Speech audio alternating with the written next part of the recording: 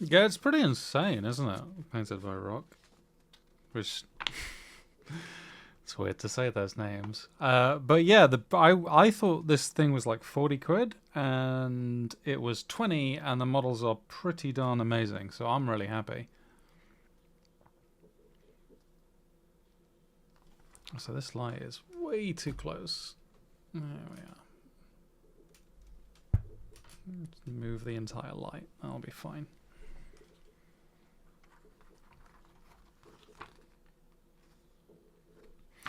This is the boy, 2A.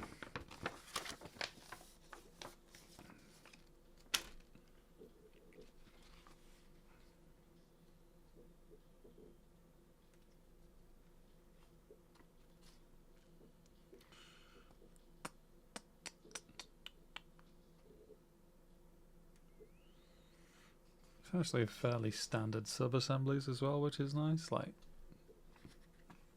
basically got the body, the head.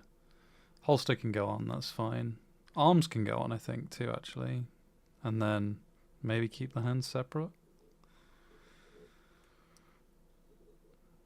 He's a small boy.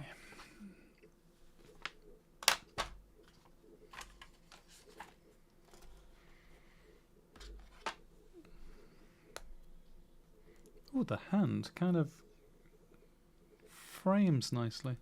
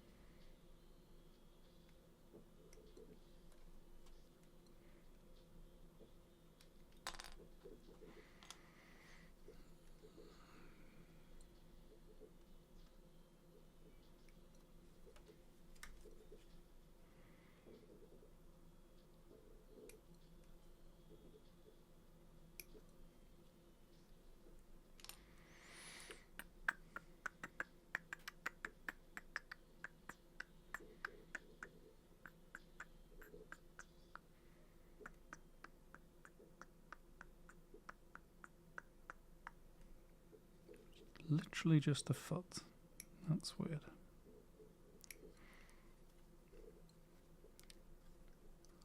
Oh no! Music's too loud. Magnus hates it. I want to kill that down a lot.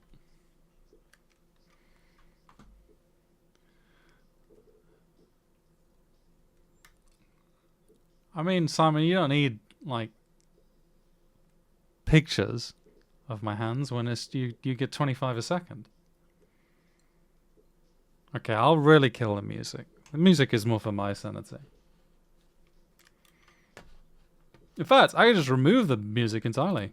Then it's just my voice. How awful is that?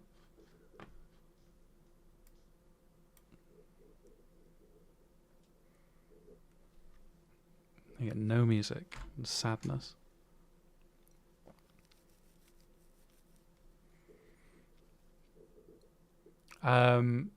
And to answer your questions, Thomas, I did sell them all because this is a different box from the box that the army box is. That is mainly Horse Boys, and the actual one I wanted was this piece, which is a separate box, which, as Rock pointed out, is a lot better value. 18. I can never find the numbers.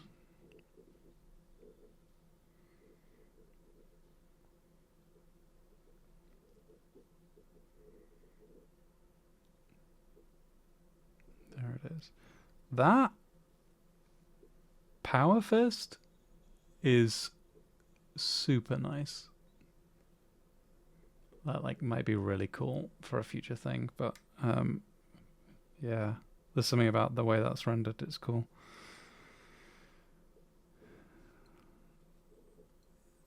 Like, you let him focus, but like, why? Actually, oh, I can go full screen camera. This would be mad. Hold on. Where are you, full screen camera got? Mouse. Right.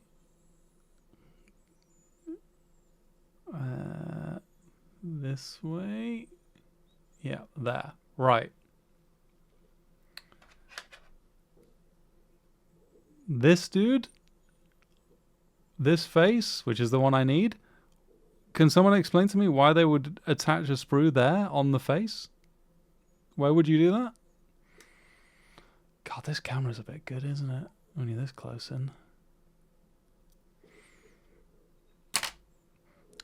Right, send that back to palette camera. There we are. Yeah, no, pain is probably the right answer. I had a model prep on camera, so this is kind of weird. Doesn't like sprues.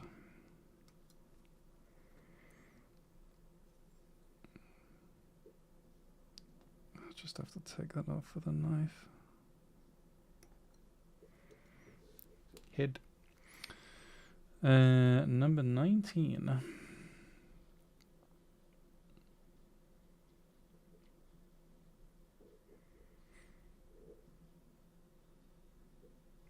There we go.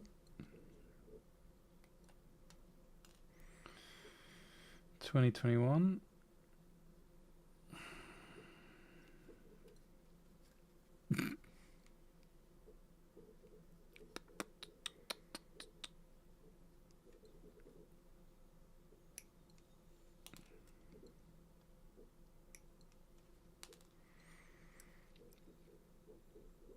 And then, okay, right.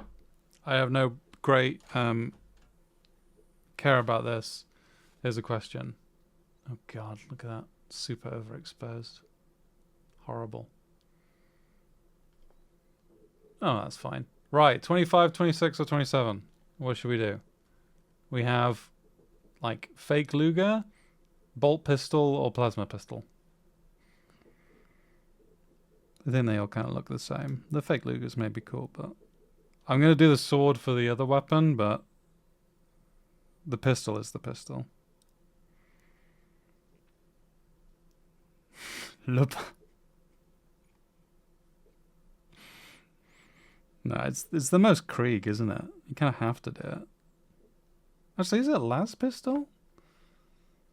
This is what happens when I don't know what the rules are. Pistol. 6. Just says pistol. But it is a cool pistol. Okay, pistol it is. Which is 25. I can lose that one too.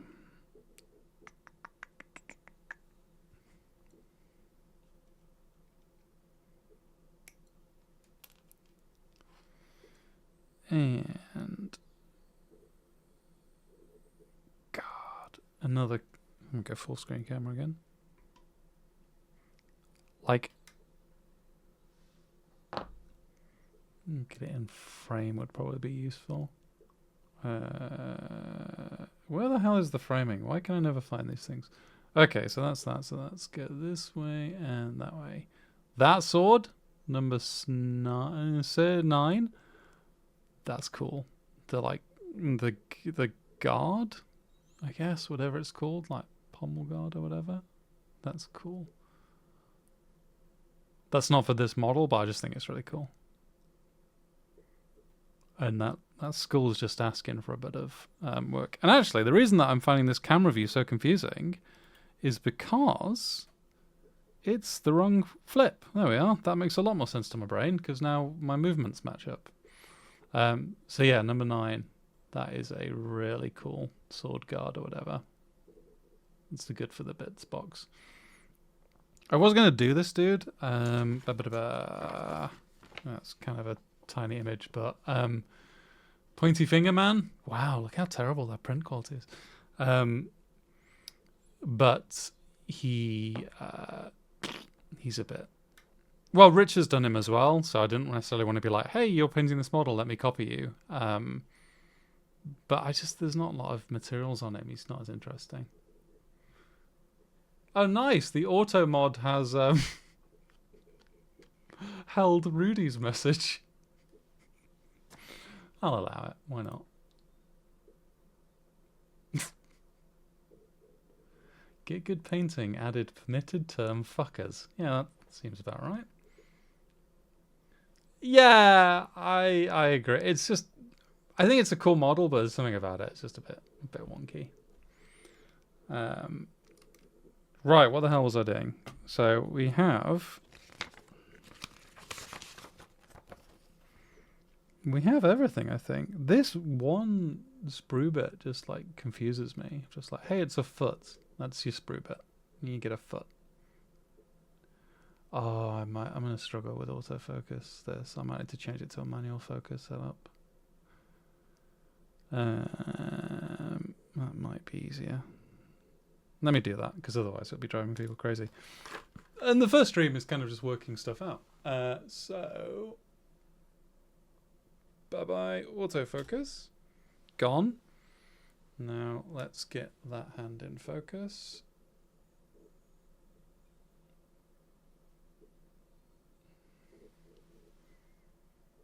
And then everything should settle. He said confidently. Okay, that's then zoomed out, and then I can go to palette view, and then everything here should be reasonably in focus. And is it for comps or sub-assemblies? I didn't censor you, Rudy. So I am doing this guy, this chap, who, if I get the box up, which I think is a better print quality, is this guy on the end, who I think is I think realistically this guy is the most interesting guy, but I don't know, there's something about him I quite like in terms of the pose. And is it for comp is an interesting question. Like, this is meant to be my slightly more chill project, so in principle it's more just like display as opposed to go full crazy, but I want to do it well, so I'll be trying to do it well, but I'll be doing it in sub-assemblies. But I was actually thinking before that he doesn't need that many sub-assemblies. Like, you'd have essentially the body, the head, and the two weapons as subs. And then the rest. I mean, as well here, which is, I'll see how far I get today in terms of prep, but I was also maybe going to get this guy prepped. Or not fully prepped, because he's actually quite a complicated thing, but the sprue on this one is really nice. I know a lot of people kind of like the wings are awful, but I think those wings are really nice. I mean, that's like super nice sprue. The only thing that worries me on these is the wing attach points to the power pack look a little hellish. So that would need painting in sub-assemblies and then putting them on and then further tidy up. But I actually think this model is really cool for a first attempt at a full non-matte piece. I mean, look at, like, let me go full screen cam again. I think that is just such a nice sculpt. I mean, to be honest, I've not held Dante, so it could just be as nice as Dante, but I think it's just, I think there's a lot there that's quite fun to play with. Anyway, Sanguinor, we're not here for you yet. You go back in your box. Oh, actually, as well, on the Sanguinor sprue, just because I'm a loser, this parchment sculpt, I don't know, this is cool. Like, obviously, there's nothing that would stop you painting that, and maybe a few people would actually, like, probably just cover that in Mod Podge and just smooth everything over, but I don't know, part of me likes the fact that they've included texture on, like, big old parchment scrolls. It's kind of neat. Yeah, it's cool. Maybe it would be a nightmare. Oh well, we'll work that out. It's the openest pose in the world, Magnus. You'd be very happy. Right, Command Squad don't need you anymore. Box don't need you anymore. You can all go away. Ooh, as well, in case anyone's interested, the transfer sheet for the Krieg, really good. Like, look at all those. You could actually... These skull and bone ones, really nice. You could use those for a lot of things. And these are just, say, minefield. I don't know, there's a lot that I like. I actually think maybe this Krieg set is one of the best that I've seen.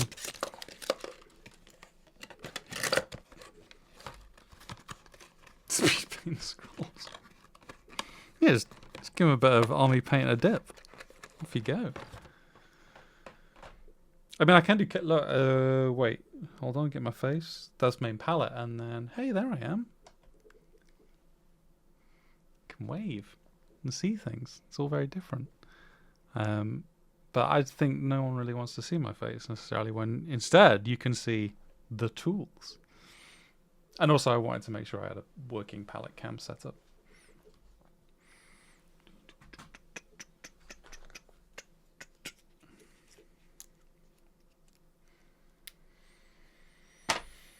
Oh shit, left this out. As well, actually, I think this flag's neat. I think this flag's really neat. Okay, I'll just put... I mean, it's going to be a lot of me looking down, so that'll be awful for all of us, but... There you are. Get that actually set. I'm in my comfort hoodie, don't judge me. Yeah, that Krieg face. The Krieg face? No, that's my face. The Krieg flag is actually a really cool flag. I don't know. If I have a lot of fun painting this dude, maybe I'd consider doing this as a squad for Spiel, as opposed to Death Guard, but see how I feel. It'd be hard to top Urka's squad, to be honest.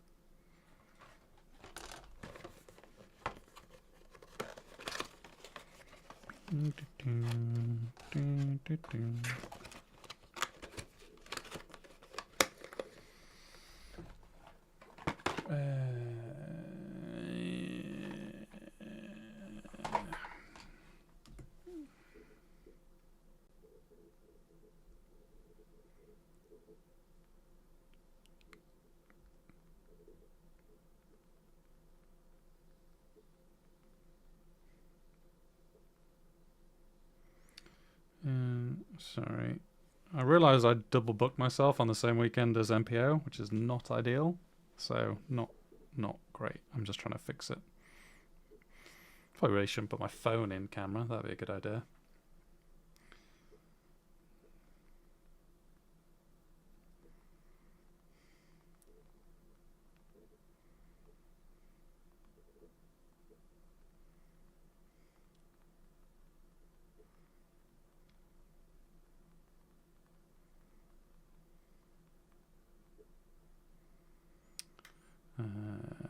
When in doubt, use the face palm emoji. There we are. Right, go away. Rudy is shirtless. That is excellent news. Presumably, you could just post a photo of that. That'd be good. Right, I'm putting the gogs on. Not the hellish gogs, because Lord knows I'm not ready for those. But it'd be nice to see that the cleanup is actually clean. And actually, this is probably going to get to the point I'm going to record for the YouTube. I'm recording all of this, and I'll put all the VODs on Twitch and things like that. But the editing workflow is better straight from the camera. So I'm going to also record on camera, which I think I have enough juice for. How much have I got? 4 hours. 4 hours of recording. Where's the comp? Is Bristol.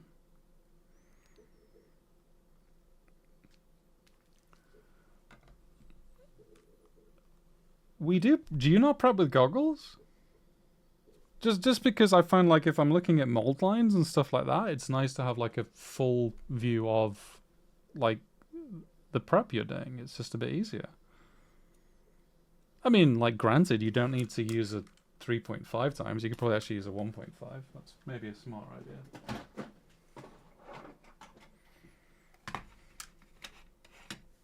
That's nuts to me. You don't prep with goggles, Magnus.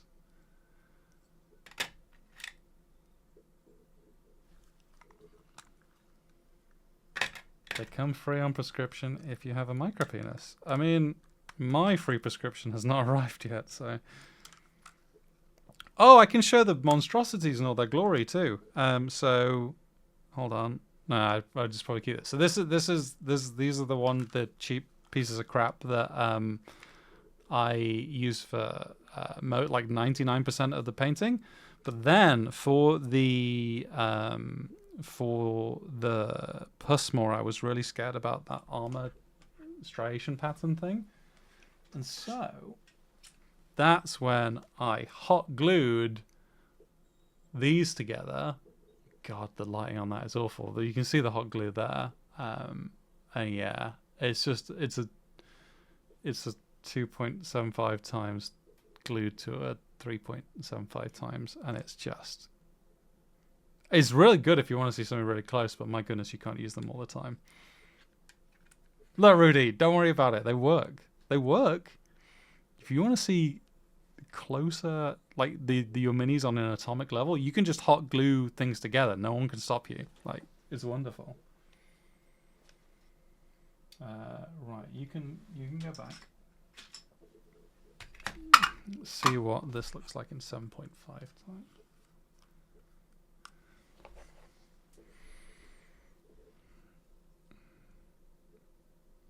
Yeah, I mean, it's alright. I'd maybe even get a bit more zoomed in if I could. Oh, 3.5, but 2.5. How close you need to be to model? I can maybe show you actually. So...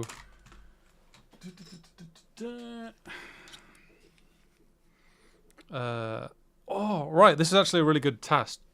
Good, Magnus. You are testing the setup. So I wanted to see if I could build a scene on the fly without screwing everything. So let's call this full screen camera. Full screen face, I guess is what it is. Let's build that. Let's add a source, which is my camera, which is face cam. Yep, and then add it into audio input capture, which is the Focusrite. Okay, so then I can press this button, and then it's full screen me. So these are the hideous glasses, and I guess what would be really obvious. I'll pick up a model. Get these in frame. So there is the focal point, which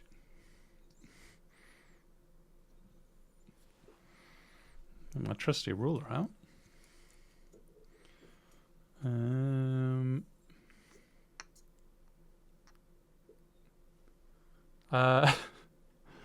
So 5.5 centimeters is the focal range.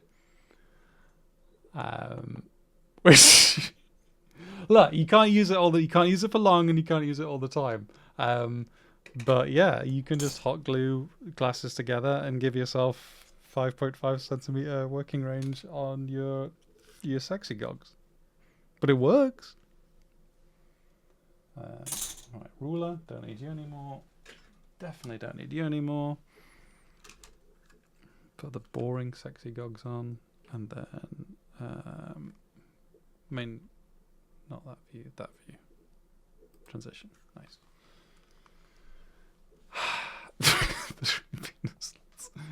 It is too close, but I don't know if you were trying to do like a bounce on a rivet or something, like you it may be useful. Hey Maxwell. Hey Sakharam. Hey Kimmy, everyone's here. This is nice. If you're using them for like a very limited time, I think it could be quite useful and powerful in that instance, but most of the time it'd be a hard thing to recommend.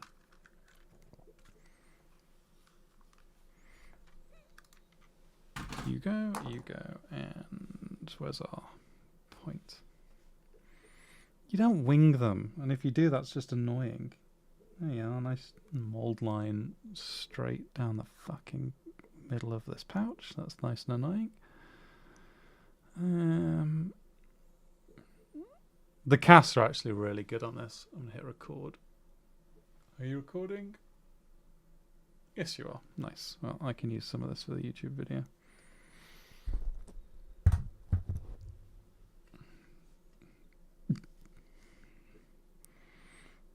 I mean, get good is like in Magnus's name, so if he can't cause chaos here, then the rest of us have absolutely no chance.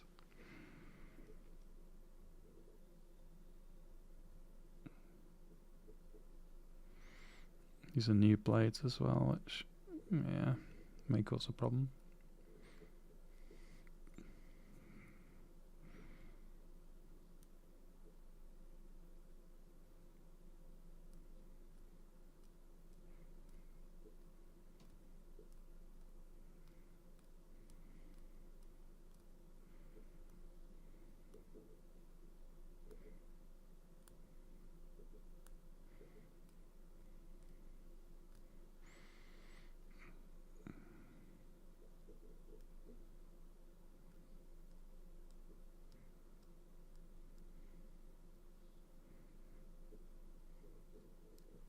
I've never been self-conscious about my hands before, but now I find I really am oddly self-conscious.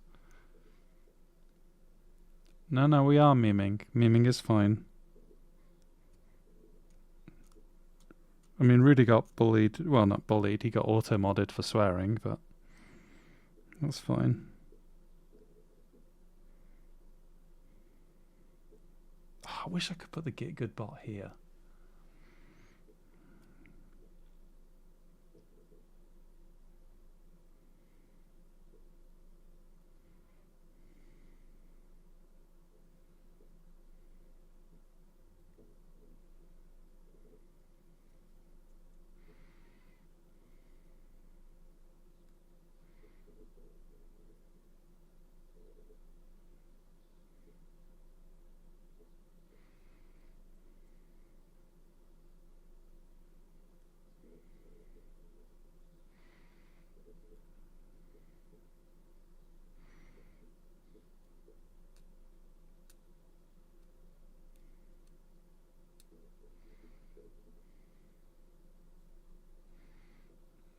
It's actually a really, really nice sculpt.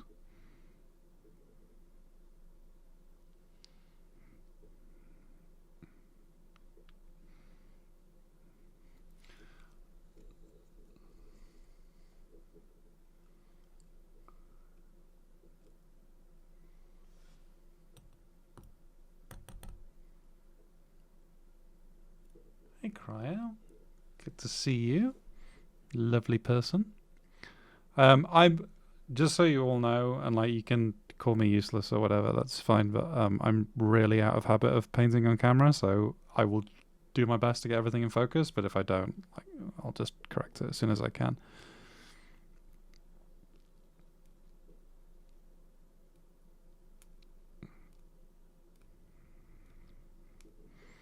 Which, I mean, I'm no idea how I'm going to feel about painting on camera.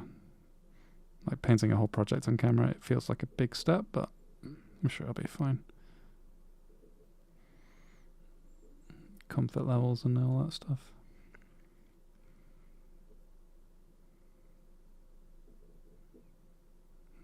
Let's see. Weird bit. There we are. Don't worry, Bruce. Good advice.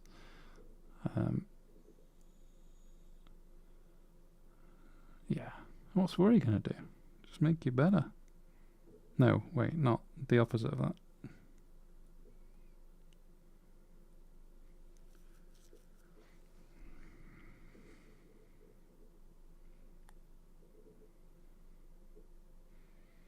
I hope you all have a Swan Morton blade, by the way. It's like the best hobby blade you can get. And I guess if you also wanted to do like back alley autopsies, it'd be really useful for that.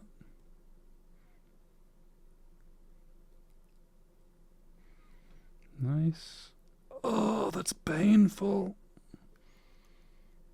I'm going full screen camera again. Look at that. Why must the mold line go across there? Why?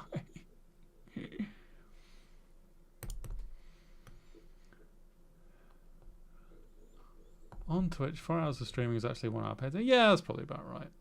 Main palette.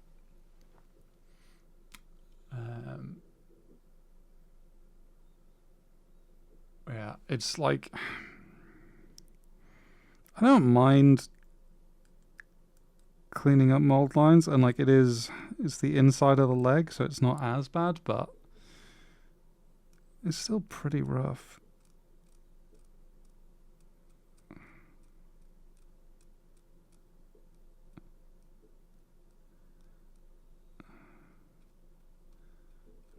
I mean, classic question of how much will people notice, but the answer is always the moment you don't think anyone will notice is the moment that they will absolutely notice, and then ask you why the hell you didn't fix it.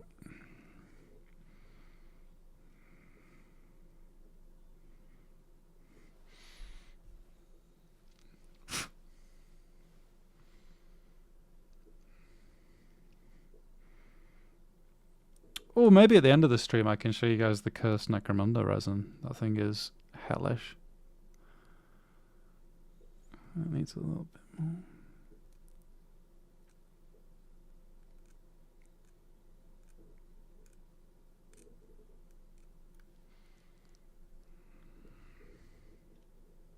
It's kind of mad that that's the zoomed out view on the camera. Maybe I can go even closer. Right, let's put this in studio mode for a second. Cam link. Let's get it a bit closer. Yeah, that's good. Boom.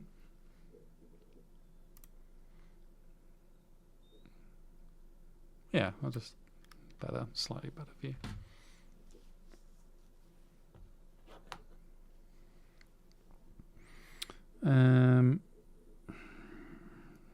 Is that a rivet? Oh god, it is. Right, Bruce, get your hand positioning right.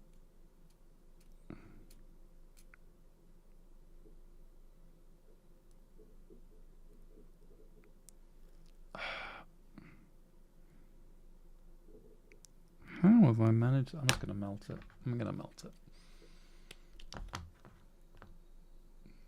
Let's get that focus right. Sorry, I forgot we were doing face.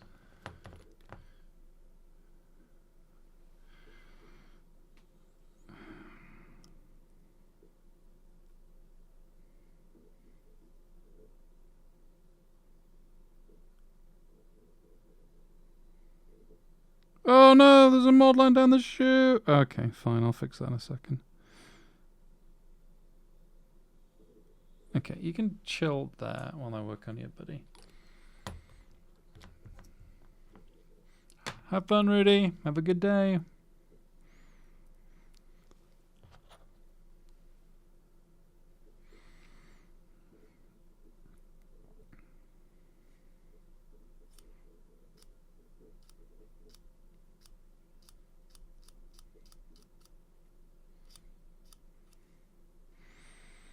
I used to hate this part of the process, but I think I've actually begun to really enjoy it.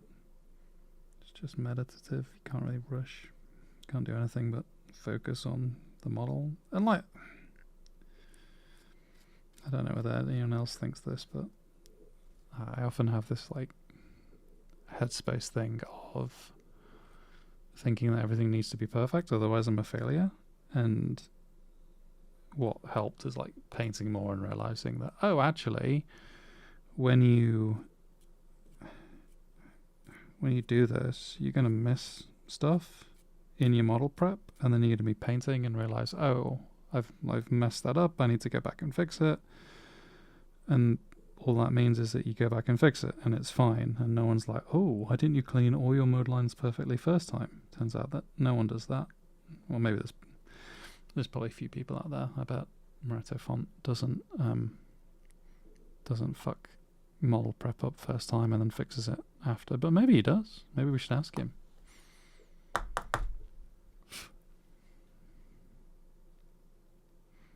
This is odd. Like, full camera. They have the seam line for down the model, but there's like a little bit of like plastic flashing, I guess. I mean, I don't think it'd be visible to anyone, but it's there ever so slightly.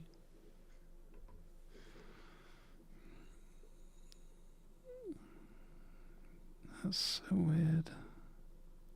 It just has to be cut away.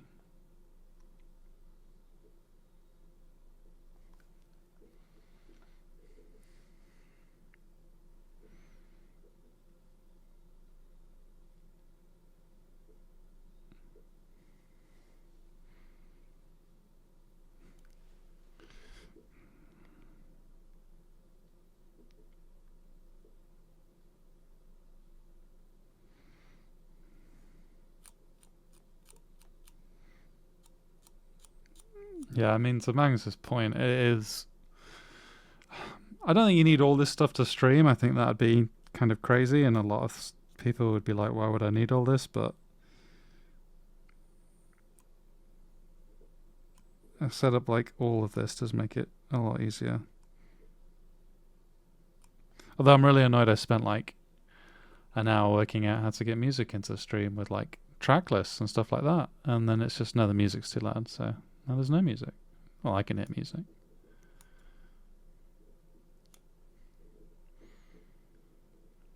We wanted the music. Well, you're gonna have to help me with volumes.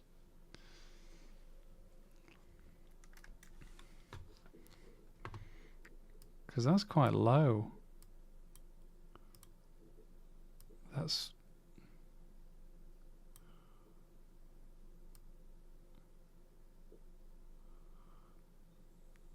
Maybe that's good. Maybe also part of it is the fact that my voice is like... needs to be louder. Compressor. Yeah. Right, down a little. Okay, so I'm going to take it to minus 35. I'm going to go there. Cryo and Simon, I'm relying on you. How's that? Even lower? Up a smidge. Minus 9. I mean, it's going to go a little bit up and down depending on what song comes on, but I'm just going to leave that there unless people say that they hate it. But yeah. Because then you can see the track as it looks Girls Like You by The Naked and Famous. Isn't that nice? And even tells you how long the track's got left. These are the things I know people care about. Alright, back to this boy.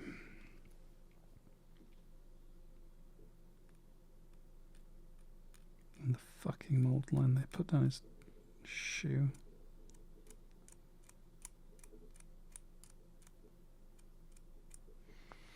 Probably help if I actually got it in frame.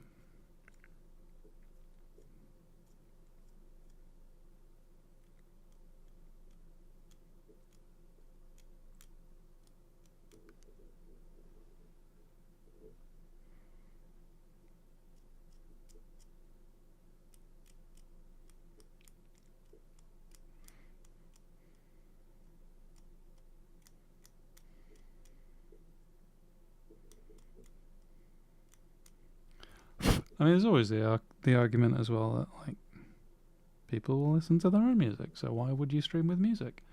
Did you make sure to split the audio tracks so music doesn't show in VODs? Yes, I did the non-law-abiding... Well, I actually don't know the legalities of... Well, I do because I work in events, but if I claim ignorance, it's better.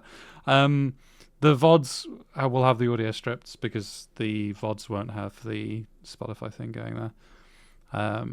And the thing that I didn't know with OBS, which is really cool, is that it'll record with different audio tracks, so I can yank audio out of the records anyway, which is kind of nuts, because not even vMix, which is like my professional grade setup, does that.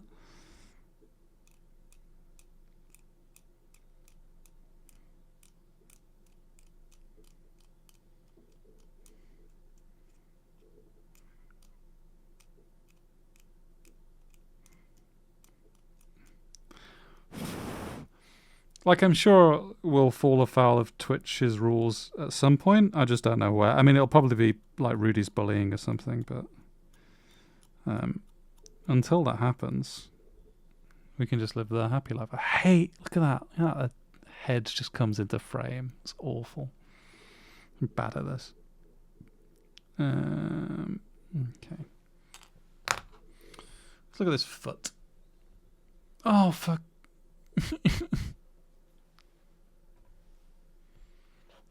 Alright, guys. Where do we put the mold line? Directly down his goddamn foot.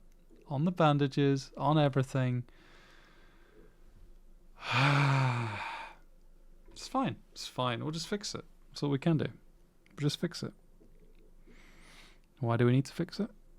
Because that's the life we lead.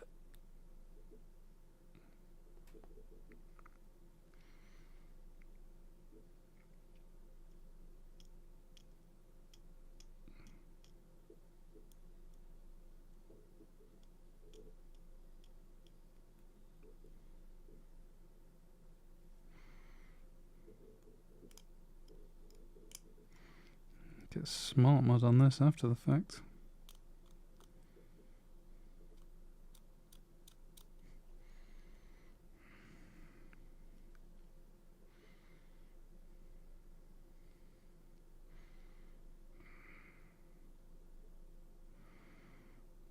What do you mean by a graphic, Max?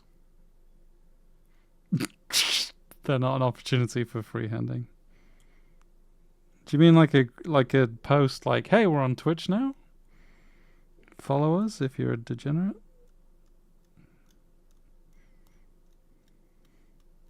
Because, I mean, after the model prep, we're obviously going to be streaming that Rabbit Cook game on Steam. We could be big in gaming and miniature painting. Oh, God, it's down the other side as well.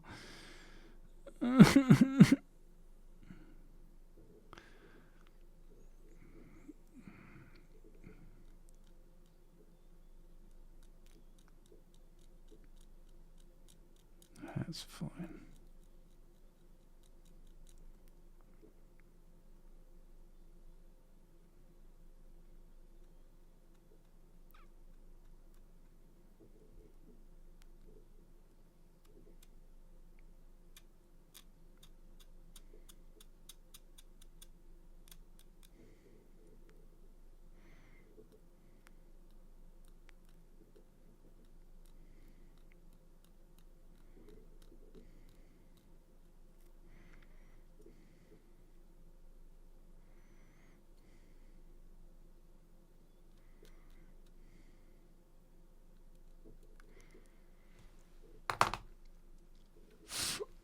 Oh, right. Okay. Where we are live. Yeah, Insta story. Yeah. I mean, part of it is just gonna take time to grow. I think it's useful if you get people like more like following you, and that's something that can be done. Just build it slowly. I need to not put my bloody head over the model. Should just do a stream that's 2 hours of me cocking up getting this on camera.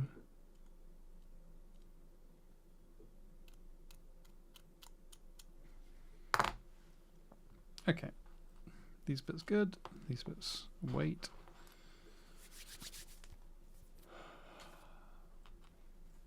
You got one of the dwarves done, Ollie. That's the main thing. That's better than none of the dwarves.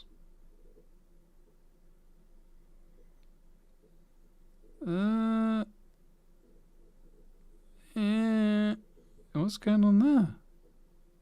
Is that intentional? Oh, I guess it kind of is intentional. What is that big? It's like it looks like it's misaligned, but I think it's because this dude's got like his trench coat over the front.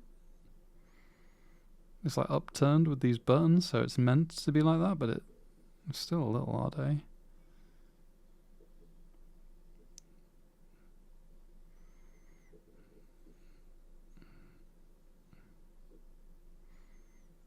Okay.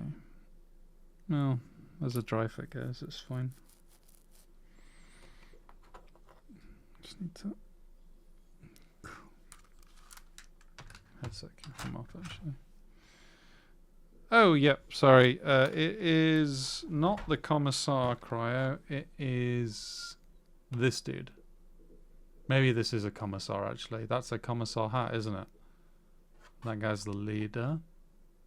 Maybe he's the Commissar. It's this guy. The fun guy. Shooting his gun. Sword drawn. Bit of dynamism. No one wants to paint this guy. He's boring. This guy's kind of cool. This guy's maybe the best. This guy, chill. Great skulls. Giant dude with a flag. Dude with a flag, very good, but I also think this flag could be cool for other stuff, maybe, if it was like kit bashed.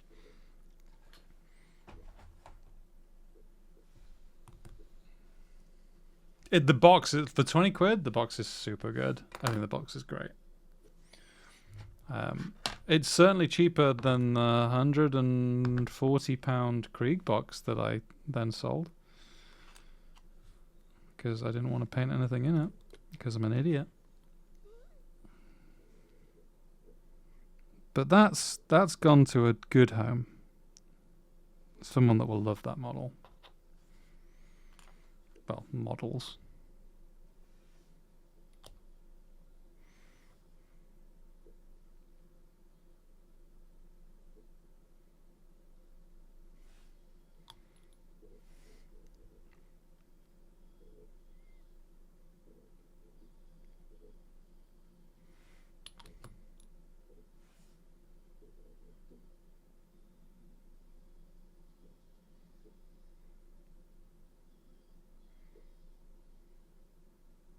It's kind of nice to use plastic glue again after the last two resin models, which obviously need super gluing.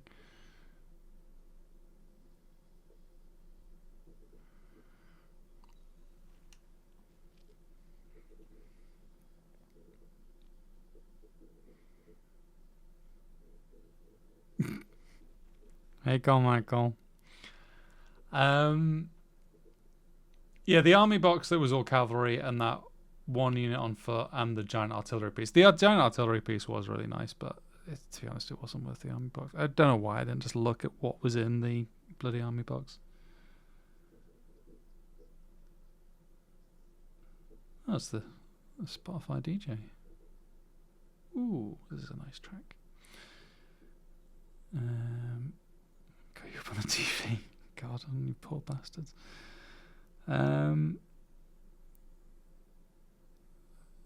Sakram, you have to remind. Can you put that bust in members chat or something so I can see it? I forgot which one it was. I only remember the dragon that was wonky.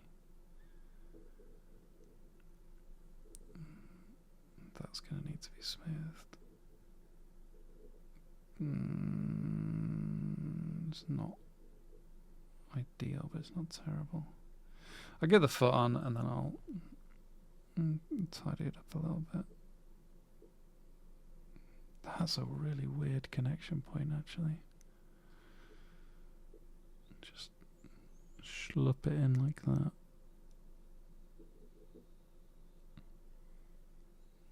I mean, it's fine.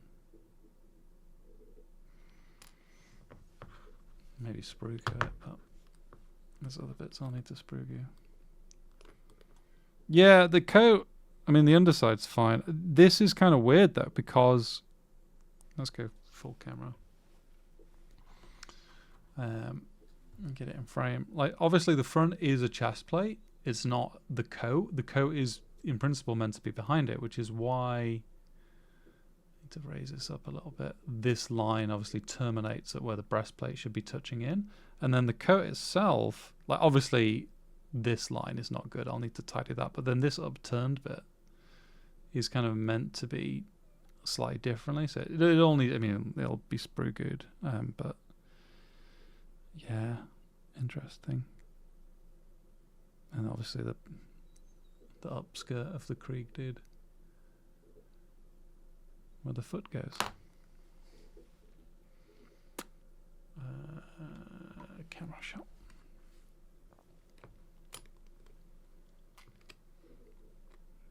I mean, it's also kind of hard to spot on a stream.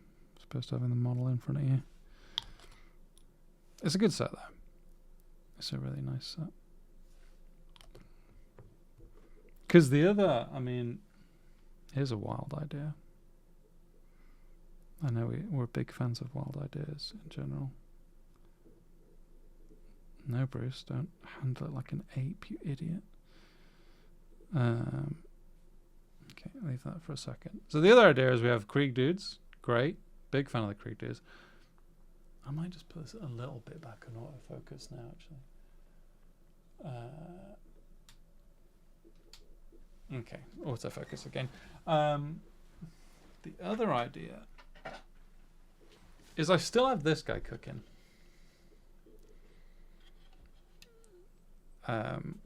Which requires a lot of work at the front still. I went a little bit crazy there. But would the Krieg work with them? Don't know. I will say though, complete. Oh, you tagged me in chat. Thank you.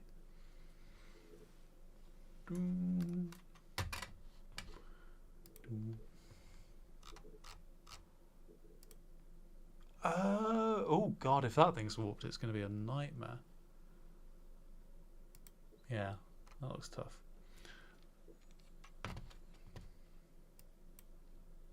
Close you.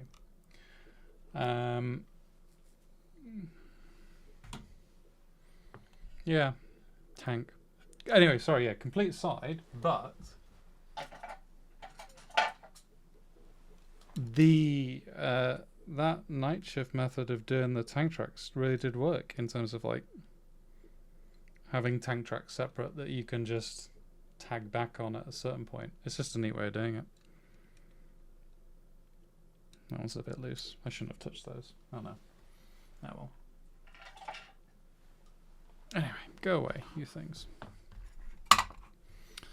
Right. That guy can dry for a little bit. Let's worry about the face. And we have that cheek to get the world's... Right, you need to be out of frame, otherwise this thing is not going to focus.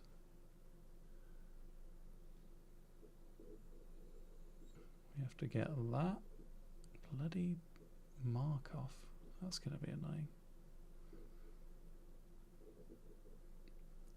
I don't know. So, I mean, look, I don't know what it's going to be. This is the first project like I've had in a while, which is just I'm coming into it with no expectations about what the end result may be. I think that's maybe the healthiest way of approaching it, because like that was a clear thing for me, just in terms of like wanting to take a little bit of the pressure off myself. I don't want this track. It is mainly a guy talking. Next.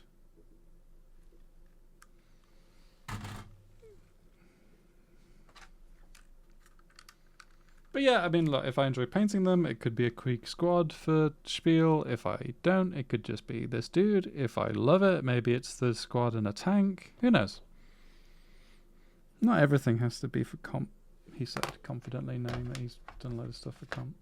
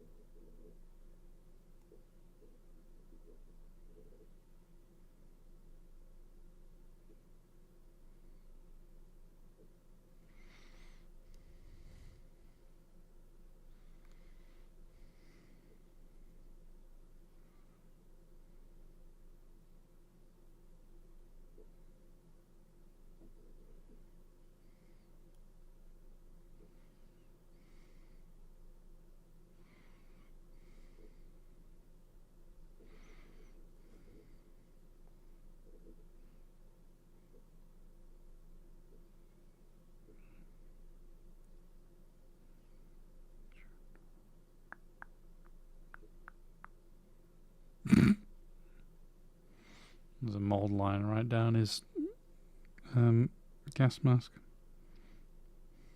Cool. Cool. What a great place for a mold line. I shouldn't actually badmouth Games Workshop because they'll take me off the influencer program I'm not on.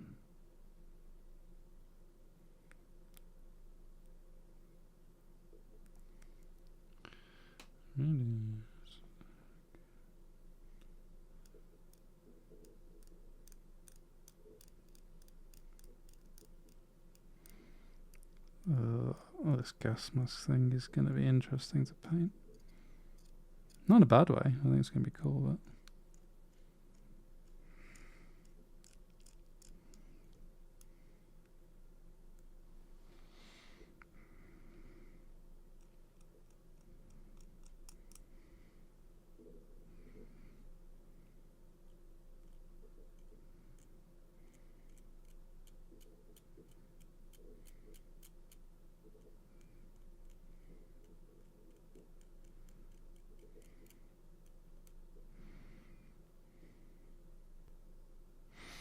Right, I'm going to need the secret weapon. Sacram, you've not listening to Bo Burnham's Inside. You should watch it. It's a good time.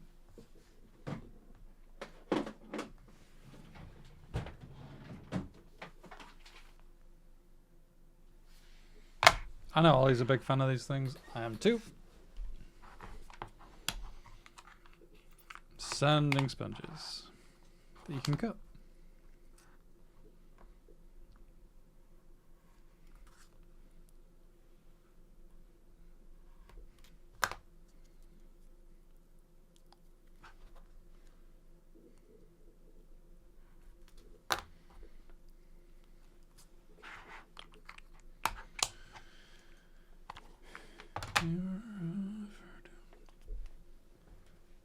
So this is the Dispae, DSPIAE sanding sponge set, which gives you 1,000 to 2,500 grit, and you get about, I think it's slightly more than this. You get like maybe 9 or 10 of each of these, and then you can just kind of cut them to size. They're really cool. They do them as well in... Get the right one. They do them in the lower grits as well, but I only have the small ones because this is so. This is the other thing they do, which is same principle, except instead of like big sanding sponges, you get these like little sanding papers, but they're self-adhesive. You can just peel off the back and it's sticky. So it's like, oh, on the initial thing, it's like, oh, it's just a sanding sponge. But I know I talked about this in my model prep video, but I don't think many people would have watched that. They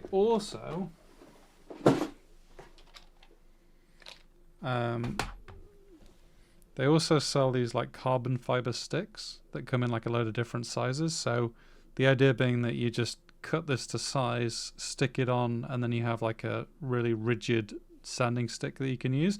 I just like the sponges more because they yield a bit to the model, but there's instances where these are really, really useful. All my sanding stuff goes away. Yeah, the finer grits is like on Amazon for 12 quid. It's not that expensive at all. And yeah, you can really cut it down to size.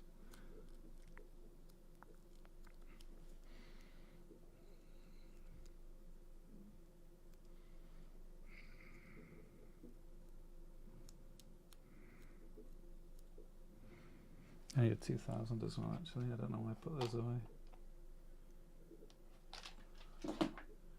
Not you. Not you. You.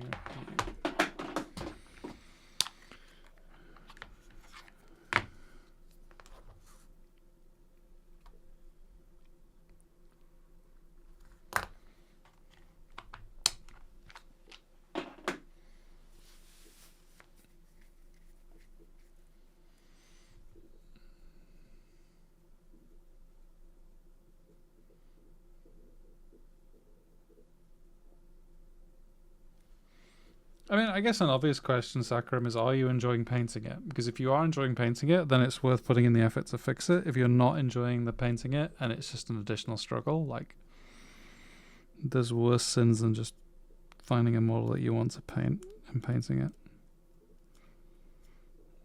I mean, I have complicated thoughts about this because there was a point where I would have said, "Oh, the Malstrain, I don't enjoy that. I'm not having fun." But continuing with that was the best decision I could have made. So the question is always like, how fixable is it? Is it fixable?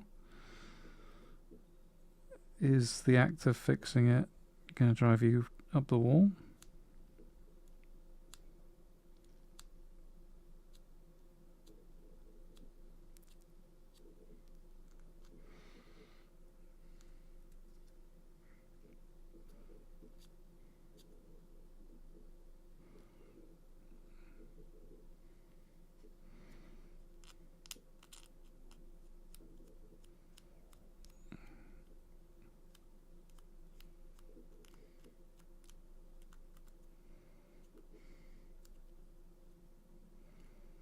I remember like there's a Rich Gray video where he's like, if you sand too much of the detail away, you can just paint the detail back on.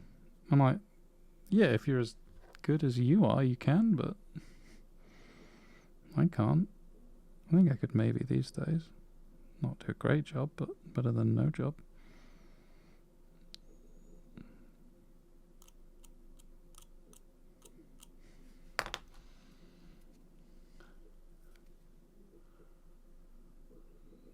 Hey, Leo, Twitch person. Yeah, I mean, Sakram, if you're enjoying it and you like sometimes, and this is a problem. It's not a problem with the challenges because they're kind of like baked into it, but like, obviously, if everything is on a time constraint, it can be really exhausting. So make sure you're giving yourself like an opportunity to like actually enjoy the model, and if that means, hey, I don't have to worry about time, then so be it. That's fine. No one's going to come to your house and murder you. Apart from me.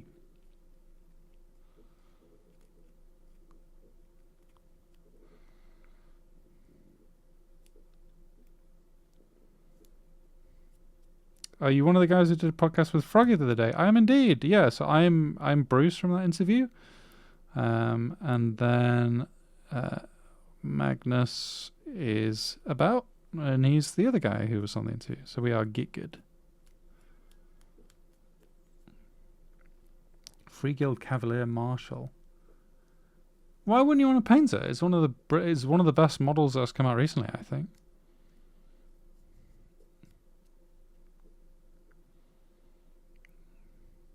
Okay, that's looking okay.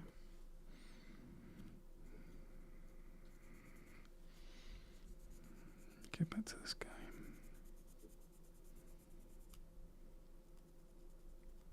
That's a bad gap. That needs to be fixed.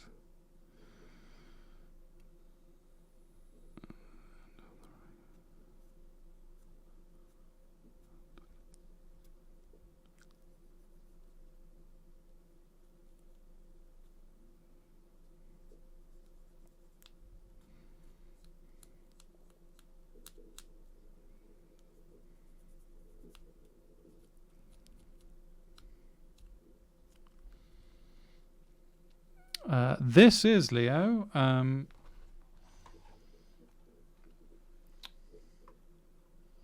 Hatar. This guy from the Krieg Command Squad. If I get it in focus, there you go.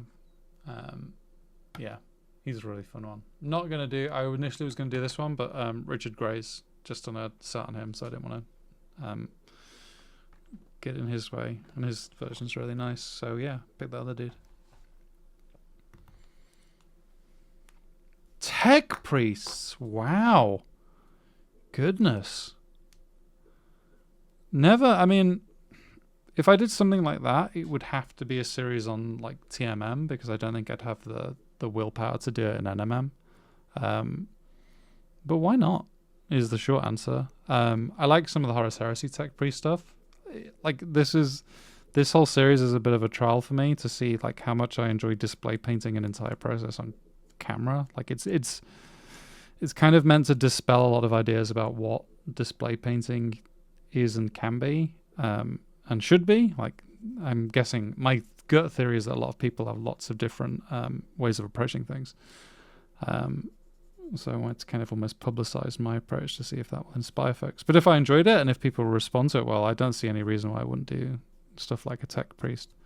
I mean, you always get into that weird headspace because obviously nothing does as well as Space Marines, but tech priests are kind of cool.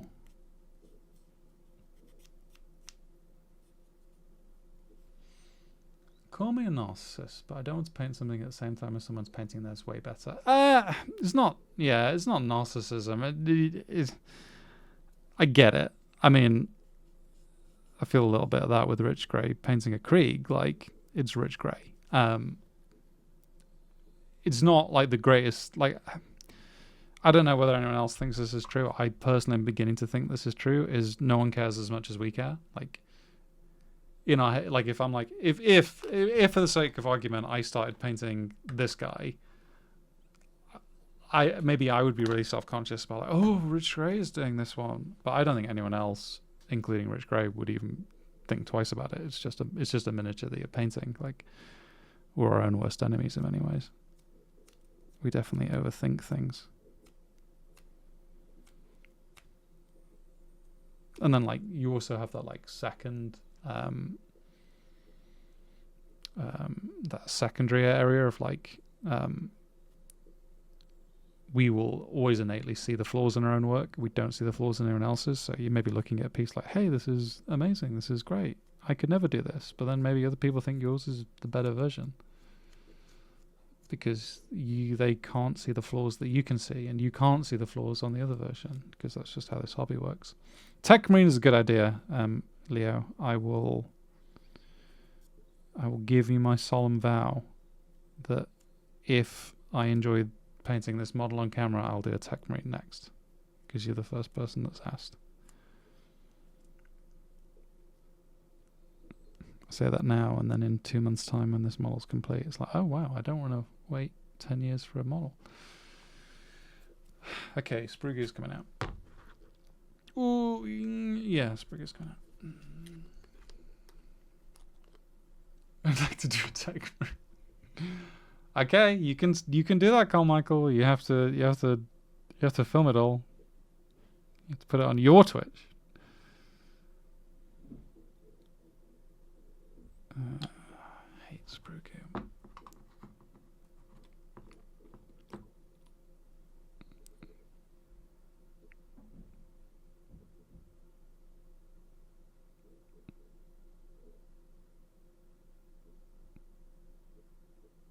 This is something I've started doing recently, is if the gap is small enough, in principle, you don't have to sprugo it.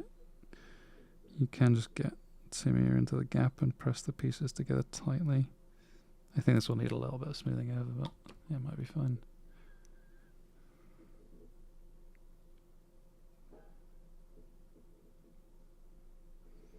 As well, you can kind of like brush into the details, which I enjoy.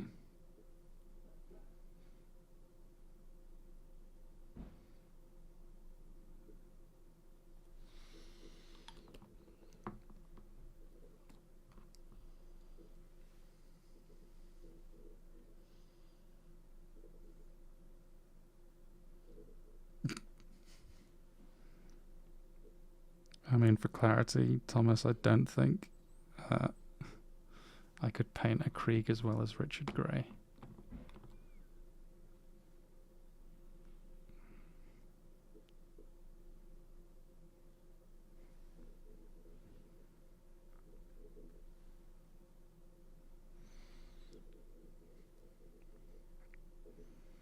But I do think we find more reasons to be mad at our work than we find reasons to be joyful about it.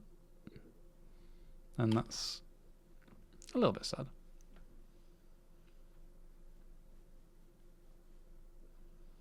Oh yeah, gouache varnish. Or, Mags, Mod Podge. Dream.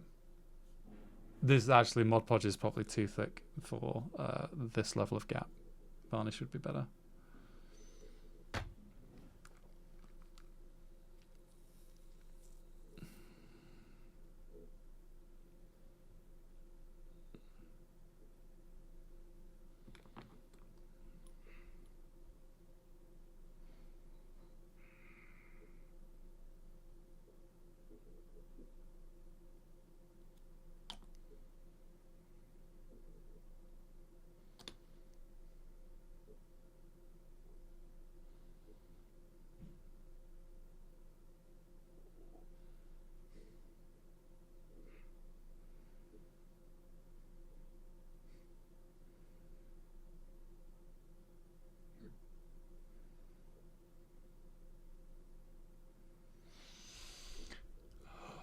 Claw grip.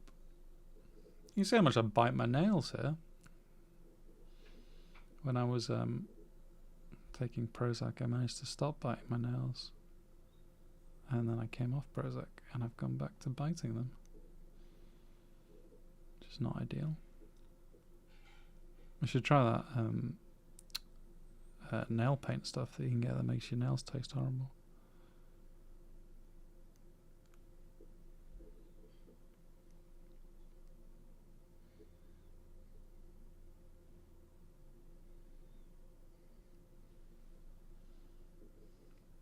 The reason I'm asking is we're 6 days from the Tech Priest of March mini painting competition.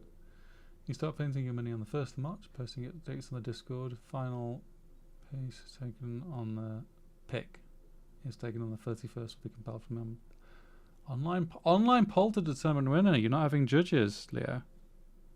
That's interesting. I guess like I always get a little bit fearful when I look at results decided by poll, because I don't know if the system can be gamed, but in principle if you had a group of like only certain people could vote that you would like vetted, I think it'd be fine.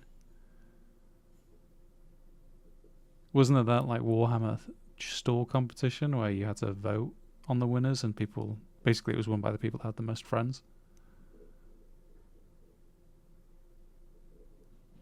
But if you have a link to your stuff, sling it in, because both Mags and I are in favour of more projects, or more comps, not less. I think that could be quite cool.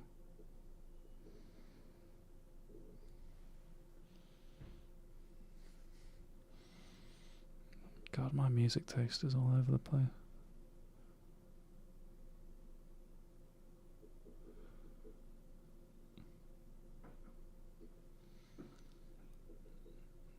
Yeah, and good for you posting a comp without sponsors, just kind of doing it off your own back.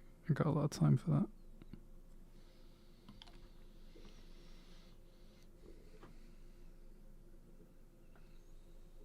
Okay. Oh, that's trying. Tiny hands.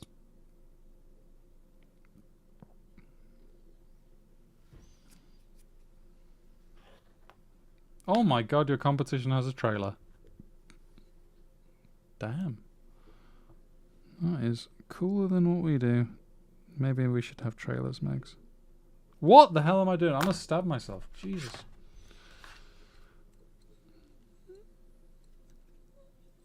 Yeah, don't use a knife when you can clip a lot closer. Kind of golden rule.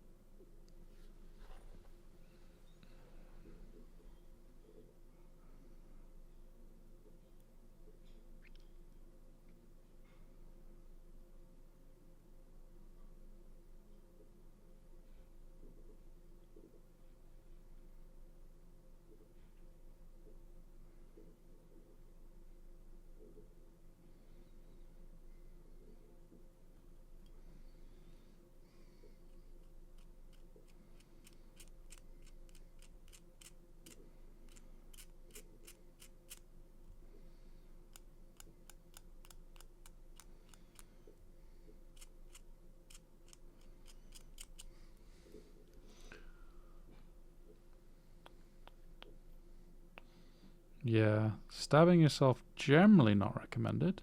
I mean, I guess if we went back into like the age of trepanning, people would be more for it.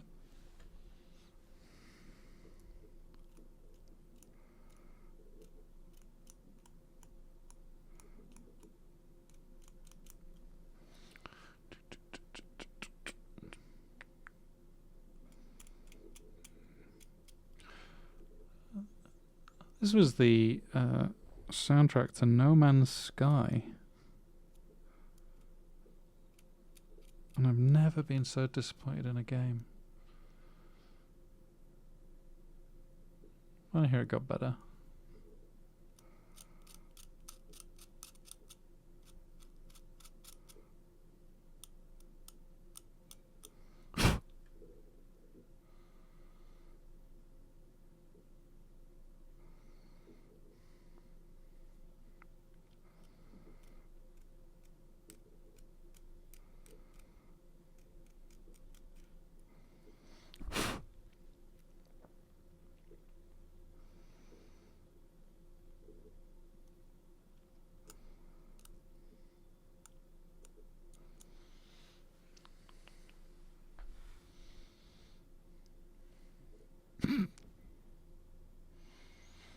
Sorry, I didn't mean to insult No Man's Sky, Simon and Sakram.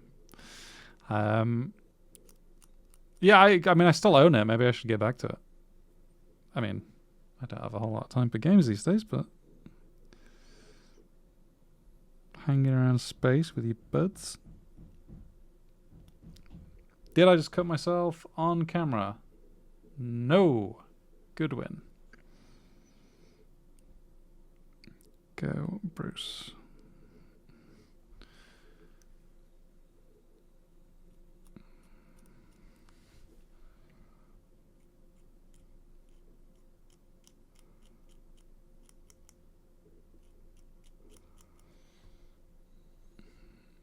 Oh, that's a question. If you like really hurt yourself on live stream, would Twitch like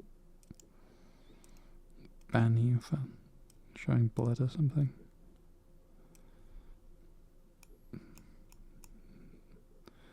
These are the thoughts that keep me up at night.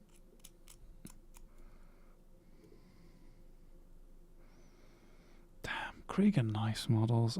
There's something about this. Well, let's be honest, the aesthetic is just fascist, but they are cool models. That's all the 40k.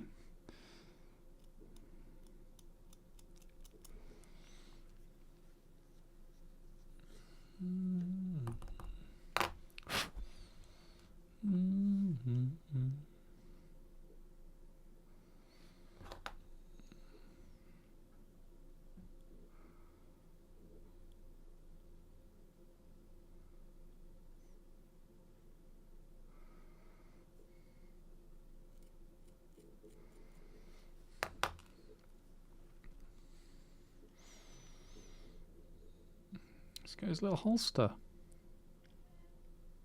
And a book! Look at that. Holster and book. God, that's small.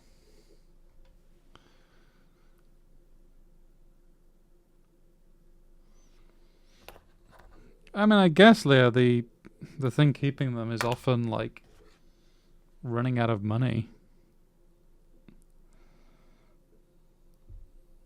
I know with No Man's Sky, because they'd done Joe Danger, wasn't that the game that the devs did before No Man's Sky?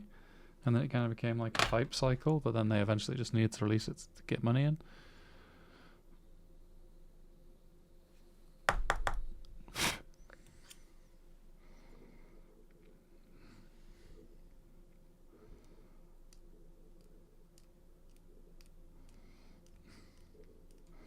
It's a great part of the stream where you can just see my hideous hands.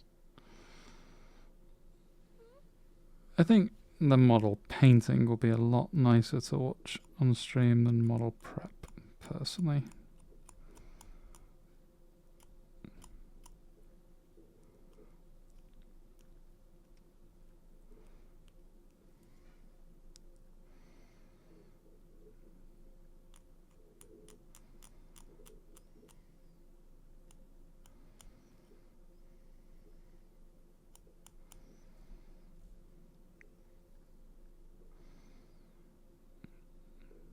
I think it's kind of nice.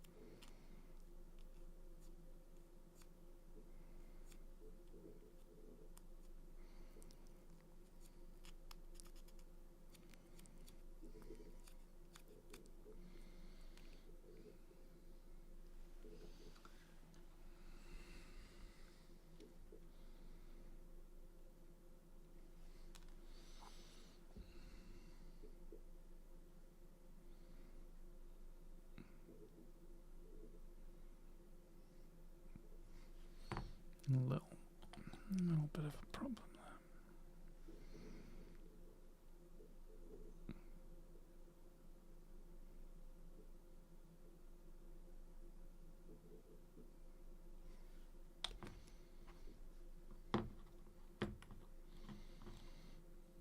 there. Yeah, ping it out. DM me it, actually, Sakram. Just DM me on Discord. I'd like generally. I didn't know what I was going to play on stream because I just don't have strong feelings. So I thought, I'll just use that Spotify AI DJ thing, which is fine. But I think generally I would want to opt for music without lyrics. So, or even something like Sigur Rós, where it's kind of meaningless lyrics. So, people can kind of get what you're not distracted by my voice and then someone singing. Because obviously my voice is the most beautiful thing that one can hear. So why would you even need a lyricist?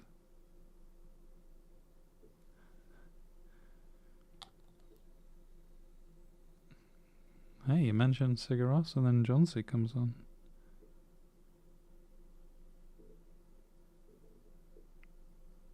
It's actually my wife that got me into post-rocky stuff. Till then I was just, what the heck are you, weird plastic thing? Okay, you can. A little bit there, that's fine. Okay, we can stick the hands on soon. Head is, that's going to need to go on a toothpick.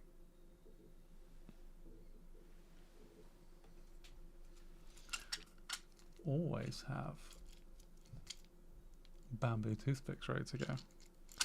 This is actually, Carmichael, I got these after your suggestion when you were like, obviously you can use a toothpick as sanding paper, and I'm like, what? Yeah, and you can. It's really useful. I'm going to need a little bit of tack on there. Where do I keep my tack?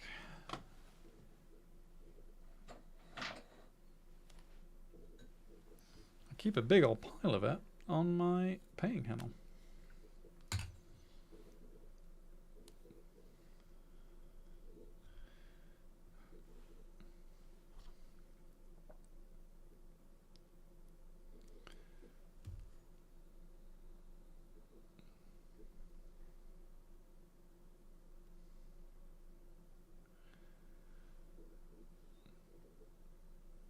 We should like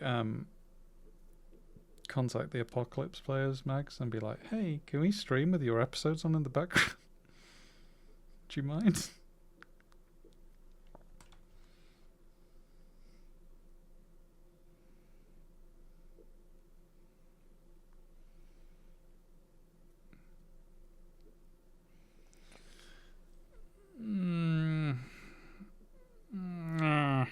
Yeah, it's fine for a bit of spruikling. Rather.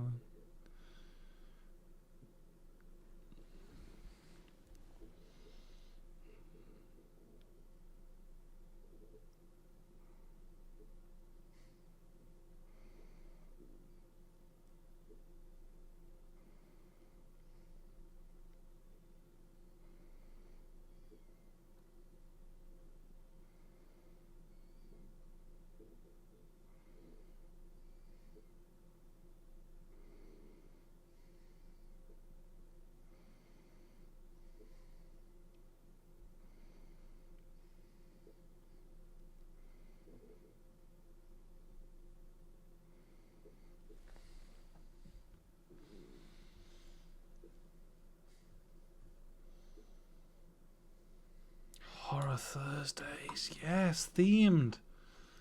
Eldritch painting. I'm just gonna shill for a second, even though I can't, because they're not a sponsor, but I do like this painting handle, but buyer beware.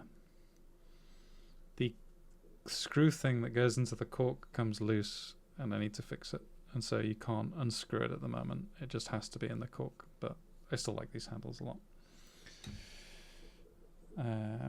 Right, you go there, my friend.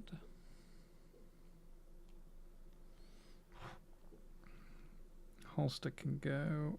No, holster needs to be sanded.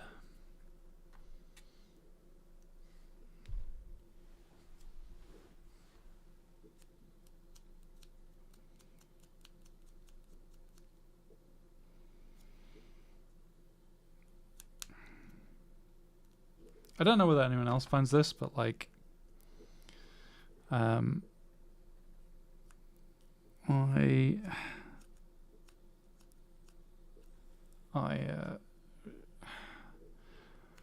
like when I'm in the model prep phase, that's where I start to get excited about painting bits. So like, I know I struggle a lot with leather. It's personally one of the things I think I paint the weakest, and I'm like, hey, leather book, I can actually maybe improve upon it. Like, that'd be nice. Is that a spammer? Cheap viewers on streamview.com. Remove the space. Nice. How on earth do I moderate?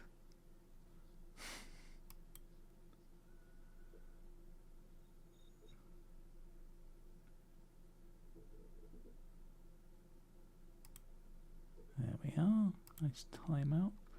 The Reach Peddler. Oh, to be a Reach Peddler, what a dream. You can get some reach on Instagram too, that'd be nice. Let's buy that.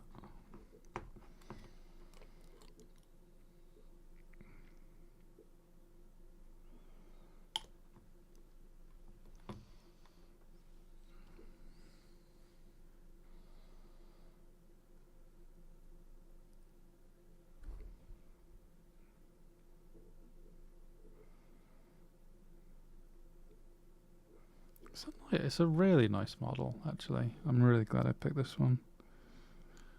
There's just, I don't know, something really pleasing about it. The pose is good, it's open. The sculpt is nice. It's small, but it's not too small. Like that Imperial Eagle, well, it's not an Imperial Eagle, I guess, but that's going to be fun to paint. That's going to be really fun to paint. Okay, so where are we at? Head is done. That will go in a sub-assembly. Arms are done. They just need to be glued onto the main body, but I don't want to do that just yet. So it's just weapons, for which we have our gun.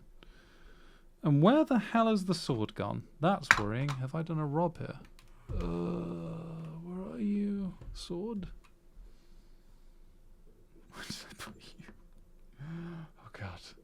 Oh god.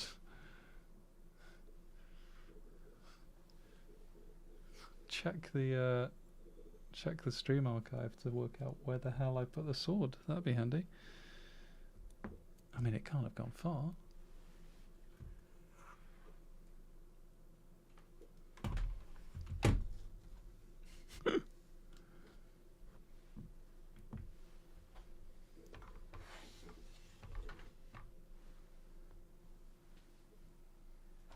That's what happens when you don't keep your workspace tidy.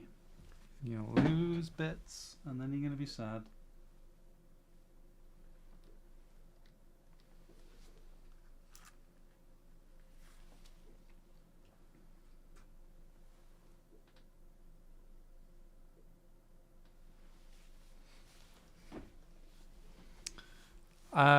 Yeah, the sword, Saccharum. I don't know where I put the sword.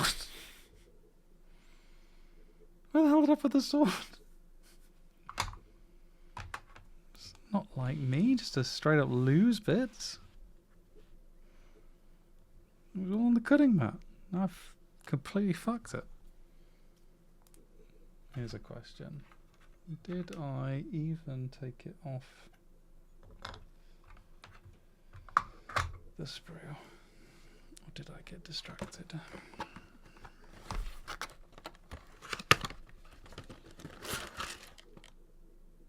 And the answer is I didn't even take it off the sprue. I know what I did. I got distracted about that, the other sword, the really nice one. Okay, well that's a fine mystery.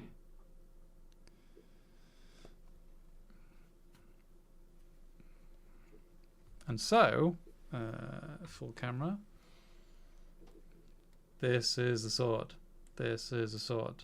I like a chainsword. I think a nice sword is better, especially for like NMM and showing bits off. Yes, Crawler, you're right. I did a rob.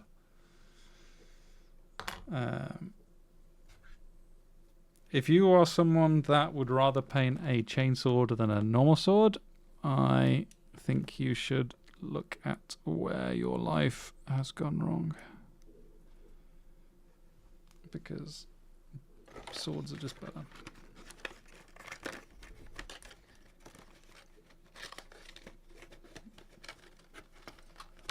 I don't know why, Saccharum, but I thought like maybe this was the place that like where I could escape your puns, but no. Turns out no. Right, I'll stop the record for YouTube because that's probably all the footage I'll need for YouTube.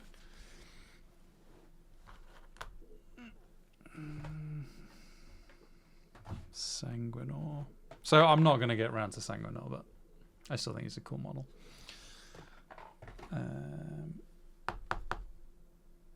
Glasses are on the floor because of course they are.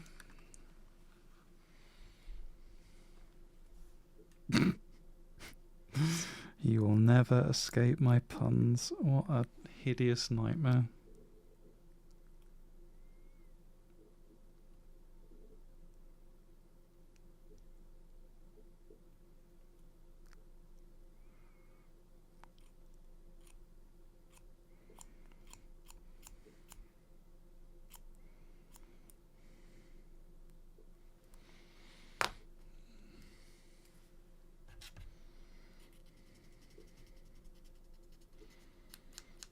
So yeah, if I can get to the point where I've got the sub-assemblies ready to go by the end of the stream, I will take that as a win.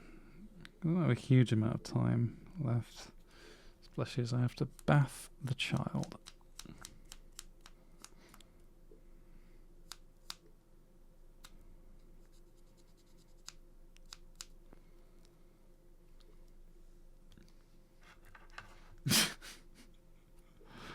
Hey Bruce, I can see the pain in your eyes after I make a pun, therefore I am more encouraged to make them. And, you know, Magnus, I can ban you from this place. This is the place I can ban you.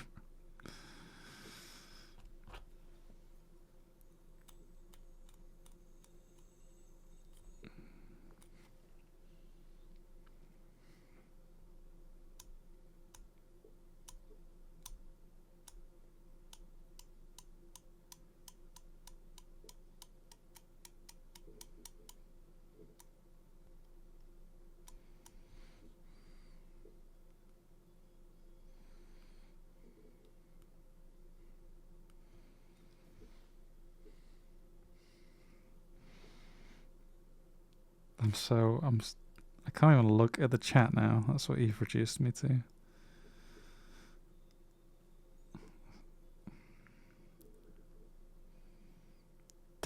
That again, like if we just ignore the mold line, but like, where's the focal range there? I just think that in like a non-matte gold will be really nice. Like you got the non-matte gold of the hilt that'll go into the power sword itself. I just think that's cool. How do you not like something like that? It's cool.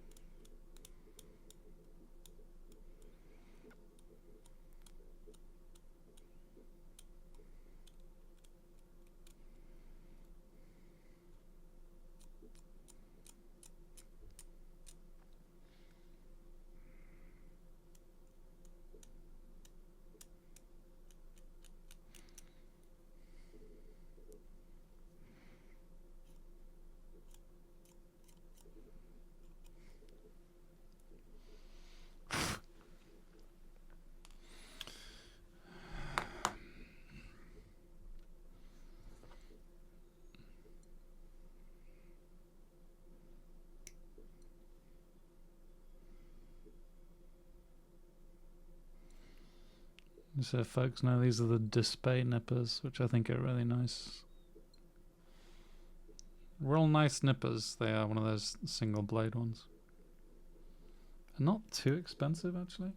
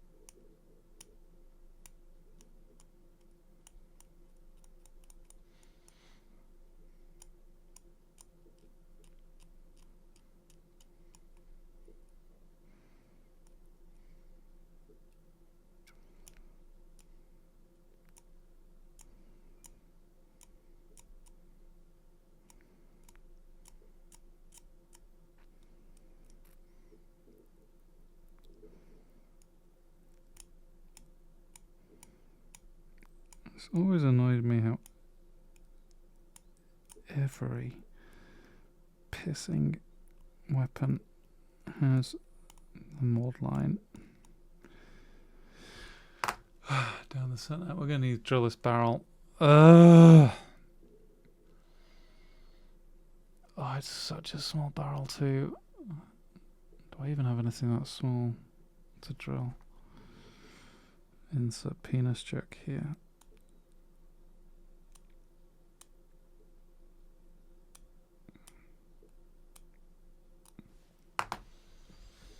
Let's have a look.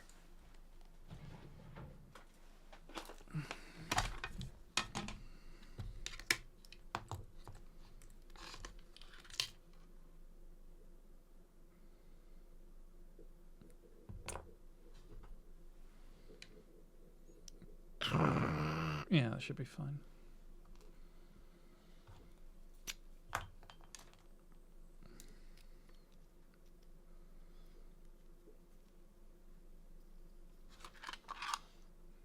Drill.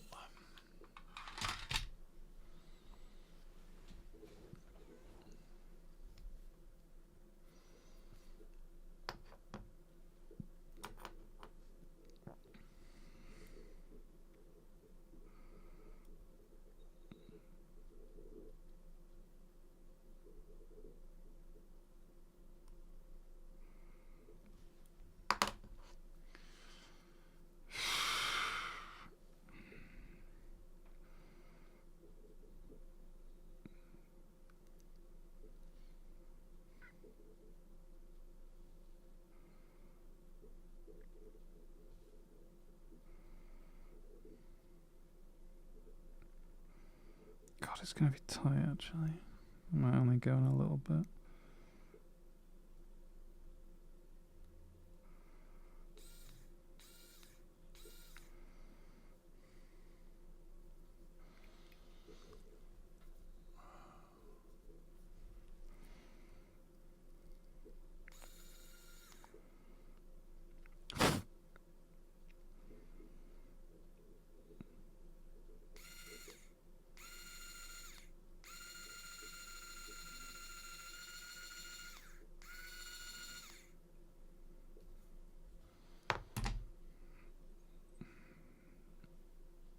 decent.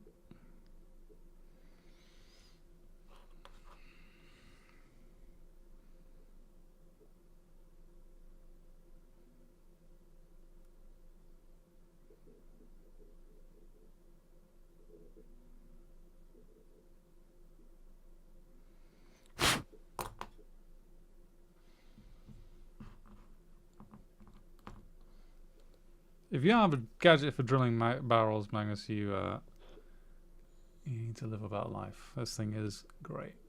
Wow stick. And USB-C charging. Yeah, that was probably the most nervy bit of the prep, if I'm honest.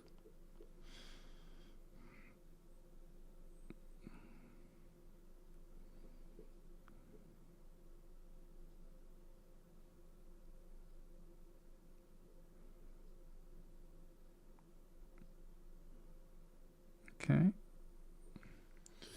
That's good. That's good. Arms can go on. And then we are good for wrapping up the stream. Should probably check how the hell these arms are meant to go, eh? Let's check the book. Okay, he's forward and back. I do not have a sponge bro lying around, unfortunately. Maybe one day when I'm grown up, I will be able to afford a sponge bro. I do have that. I mean, in the box of tricks, I also have this thing, which is that rotary sander thing, which is useful. Just spins.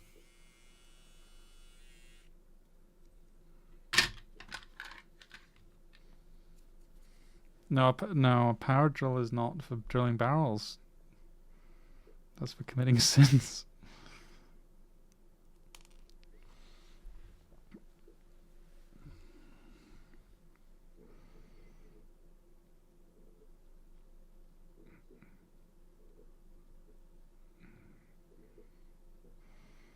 Always dry fit.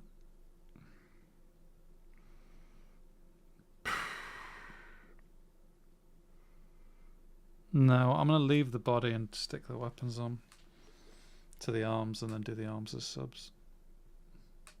I think that's the better idea. Access shouldn't be a problem, but I'd rather stick arms on than hands. But then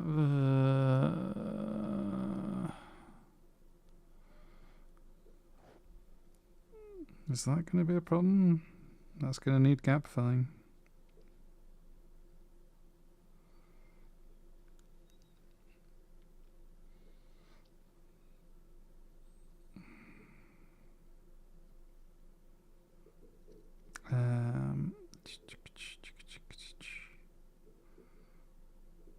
What would I rather do? What would I rather do?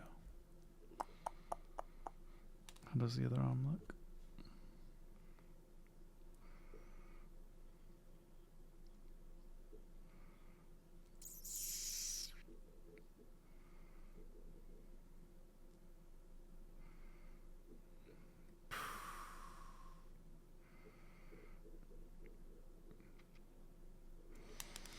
Onion lighter. I think the arm should be actually stuck on. Do I think that? Yeah, I do. I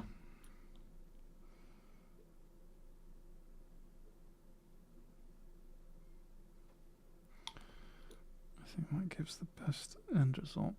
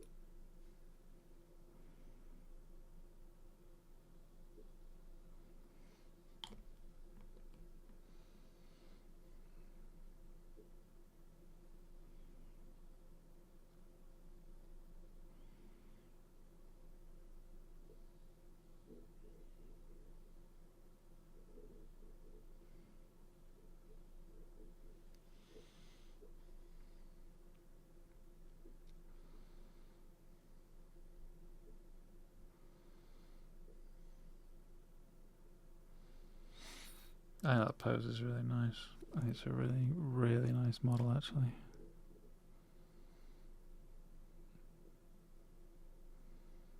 That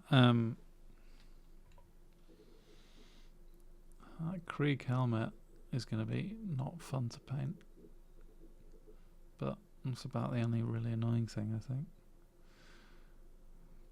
I'm going to go over a few of these areas with a bit of gloss varnish.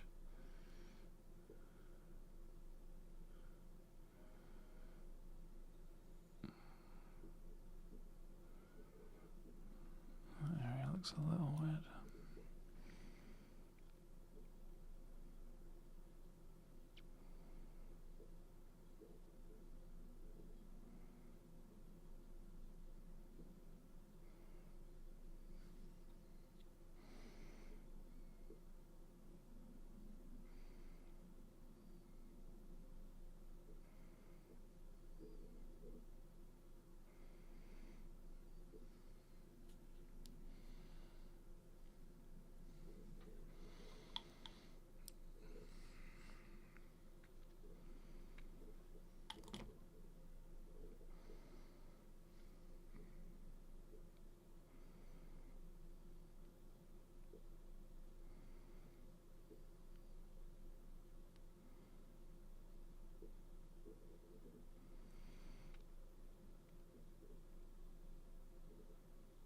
I really like this method for just giving things a little bit of micro texture in the direction that it should be in. I mean, it always looks a little bit crap, but then you prime it and it looks great.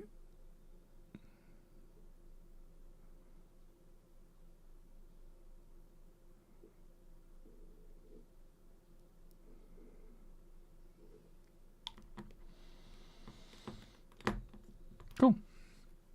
Okay.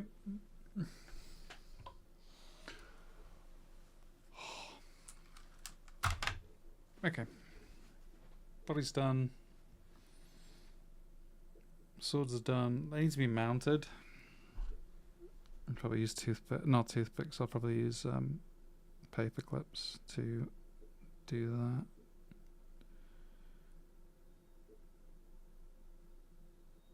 I'll do those now. It's a useful thing to show on camera as well. Recording. Nice. So this bit's boring, but I do it. I just put a little bit of a hole in the hands.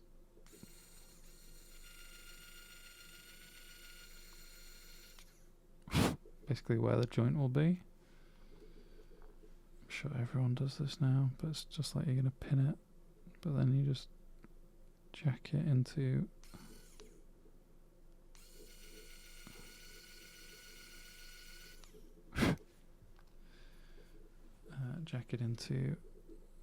some cork.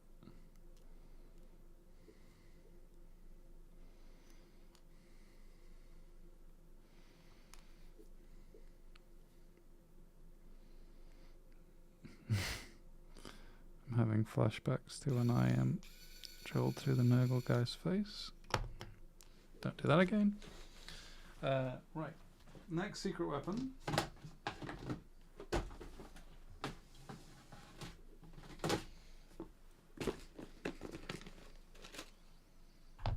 Wire cutters and paper clips.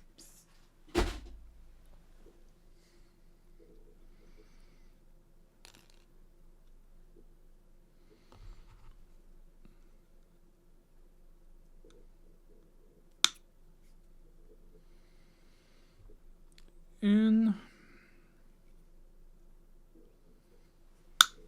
the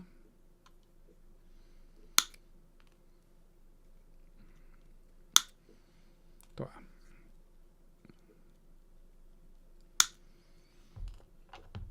Okay, all of that's out of focus, entirely useless, but hey, little paperclip, little head. Paperclip goes in there, bit of super glue, not too much, and it just holds it long enough for like light stroke painting, and then you're good to go. And life is good.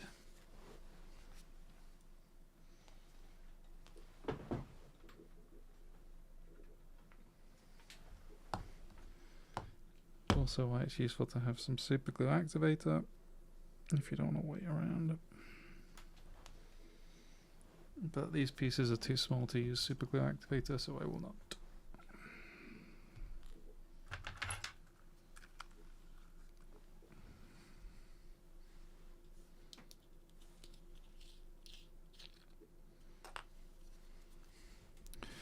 Do, do, do, do, do, do, do.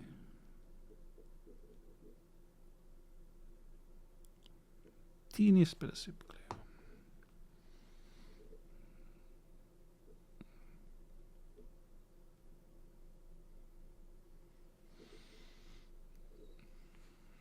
There he is. Fun story, actually. Super glue is activated by water, so you can just use water as an activator for super glue.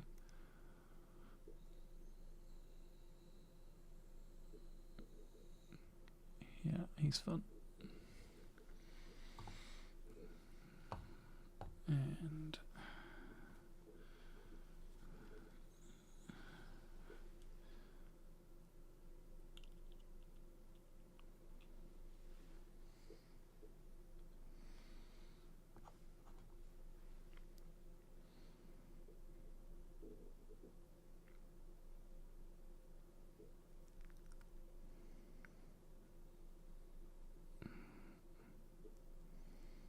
okay, so here, another good example of Bruce is an idiot.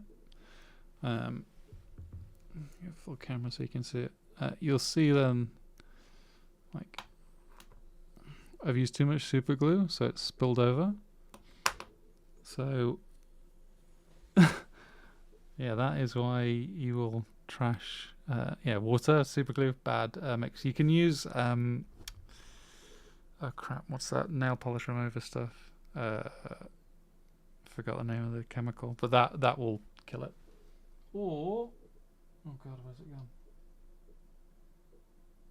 Oh yeah, there it is. Hold on. Secret weapon number 2. Debonder. So I don't want this to be a nightmare when I come to sticking it on, so I can just debond the super glue near the joint, and then it won't be a problem. You cannot use this on paint because it will just strip right through it and you'll be very sad.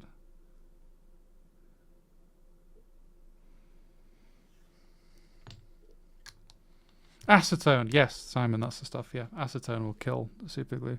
I mean, basically, a lot of this stuff is just acetone. You can use it like that, but yeah, it is handy. I mean, kind of the best thing to do is just be more careful with super glue, which is what I should have done then, but I didn't.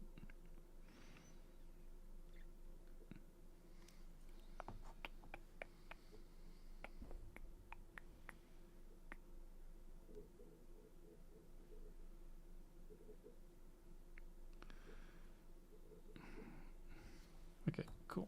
So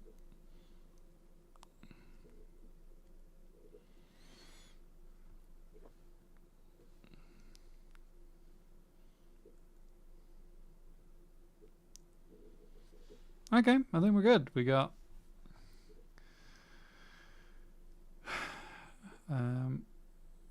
we have our 3 little subs, then we have main dude. Now so the base for this is tricky. It is one of the best scenes in the Matrix. God, look at the state of this desk. I should be ashamed. So this is what I have for a base, and you may notice, I don't know how good your eyes are, but I've covered it in grass accidentally, because this was initially going to be the base for my Nurgle guy, but I realized he was too small to fit on this with the Nurgling, so I went for a bigger base. So I have this spare base, and I think size-wise, maybe even a little big, but in principle good fit. I just need to get rid of all this grass, so I'm going to basically just remove it all. and cut into the top anyway with a Dremel. I'm not going to do that now because I don't have the willpower in me. But I'm just going to reuse this base. It's a nice base. Looks a bit plain. You're a bad person. However, this is what a pro grass applicator can do for you. If you don't want to use tubs, you can just go ham with grass. Maybe a grass applicator screen. Cool. Full camera. Can I go full camera? Oh no, that's the wrong full camera. Because what I want to do is click on other things. This is my first time using OBS, so I'm trying to get good at it.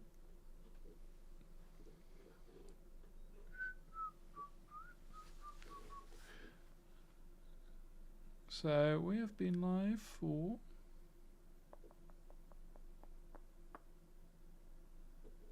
no idea. Doesn't tell me. Why would it tell you? Oh, there you are. 2 hours and 1 minute. Which is a good time to end it. So thank you for watching. Hopefully it was useful, and if not, I can't help you. This was the one shot you had at being impressed by me, and it's not failed. But what I'm going to do is stop the music. That's probably the first thing I'll do. From here, I'm going to let this stuff kind of set for a little bit, and then tomorrow come back to it just to make sure that any last prep is kind of done. And then I'm going to do a brief thing on priming. I probably will just record that. That'll just be for the YouTube. I mean, a live stream of priming won't be that interesting, but I think base building will be next. Unless I get really stuck on that, and then I'll probably just go straight to painting. But I will put notifications in the Discord. So hopefully that was useful. And then, yeah, well, useful. Hopefully that was a mild distraction in the background while you went about your Sunday. But yeah, speak to you all soon. Bye-bye. As a lesson, just don't broadcast your work calls on Twitch. That would be bad. Ah, well. Come on now, you can focus. There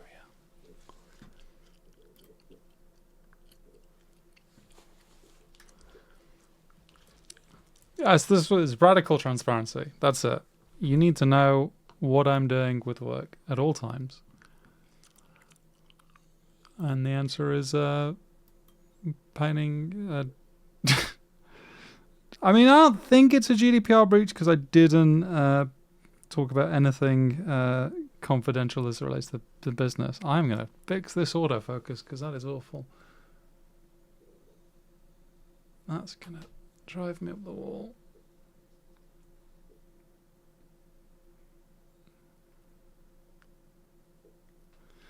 Oh, okay. There we are. That's fine.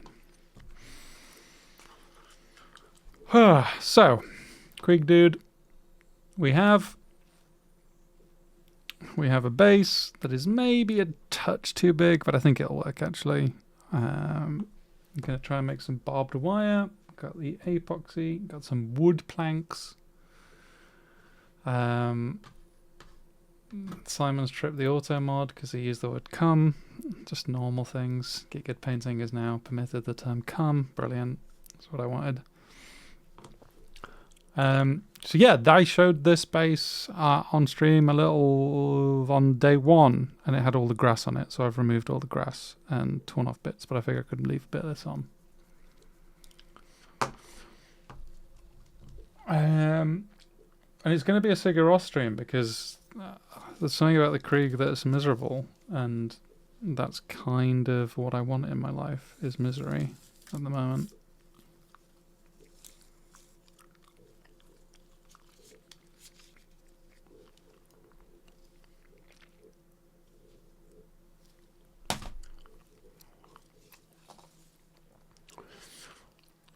So I'm going to start with trying to do barbed wire, because if this doesn't work, then it's all fine.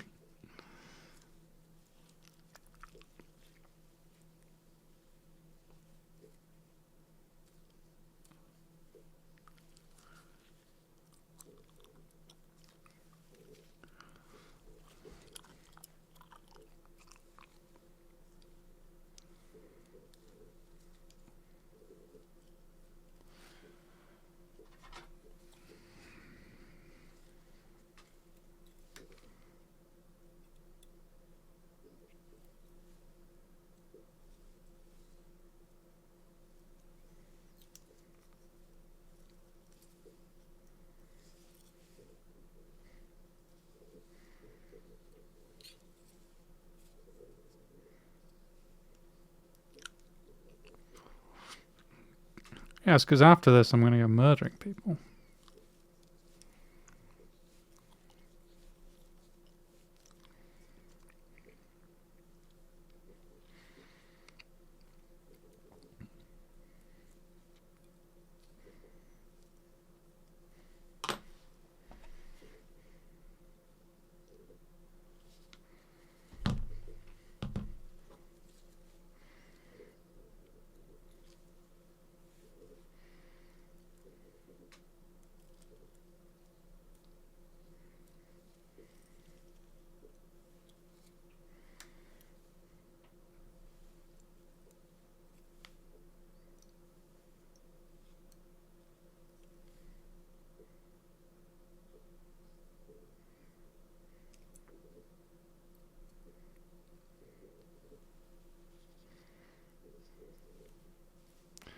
Come on, Bruce, you need a bigger hole than that, you fool. So to speak.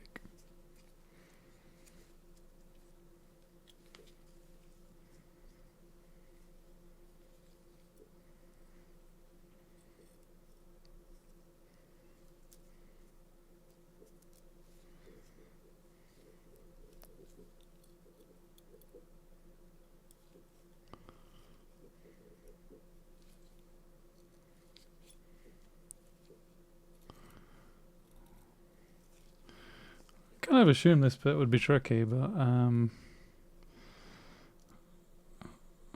maybe not this tricky.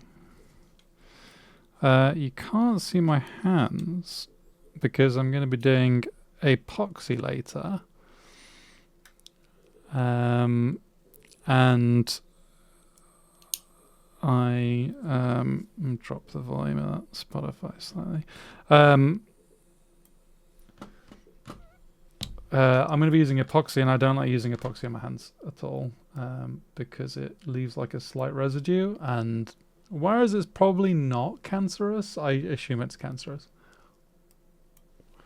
I think like Mr. Hobby's just broken me into assuming that everything I work with is cancerous in some way, shape, or form.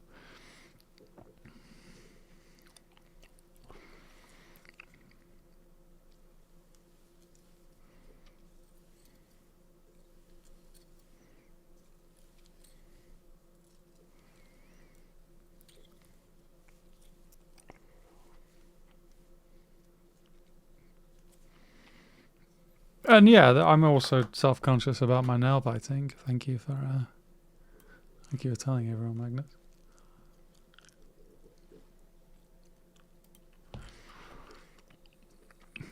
But yeah, I do bite my nails a lot.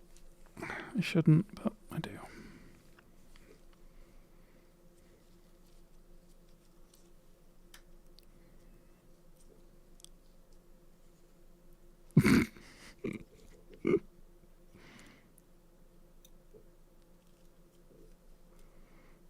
I mean, to be fair, I did talk about it in stream 1.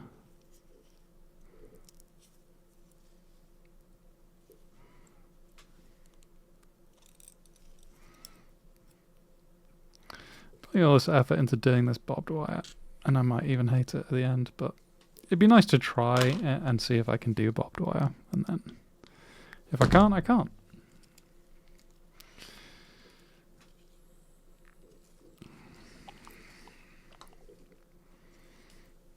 Now to twizzle it.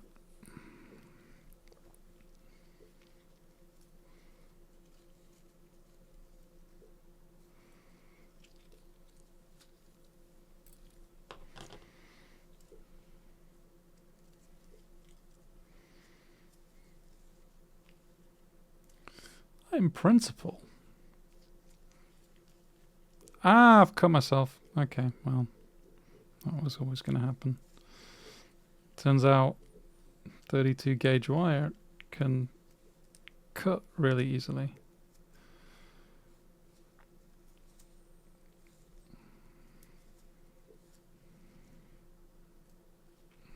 I think I need 2 pairs of tweezers for this. Like something to hold it as well.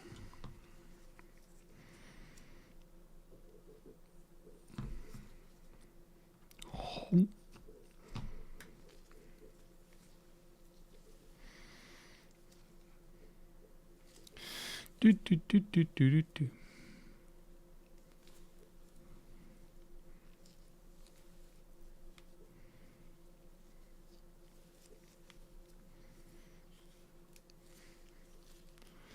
Just keep twisting. Do, do, do, do, do, do, do, do. No.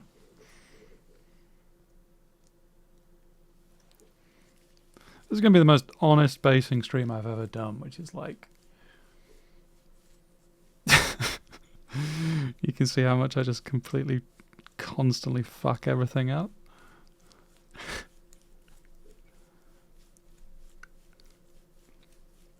But when it pays off, oh boy.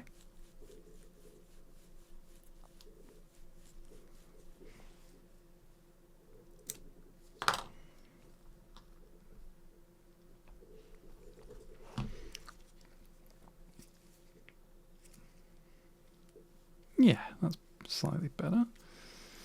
And get a few knots in it. And then we have our base.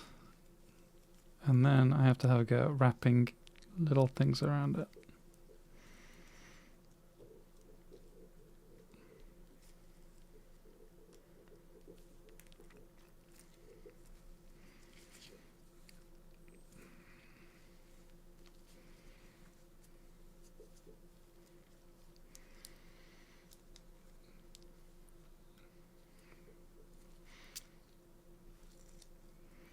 I mean,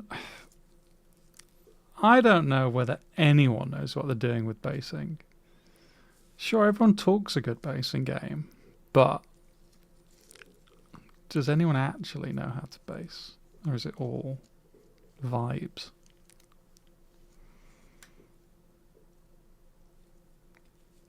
Ollie, don't answer that question.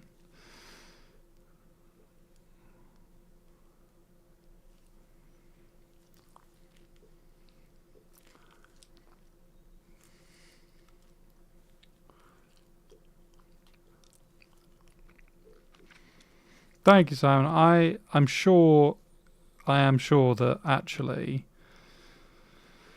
pre-made stuff would be better. It was more that it's just something I wanted to try as well, because like I'm not necessarily thinking that tiny barbed wire is like some sort of level up, but it'd be nice to try stuff.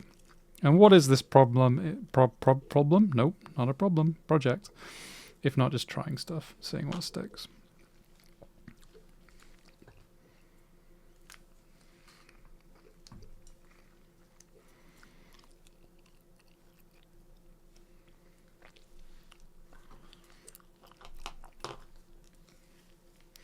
So based on everything I've read, I'm now going to loop a wire around this and then cut it to make the little spiky bits. And I think one thing that already slightly concerns me about this is you see it's holding its shape. I think you can heat up metal and it will reset that, but who knows. Hello, Owen. You're orange. I don't know why you're orange, Owen, but that's fancy.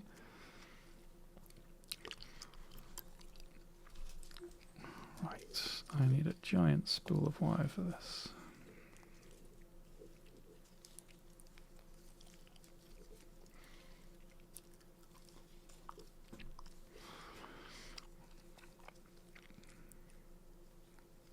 Loop, loop, loop, loop, loop.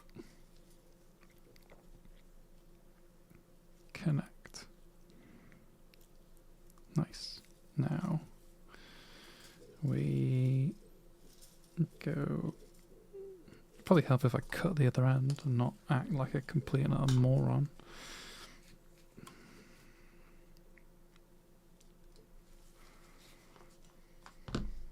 Okay. Loop, loop, loop, loop, loop. Then go to the next joint and loop, loop, loop, loop.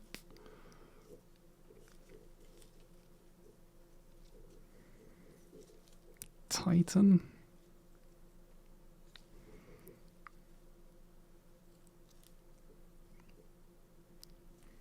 this stuff is sharp. It kind of scares me. I'm orange because I'm not the only fruit.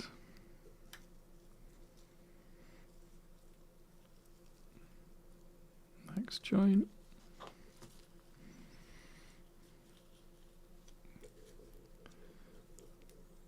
Loop. Loop. Loop. Loop.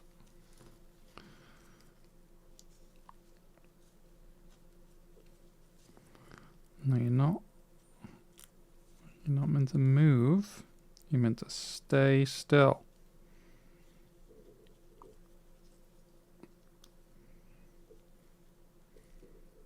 Nice. Then to the next one. Loop. Loop. Loop. I'm making barbed wire iron. I'm trying to. I'm not sure how successful it'll be, but don't try, don't get. It's also, yeah, good opportunity for you to see how I'm shit at basing.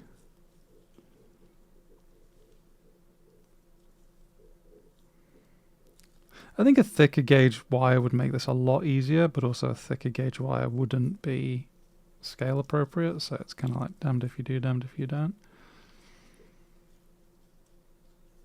God, I bet I'm not even going to put this on the base. It's just a utter waste of time.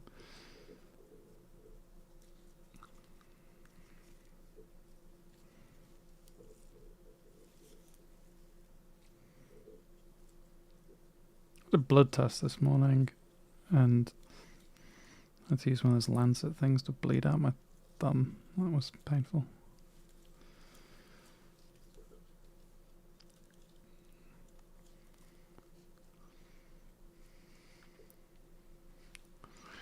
Basing month is never winning, Sean, so don't you worry about it. Granted, like, changing the voting system to allow for multiple votes, in principle, lets it get closer to winning, but I still don't think it's ever going to win. Maybe it will.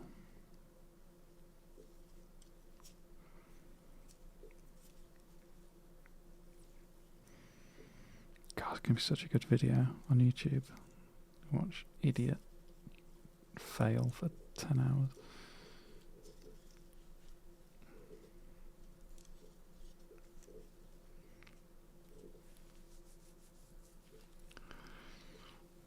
Okay, and getting to the end.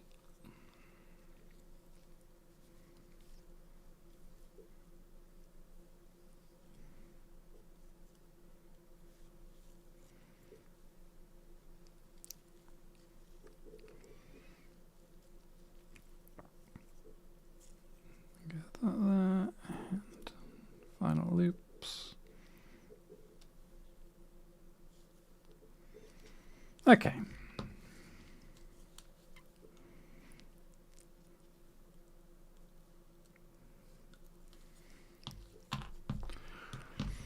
So long, wire.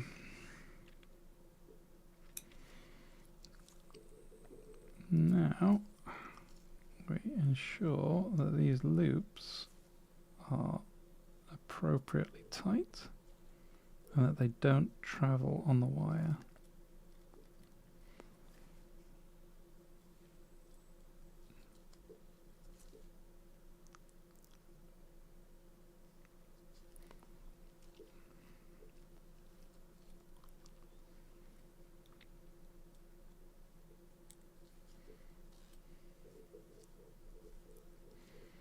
Nice. Nice. Not nice.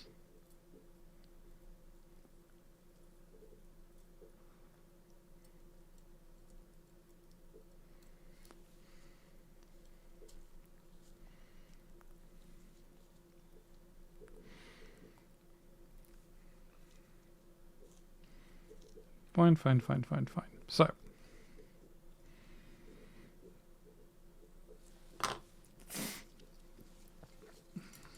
principle,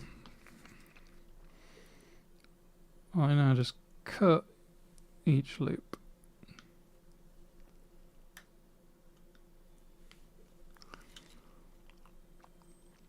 And what's left is the spiky bits.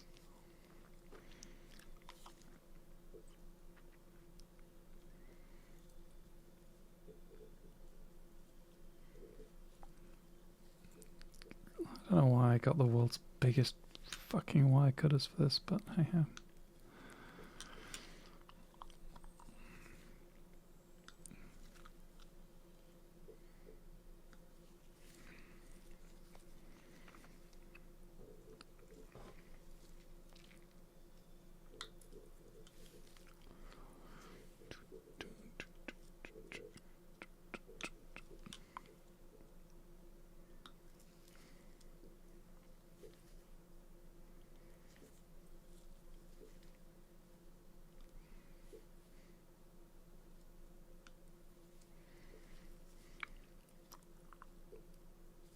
Yeah.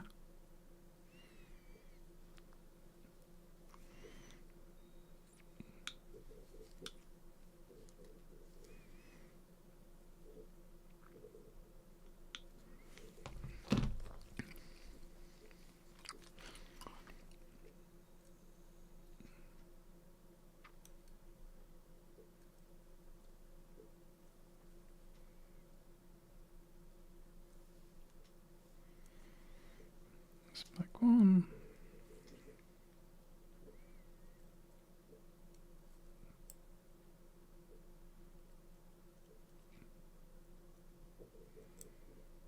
You know, I'm gonna get bloody mags on. You're just making actual barbed wire then, not hobby safe equivalent. Well, I mean, it's a display mini. You shouldn't be touching it anyway. If you touch the base and get like stabbed, so be it. That's on you.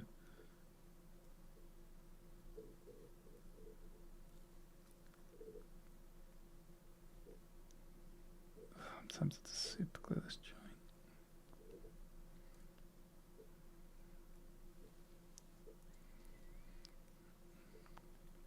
Spiky bit. That one's going to need to be glued. This spiky bit is too big.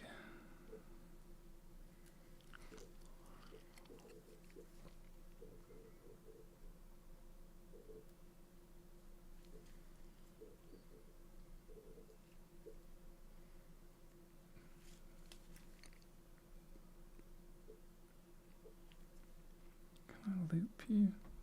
I reckon I can.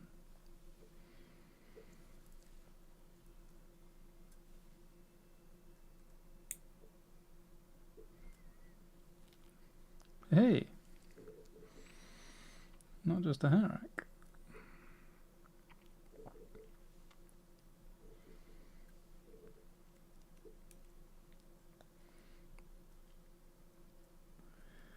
Would I do this again? Don't know. I think so. Like you know, we put our blood, sweat, and tears into our models. And why wouldn't that include physically? I guess it's like that Nurgle guy that painted with poo though, isn't it?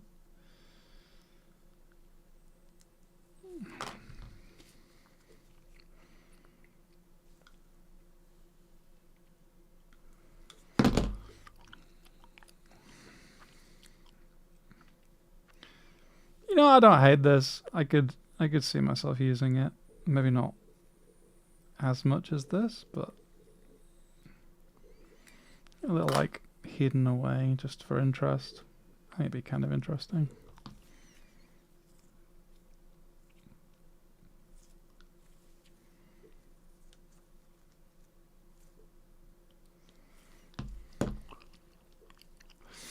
Gluing to your fingers to the model absolutely counts. Why wouldn't it count?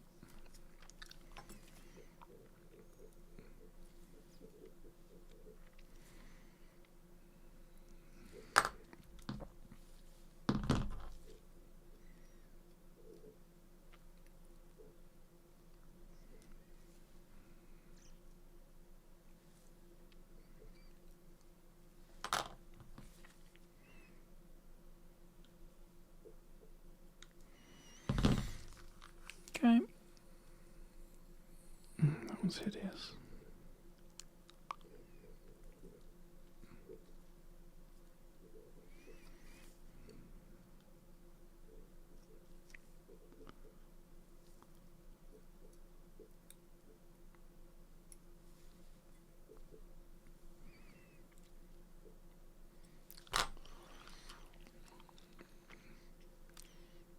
You know what? It's not terrible. It's not great. It's not terrible.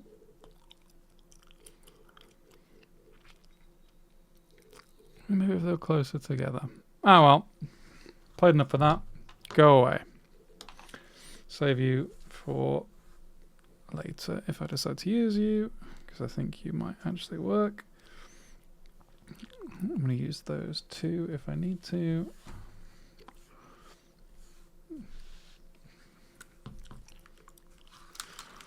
Get the epoxy out.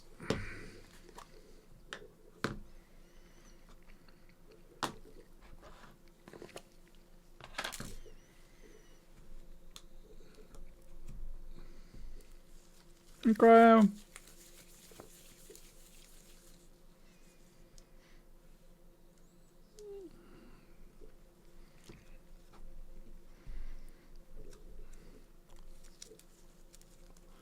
I'm good, thank you. How are you doing?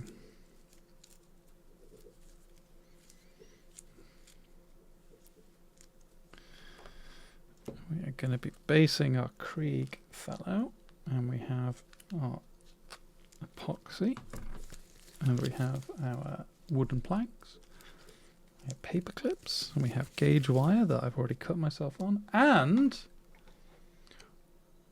the Battlefield Trophies box. How do I feel to epoxy compared to, say, Milliput? Epoxy is, in my estimation, the best epoxy putty on the market and makes all the others look so awful I never want to use them again. I think epoxy is expensive, but it's the only thing I've used that I've actually had fun using and enjoyed using. And it behaves exactly how I want, and I hate everything else. But I am miserable. Why so? It doesn't create any residue. Like, I'm working it here, and I may as well be kind of like, it's not strictly sticking. Milliput I find tends to get like a bit, what's the word? Like, it leaves a very obvious like powdery residue, which I'm not a big fan of. I think epoxy is easier to work. It doesn't tear. It kind of has the balance of green stuff and Milliput in my eyes. So I'm generally a big fan of it. And it's expensive, but you get a lot in it. You get far more. So Milliput is super messy. And you can do the stuff with epoxy that you can do with Milliput. You can make like epoxy butter, so to speak, by mixing it with like water.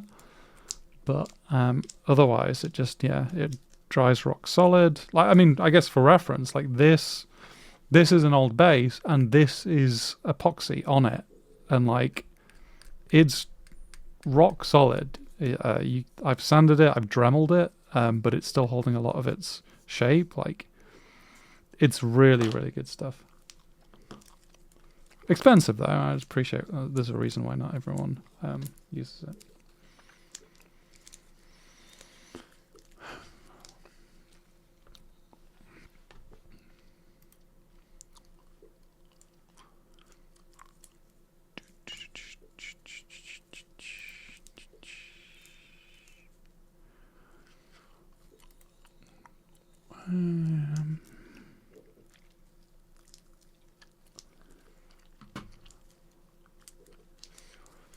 Stereotypical Krieg trench vibes. Yeah, I mean,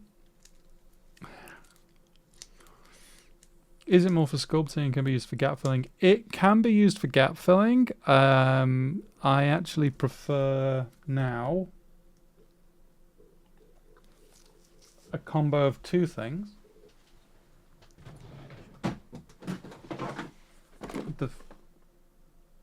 Is it in the mystery box? Yes, it is.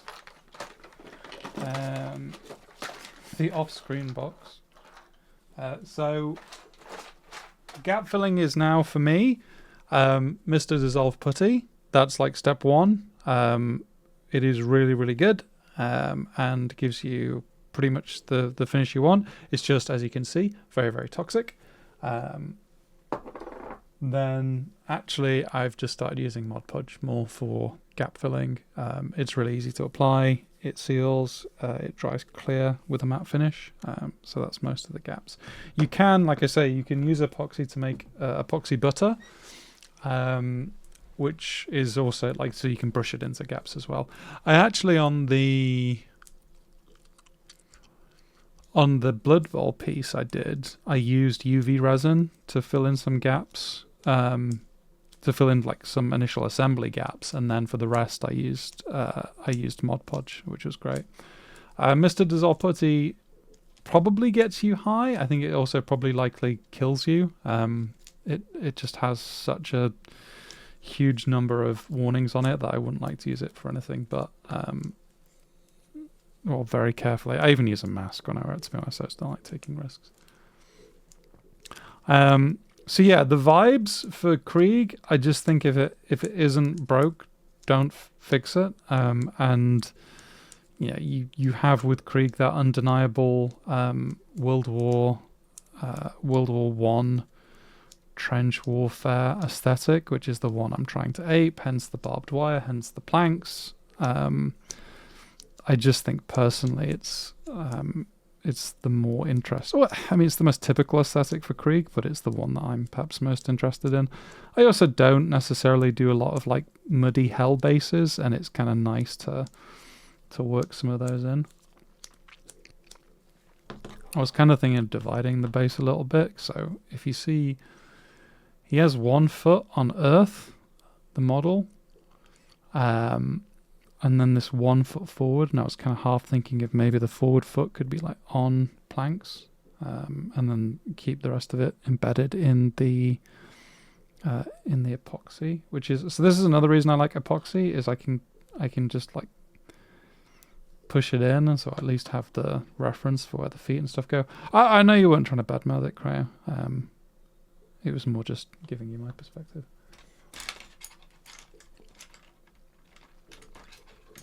Lesson learned whenever I'm using epoxy is to get rid of my hideous fingerprint.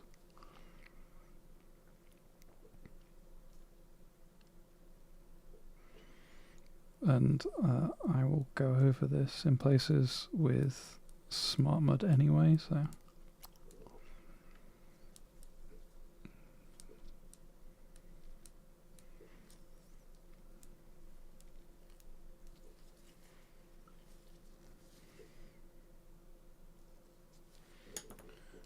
probably use the bigger tool.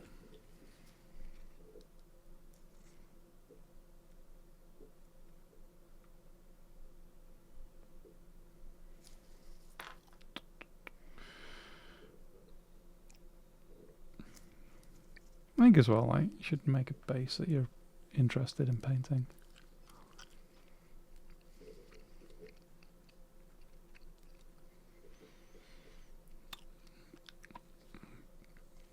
Oh yeah, I like that ball idea actually. I should try that. Use a ball of foil just to make it natural looking. Because I like run over it with Smart Mud, I don't worry too much about that, because that texture will be covered by the Smart Mud anyway.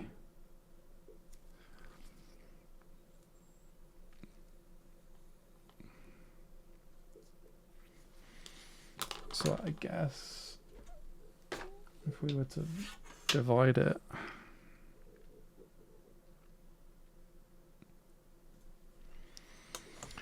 we'll be looking at the planks across there, which gives it a slightly different vibe. I don't hate it. Let's have a look at what it looks like.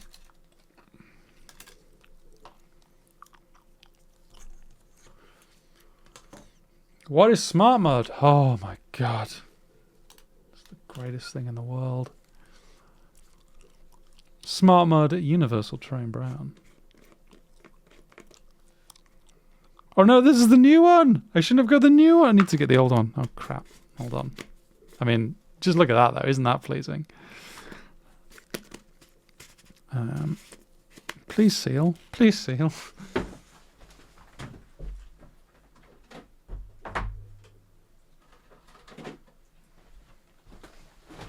So I can show it properly. So for reference, this is AK Terrain's Dark Earth, which you can kind of see like similar to a lot of texture paste. It's like an acrylic paint that is like gritty.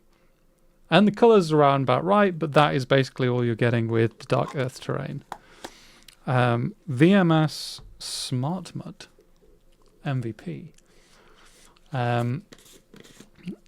comes like in it's like a it feels like a almost like a it feels like it's too drier than it should be, and you apply it where you need it to apply, and it has a much finer grit, much more realistic soil texture, and it dries rock hard. So you have this working time like with Milliput, not Milliput, epoxy, where you can just work it to get it what it's doing, and then you can you basically you imprint, like it doesn't shrink, it doesn't do anything, it just dries rock solid, and then you've got a perfect thing to kind of create a nice soil texture on. So VMS Smart Mud is like, if you like basing, is my easy recommend. I say my easy recommend, but it's Night Shift that recommended it to me, and I'm like, hey, this is rad. Say Night Shift recommend it to me, like he talks to me personally. I wish he did. How does it taste? I don't know. That's the one step I've never necessarily taken in terms of tasting it. But yeah, let's not rule it out. Jeez, that flew off.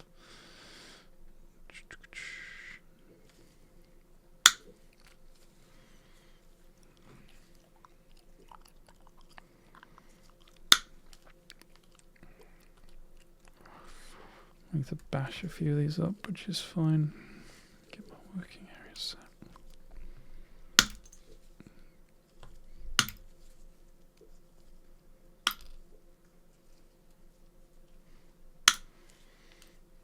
We're just wrecking stuff, and that's okay. Could you get Night Shift on the podcast? I'd love to get Night Shift on the podcast. That'd be a dream. He's super scale modelly, so I don't know how he'd feel about talking to other like Warhammer nerds, but maybe he'd love it.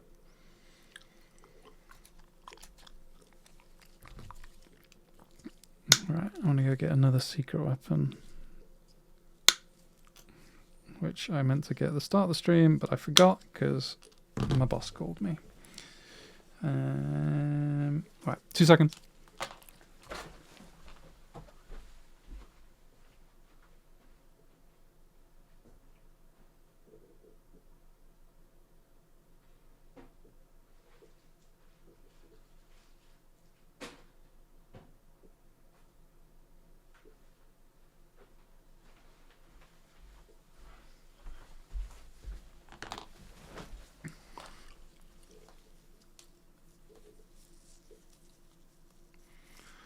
No, it is a good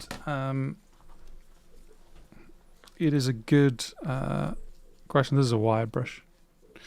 It is a good point, Grace. There's also a thing that like Mags and I have done with like in terms of the podcast is like necessarily like wanting to invite people that we've spoken to. Like I really want David Soper on the podcast, but I don't necessarily want to have him on until like I've had the opportunity to speak with him in person, because I think it's weird to get like a thing out of nowhere, like, hey, do you want to be on my podcast? I'm like, who the hell are you? No, I go, I'm Bruce. I go, I've never heard of you. I speak to my friend Simon all the time. Oh God.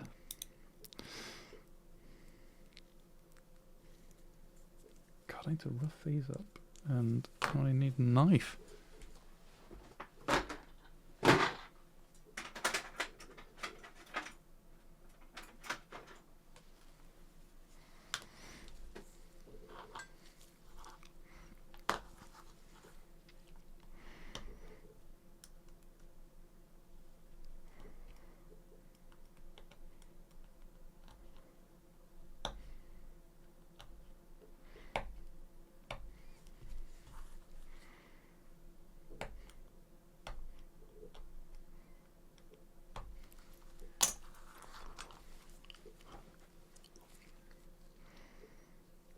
Oh! I bent that, haven't I? Like a fool. Like the fool I am. Probably helps if I keep my hand in the working zone, eh?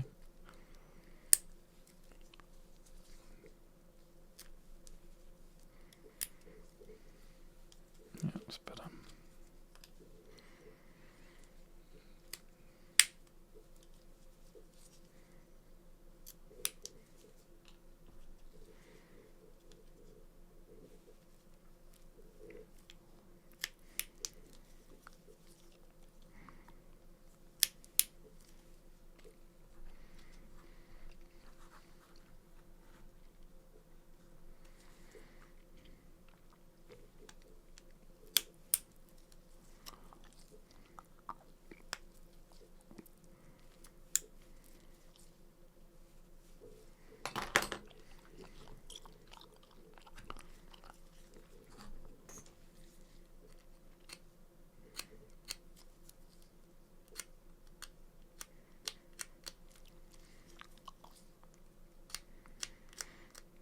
Weathering stuff is just fun. Just bash it up. Trust that you'll be able to make it look semi-decent when it comes to getting the model on.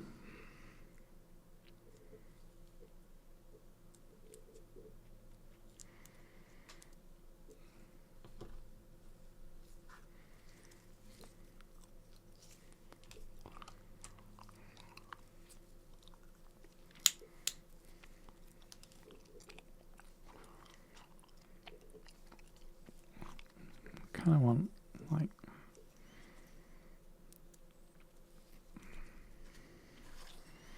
that, I guess. Something like that.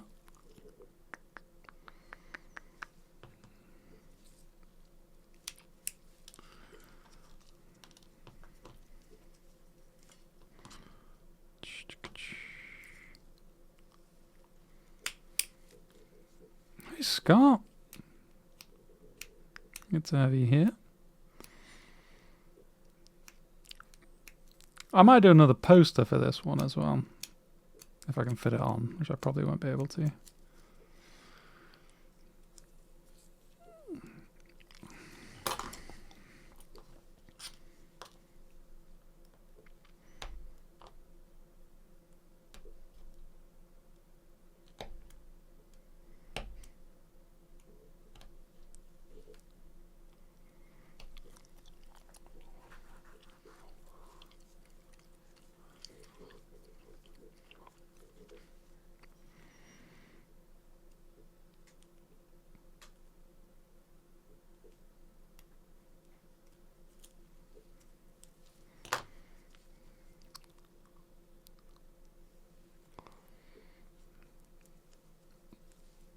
Right, now if I left that, Magnus would kill me because he hates overhangs. So that has to go. Don't want to annoy the boss.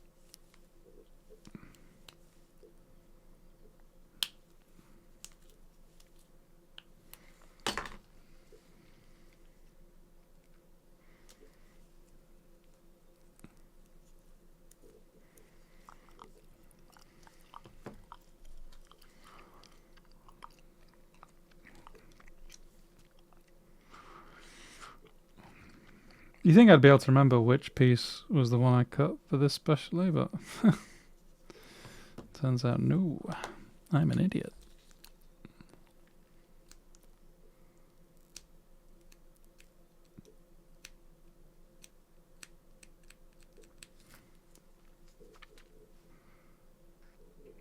Did I just drop that? Yes, I did.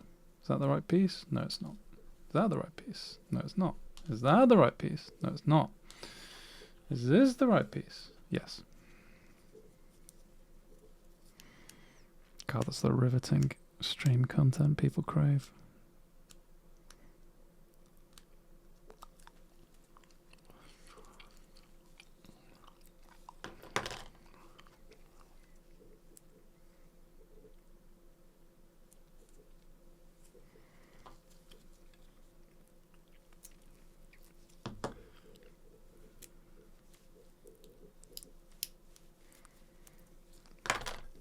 Okay, so far I'm actually kind of liking this. I think it's matching the aesthetic I had in mind, but let's pop him on and see how we feel.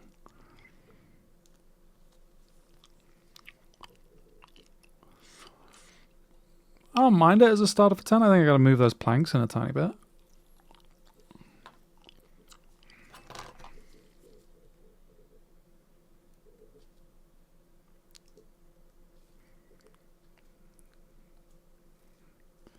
Because they would not have very large gaps in the planks.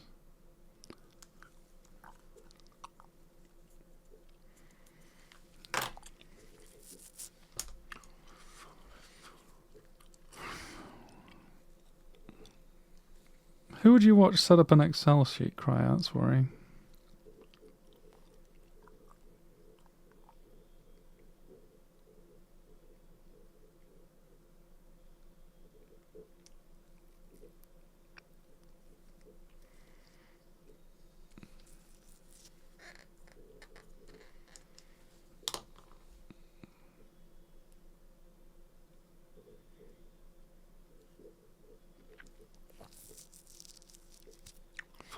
Let's go full screen cam.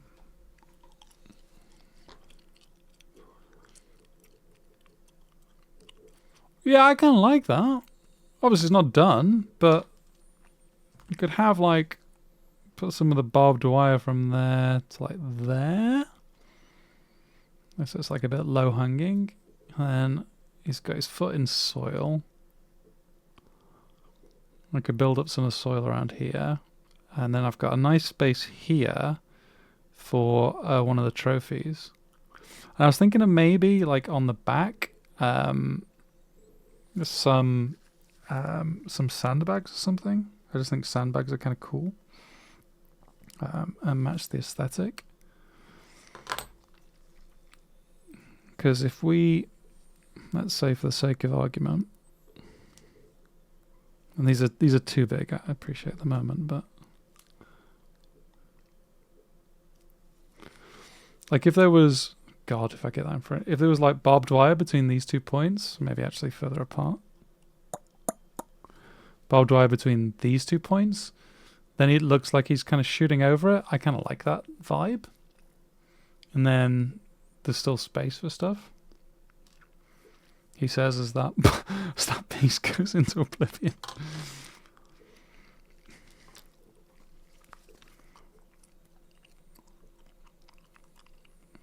Pop this on.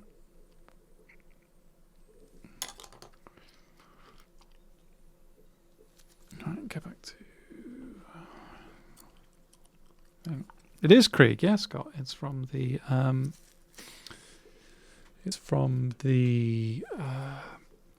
command set.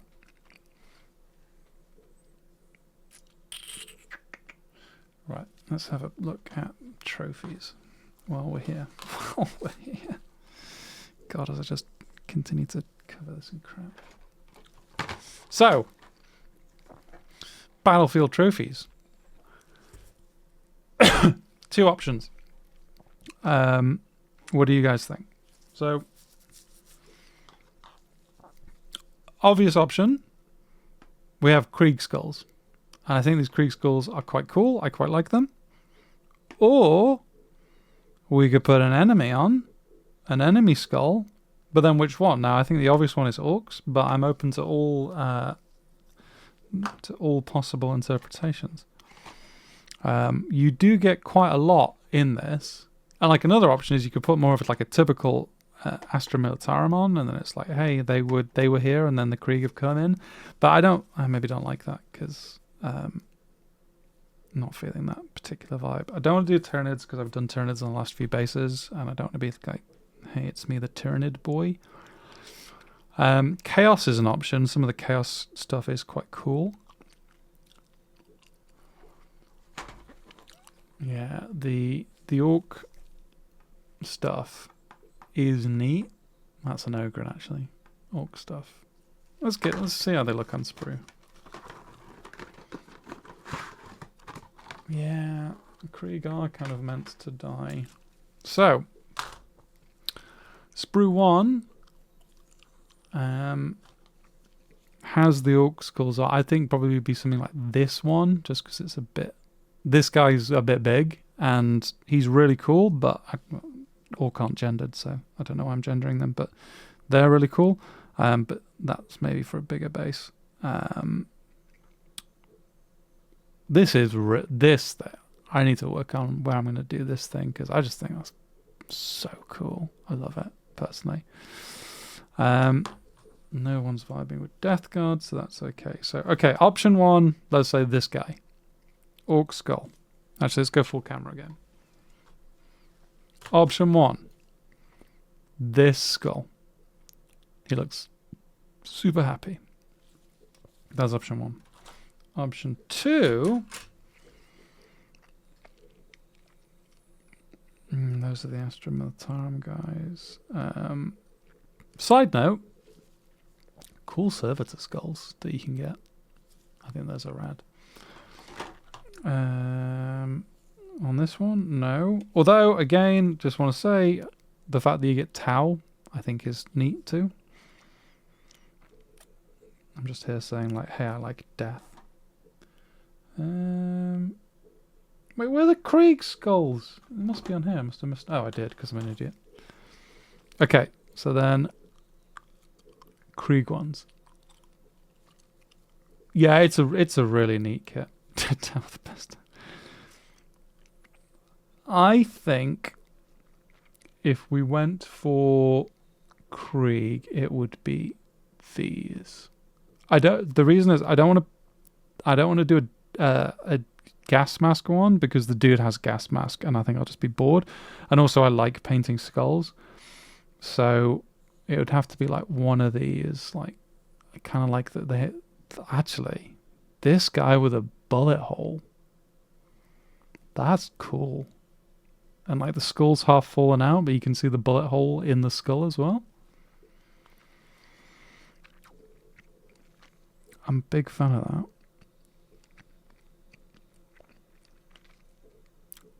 But then that has a big gash down the center, which I think I like more. Marine helmets. Yeah. I think for my vision of this, which is more drab, I actually don't want that dash of colour in, but I do like the idea. I just wouldn't do it for this piece. So this is a good idea, but I'm vetoing it. Okay, let me look at them side by side.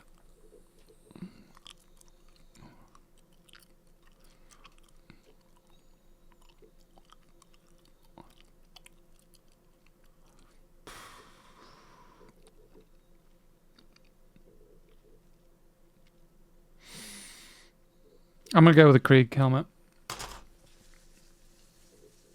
I like it as a self-contained Krieg narrative, not a battle. Like, so he's shooting his gun off screen, so to speak. And I like the idea that all you can see in shot is Krieg. And so it almost invites someone to imagine who they're fighting. That to me is more interesting as a piece. So that's the rationale. I'm kind of walking people through my thinking process because that's what I'm going to cut for the video, the YouTube video.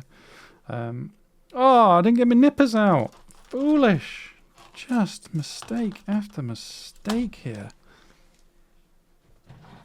I mean, the nippers are behind me, but still. I'll go back to camera view. Ah.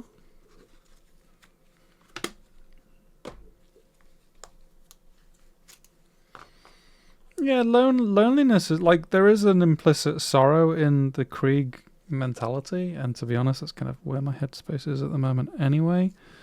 So that's what I'm feeling. This is like a real dour, depressing piece. Which yeah, I've been. Let's just lower the volume of this. Yeah, there's always the idea like, hey, does the art... No, well, not Lonely Shark. Owen, sorry. I've been fighting. No, I'm not been fighting. I've been fighting for Cora and against her school and all the education stuff, and we had a bad meeting yesterday, and it really messed with me mentally. I was talking to Mags earlier, and I was like, I don't even like my Golden Demon entries anymore because that's got in my head so much. But I know it's just because of like I'm getting sad about something else, not that I actually don't like those entries and things like that. So it's that understanding that we can't separate ourselves from the work that we produce. So why not just lean into it? Goggles are on. Look at that. Not the monstrous gogs. Yeah, it does suck, man. It really does suck. But yeah.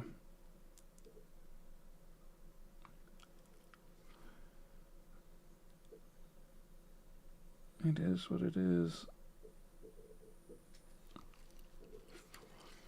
Unfortunately.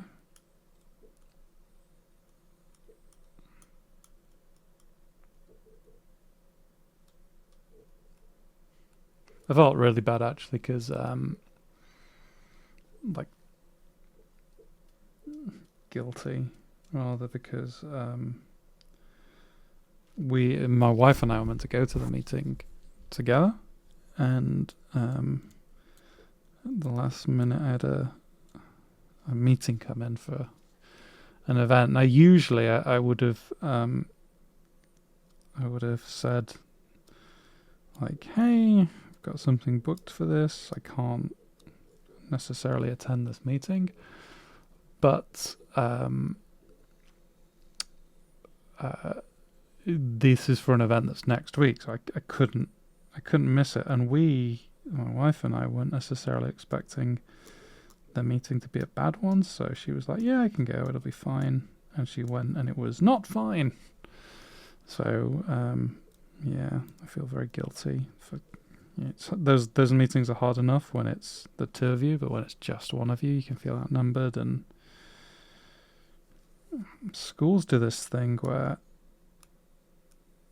if your child's not doing well, even though that's their responsibility, they make you feel bad. Just like, great, wonderful. So I'm going to channel all those bad vibes into this piece of work. That'll teach him.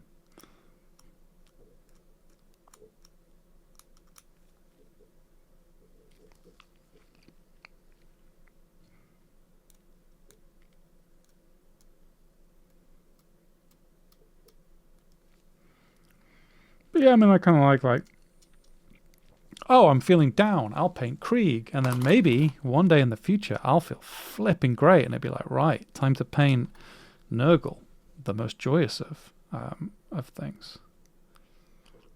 Yeah, I think this dude's cool. Look at him, mean.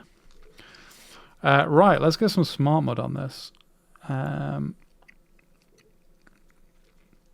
Not sure how much I'm going to necessarily use.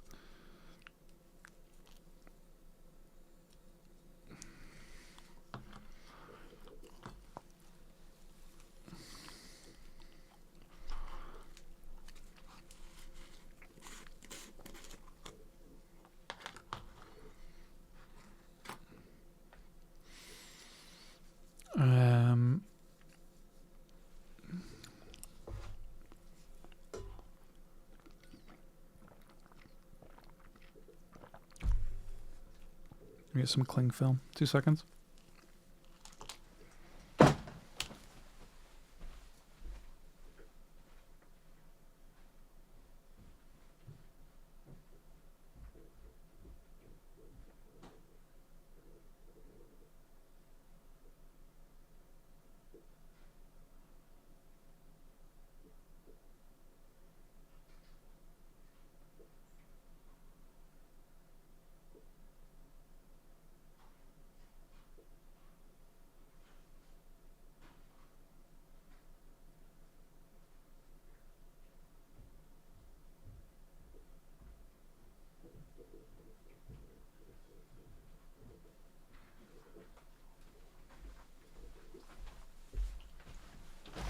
cling film is very useful.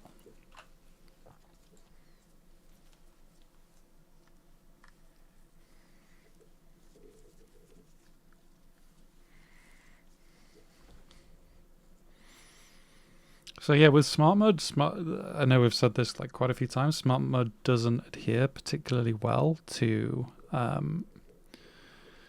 very like glossy or dry, like smooth surfaces particularly well. But if you use it on epoxy, while the epoxy is still curing, it sticks no problem. So that's what I've started doing, and it, yeah, I find it helps me kind of get the finish I want, and it doesn't give me any dramas with like sticking the mud on.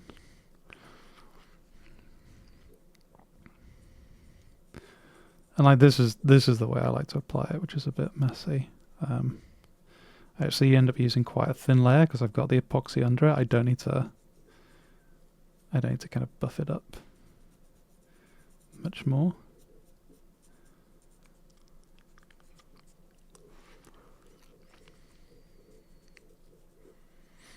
And like, hopefully you can already see, like, if you've never used smart mud before, like already getting that effect of soil, like real soil, not just like some of the texture pastes I just don't think look this realistic personally. I think smart mud is just leagues above everything else in terms of like realism and feel.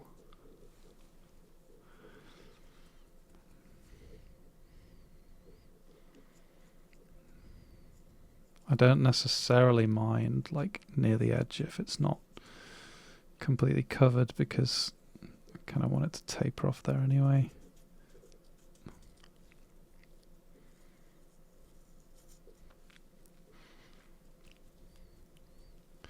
Okay.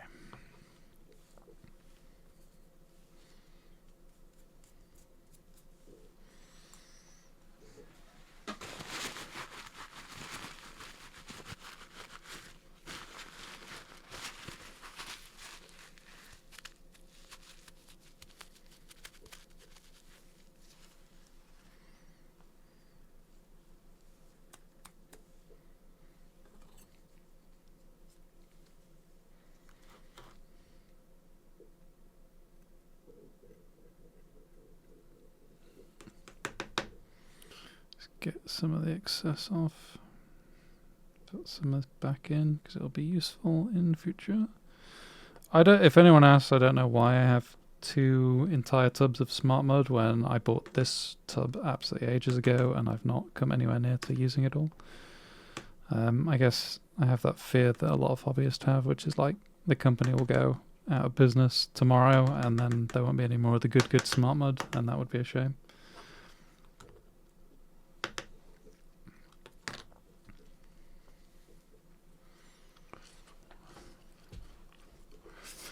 To make a stick boy, could you use PVA glue as well, or is it more scratching the base enough so it is? I think personally it's a matter of scratching the base enough. The only reason, I mean, would that work? I'd maybe try it, but I guess the kind of drying time of PVA would maybe hold me off. Yeah, it's the VMS Vantage Model Solutions or whatever it's called. It's that.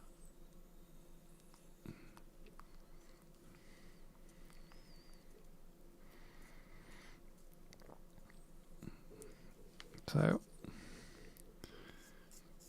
and like this is another thing I like, is like you can kind of just integrate it a little bit so it feels like these things are more real and part of the scene. Press it down, and because I'm pressing down into epoxy, then it has that that little bit of catch basically, so it'll absorb it. And because smart mud will dry, hard. In principle, you don't need to use super glue, but I think I'll probably use a little bit of super glue because I've never done wood on this stuff before. But once I've done the imprint, super gluing it's really easy.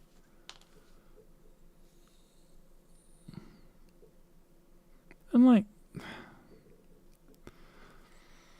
I'm obviously presenting a lot of this as like fact, but this is the way I've done it. Looks okay for me. Is it a terrible idea? Maybe. Maybe there's actually a better way of using this. Maybe PVA is the key. But yeah, spray black. I would really use it. I would really recommend Smart Mud. I think it's cool.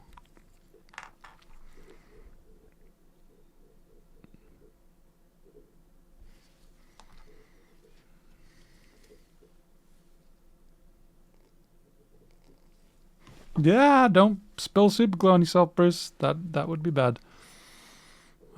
So yeah, just a bit of super glue, and it should then hold. Have I used too much super glue? Probably. Does it matter? No, because I'm just about to go over it with more Smart Mud, just to make it look a bit weathered.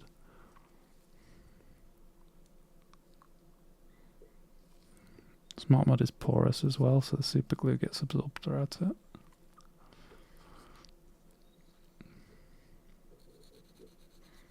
Cool. That is pretty much set. So yeah, I can just get a little bit between my fingers and rub it on just so it gets a little bit more dirty. Like, all of this is going to be primed as well. I don't think I'm going to have any tufts on this, so Dave will be pleased. So then, let's get rid of this Smart Mud. Bye, Graham. Then,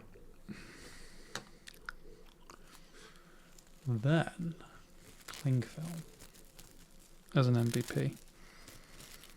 So, again, is this the right way? No idea. Might this be useful information to you guys? Who knows? But if you cling film over it, you can put your imprint on, and obviously you don't get any Smart Mud stuck to your nice model. So you can get your positioning set, push it in over the cling film, and then you can see here I've got the imprint of where his foot will go, and then like when it comes to imprinting him at the end, I'll still need to integrate him, but I really like that. I think that's cool. I think that works personally. So let's get the head in.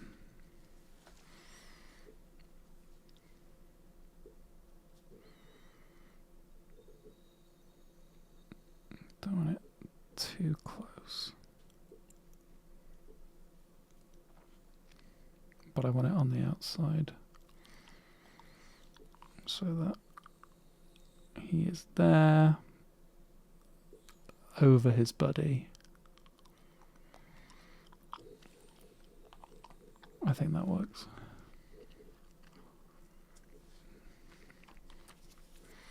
And then you'll see this, if I wet this, the Smart Mud will expand a little bit, which can be useful just for those edge bases.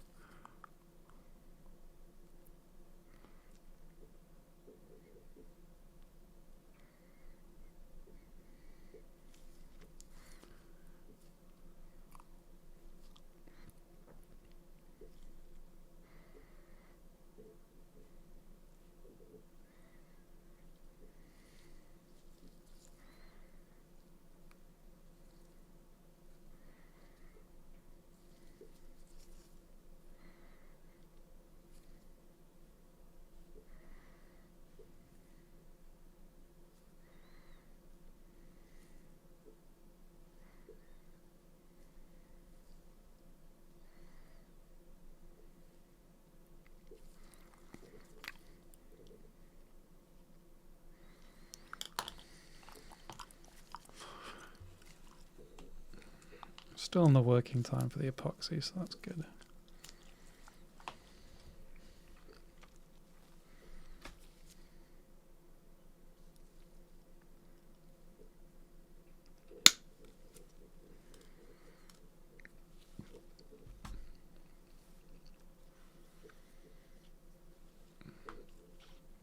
Oh, good point, Scott.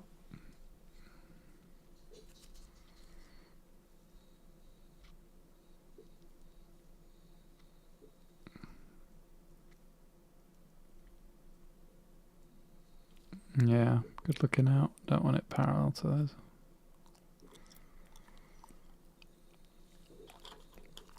Thank you.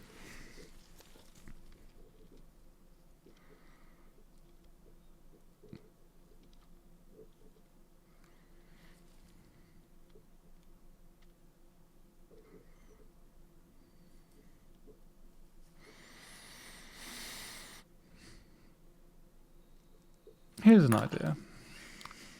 Is it cheesy? I don't know. As I break my model.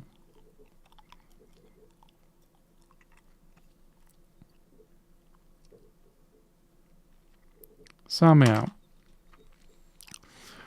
He's looking that way, he's shooting that way, and there's going to be this area behind him. And I thought, like, initially that it'd be nice to have sandbags to really lean into this, but what if there was like a flower here? It's like a daffodil or something, like a singular flower sprouting out of the trenches. That'd be more interesting storytelling. Would that actually show that there's hope as opposed to misery? Is that more compelling than sandbags?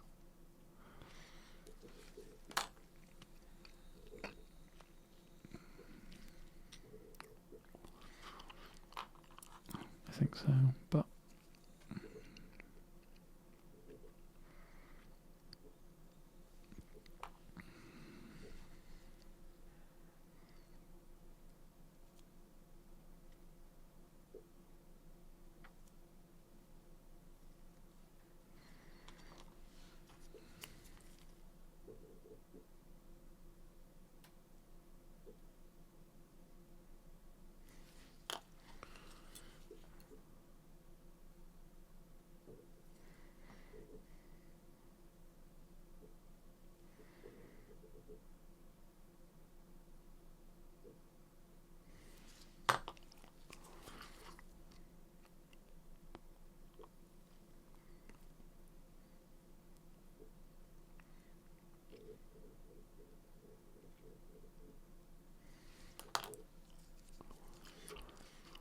Krieg shovel bit.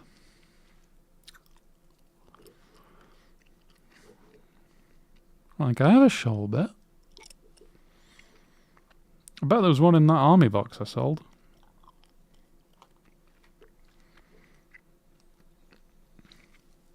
Let's check the sprue.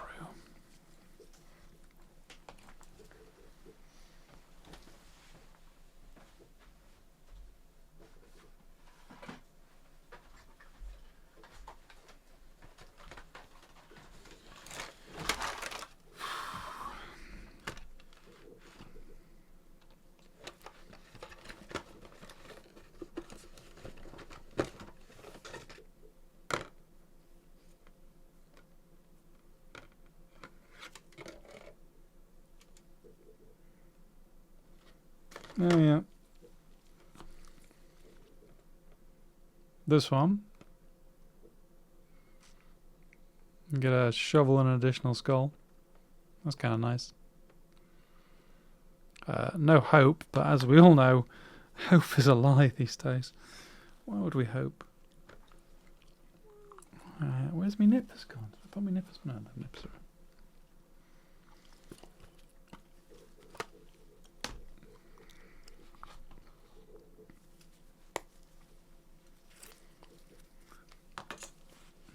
I mean, Astra having shovels implies that I have any Astra models.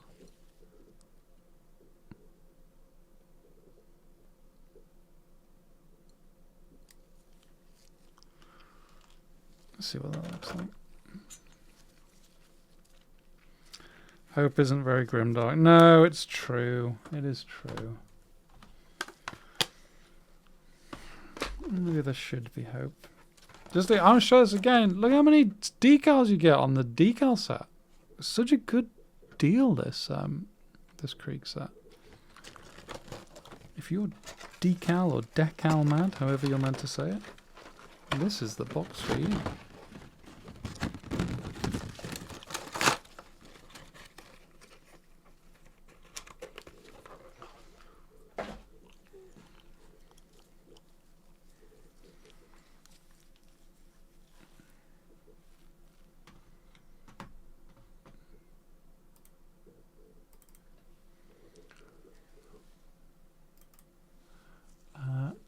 So I bought the I sold I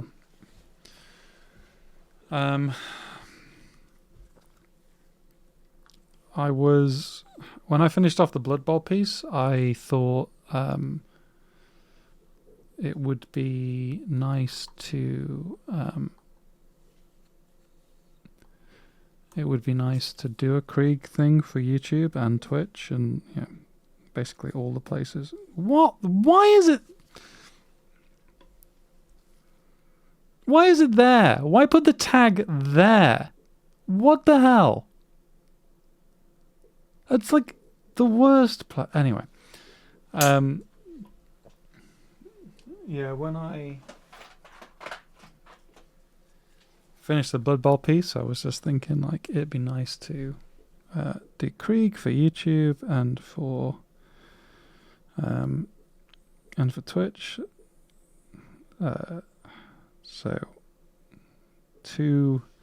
For two reasons. Number one, to get me out of my comfort zone when it comes to painting, because I think that's always useful. Hopefully maybe fix part of my broken brain that doesn't like showing work until it's completed. But also to demystify a lot of the process.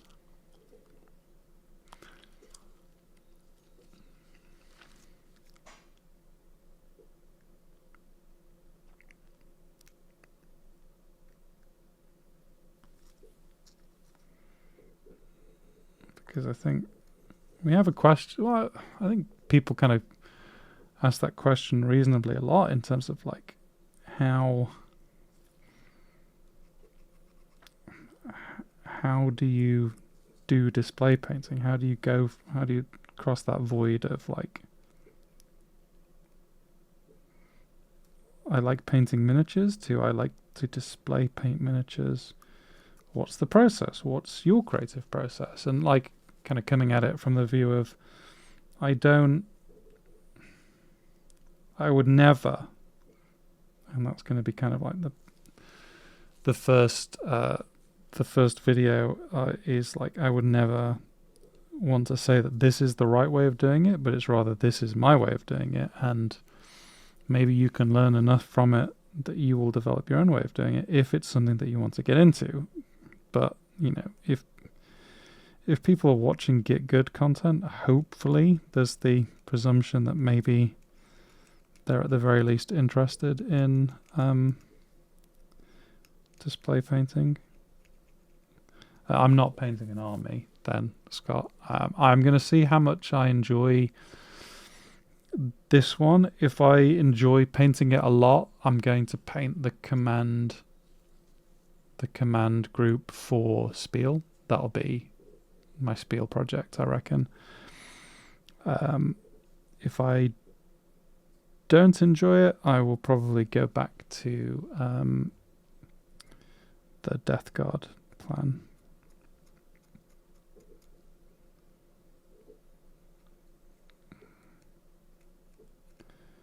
And I guess like writ large, I'm most looking forward to painting on stream.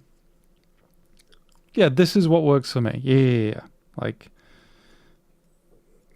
I really like what Albert said in the podcast, where he's like, I place everything. I am that deliberate. And I really want to try that, and I think I will try that with the Sanguinor. But that's a me project. That's not going to be a project on Twitch. Like I've done like assembly of the Sanguinaut on Twitch, but I want to do that my own way because it's there to teach me as well.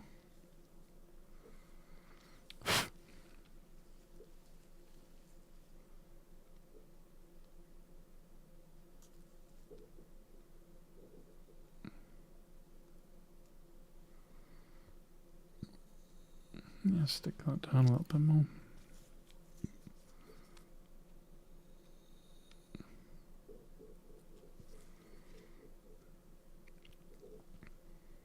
Yeah, I like that. I like that a lot. It's fun. Well, it's not fun. It's miserable, but miserable in the right way.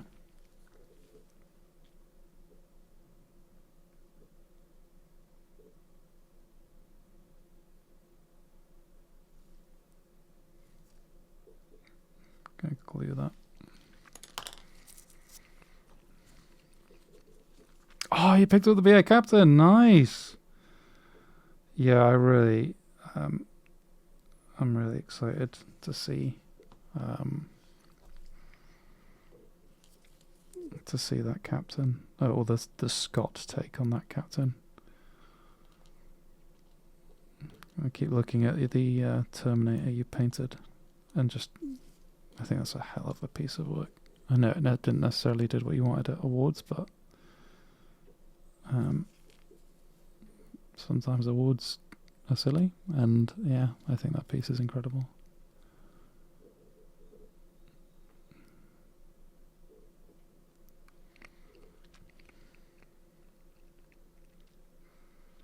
What is Sakura?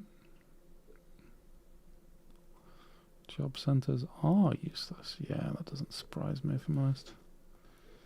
Try and work in some of the soil into the shovel so I don't have to cock around too much with the plastic layer.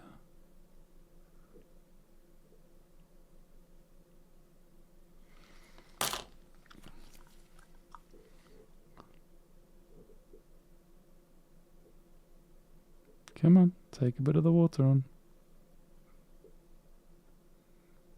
Take a bit of the water on.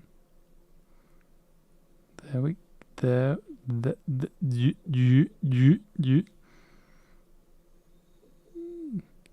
Yeah, this is trying to stick smart mud to a glossy surface. It's the only time where it's just not ideal. But it's worth being patient with.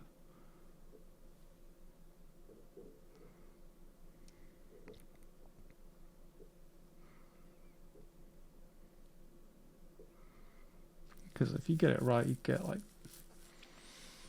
If I get a camera... You get more seamless. And you see here, when you introduce water to smart mud... Get it in focus, probably up.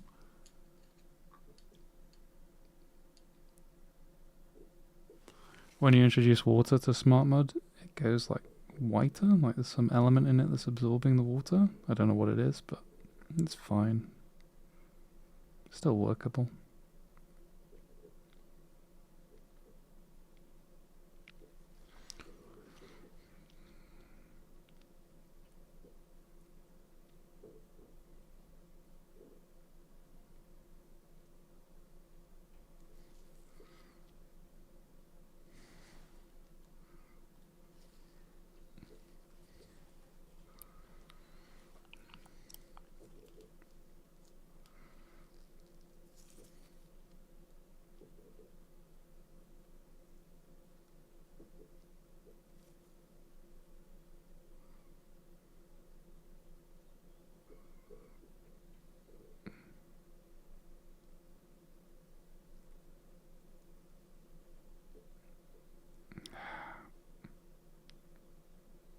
A bit rough with it there.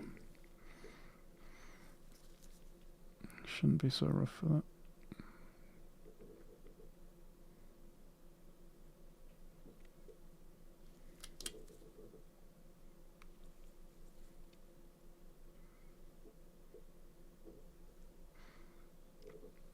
Sacrum, your Factorio Iron. Well, your Factorio writ large is the most cursed thing I've seen in ages, so I'm glad it makes you happy.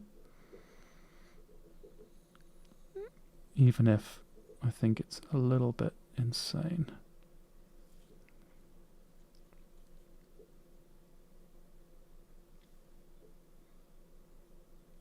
Okay. We're getting there, guys. We are getting there. I know it's a simple base, but I don't want it to get too crazy. Pain is not part of the experience. Right, let's see if I can get this other barbed wire thing in.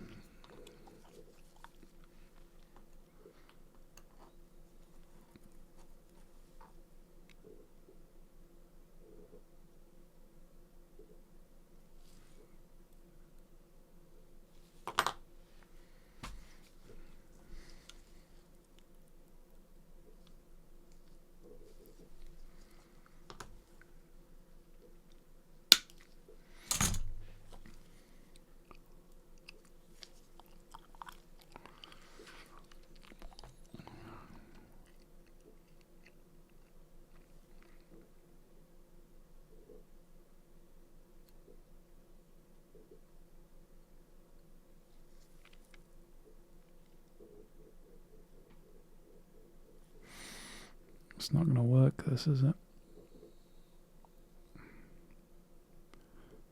Because it won't make sense for barbed wire to be so low. Why would barbed wire be so low? Doesn't make any sense. Does it?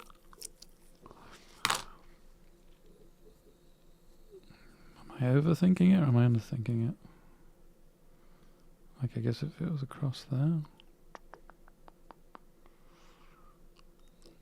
And that wrapped around a bit. What do you think?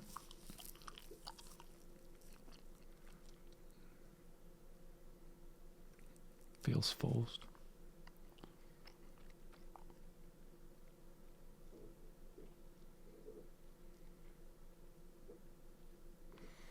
But then what would go on the planks?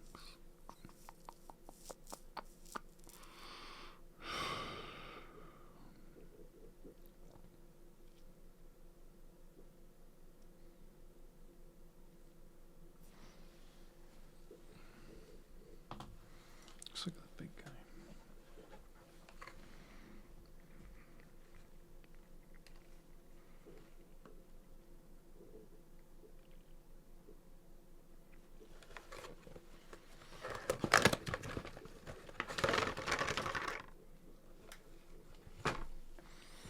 Because the big guy has this base. Bye, Scott. Have a good day.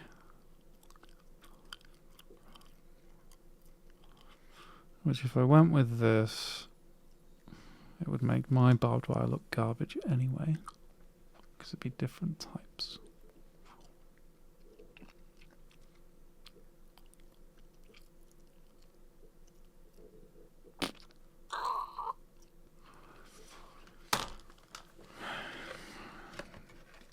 No, I'm not going to do the barbed wire.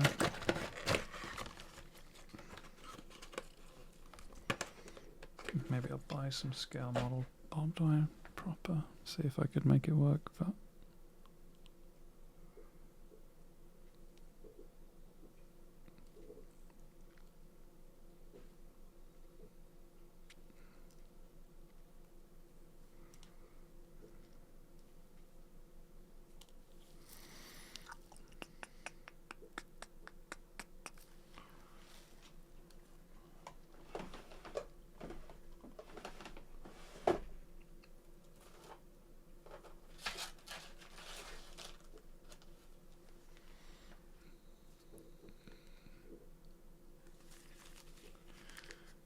got to ask if you have an Instagram to follow, Discord server I can join. So the Discord is only for Patreons. Which, don't worry, the Patreon isn't me. Isn't just me. So if you go to getgoodpainting.com or getgood on Instagram, there's links. I'm Bruce_is_painting on Instagram. And I forget what Magnus is. Magnus Mektig.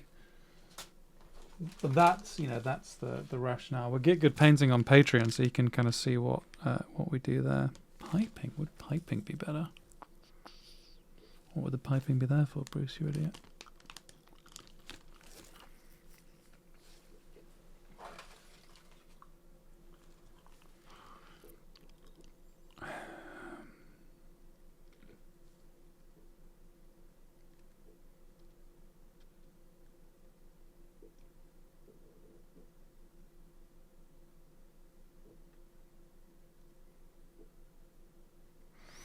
What if it was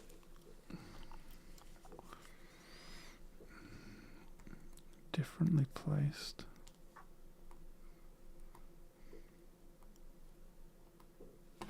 What if I could pick up a paperclip? That's another good question.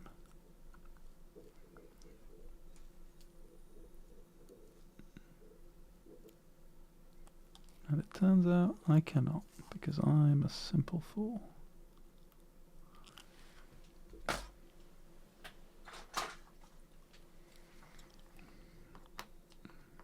I use some non-broken tweezers, maybe. There.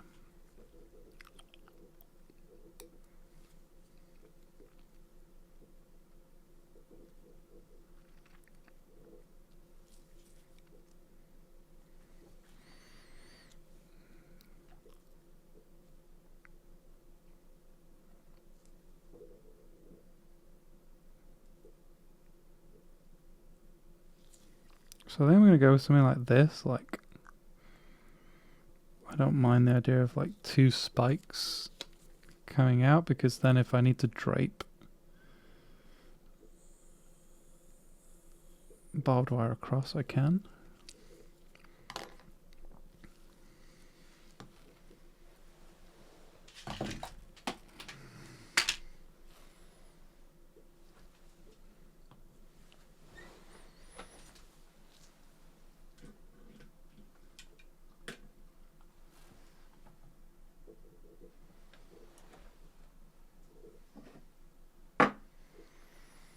Losing stuff left, right and centre these days. Oh, no, I can use that.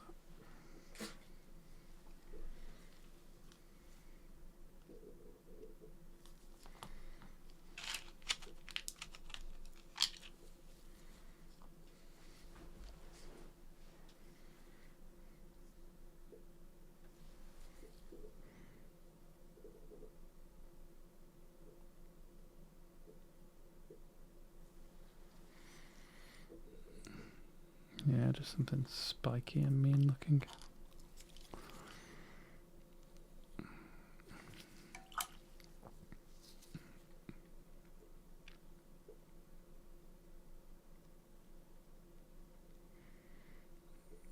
I'm just trying to integrate the base a bit better.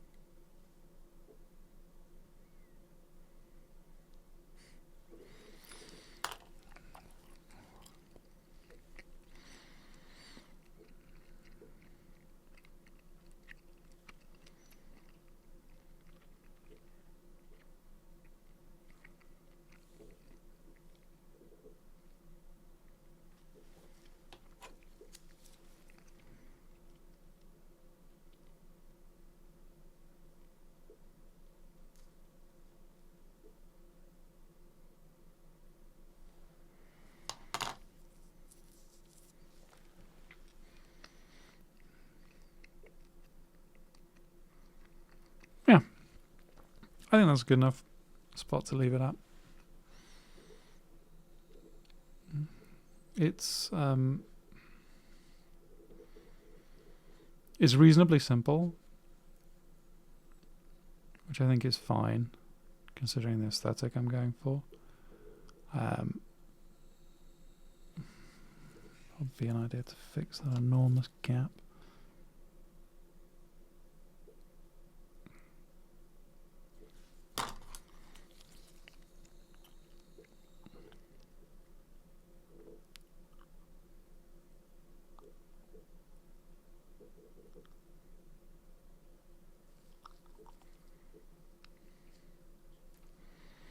Jet Live, you can always send weird questions about painting Hansa.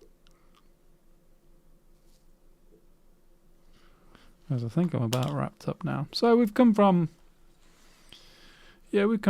reasonably simple start to here. I'm gonna take a little bit of time to see how I feel about certain bits, and then hopefully get to painting certain bits. I think that's the thing I've been looking forward to the most, is the painting, unsurprisingly. Certainly this model. I think as well I'm going to do the base in a lot of enamels, so that's always fun.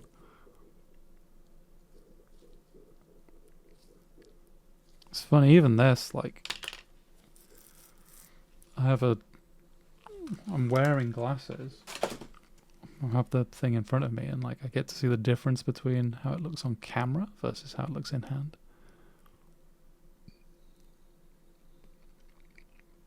But yeah, I think we're a good start. How long we've been live for? An hour and 43 minutes. Not a bad stream. So I will be back tomorrow, where I'm going to do maybe a bit of painting. Let this piece dry, and then we'll go from there. So, all of you have a lovely day.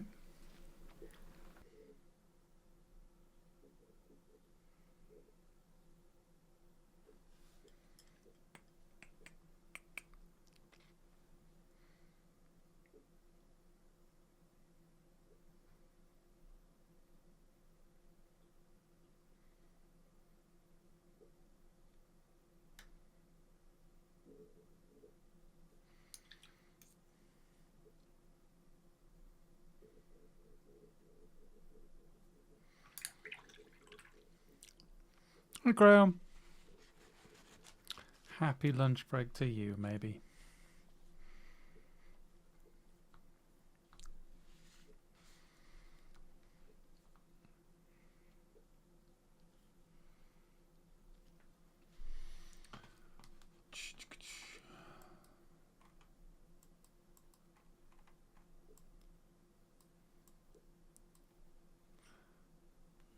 I like a fluid break.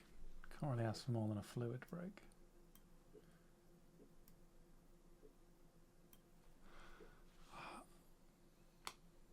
Go back to manual focus.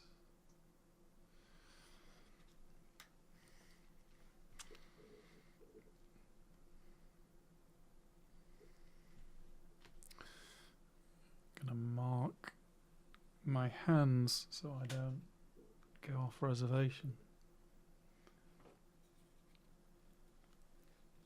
As long as I'm within this area, I'll be fine. Everything will be in focus.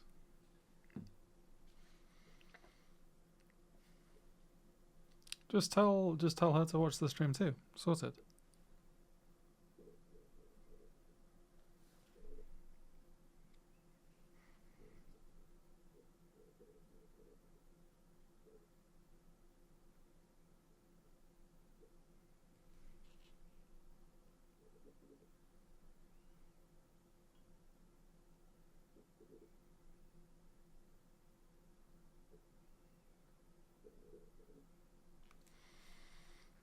I mean, it's worth asking, isn't it? Don't ask, don't get.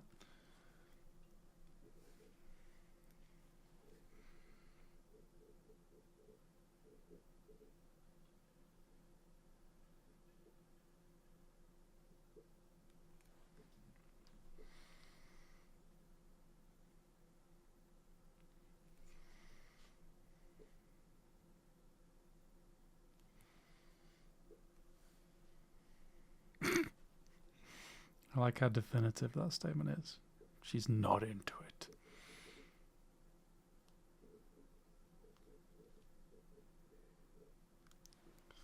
I don't want to pull this up too much, so I have to keep making sure I'm in frame.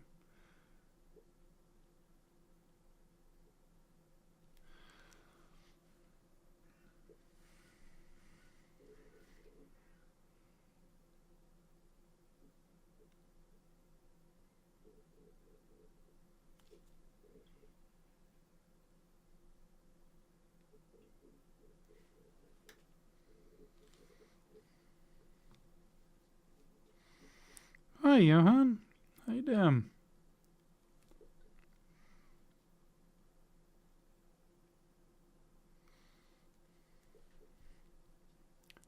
She knows mini painting. She knows what we do for it, and she is not into it. I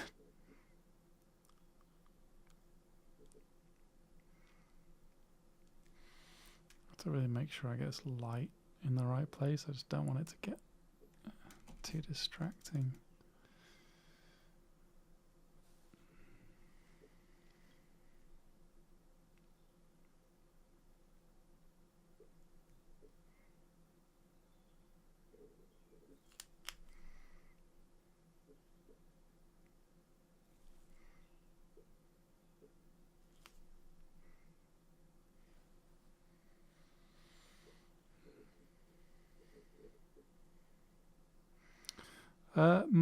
I've told my coworkers what I do. Well, not what I do in life. I do my job, but I told my coworkers about the hobby and stuff.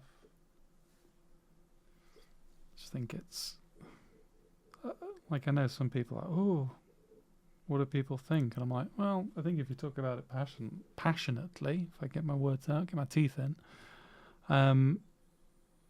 people just vibe with it. Like, there's weirder stuff to be into than mini painting these days.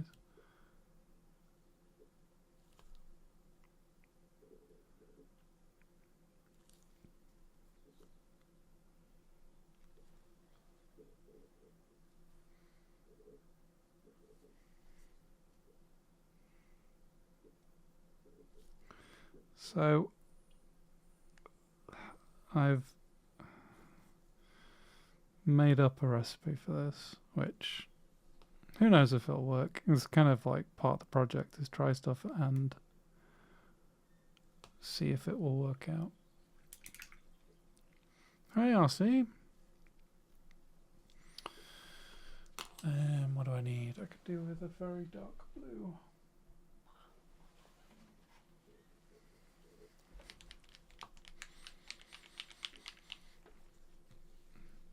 Classic German grey. Not sure it's dark enough that it might be. Yeah, I think so. Maybe also mixed with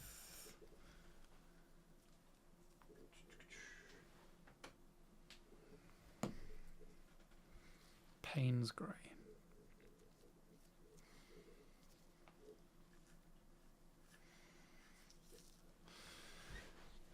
This is one of my so flats. Weekly meeting on Mondays talking about what we did the weekends too. Hey, what did you do the weekend? Painted. A whole weekend? Yep. Do you like that? Yep. Oh, okay. At a certain point, there's not really much more you can say, I think.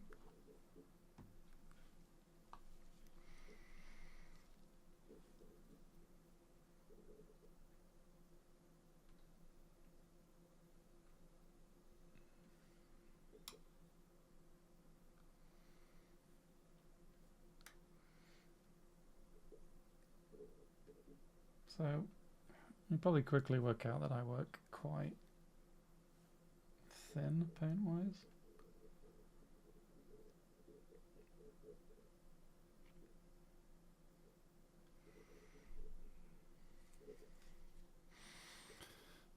And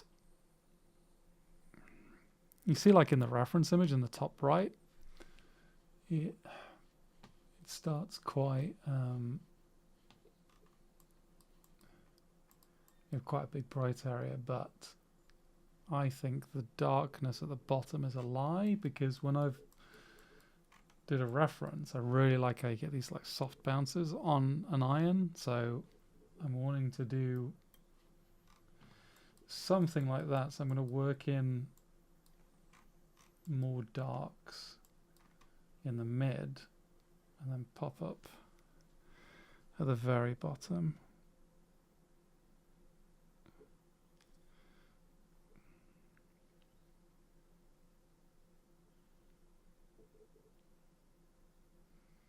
And maybe it'll all go completely wrong, which is also half the fun.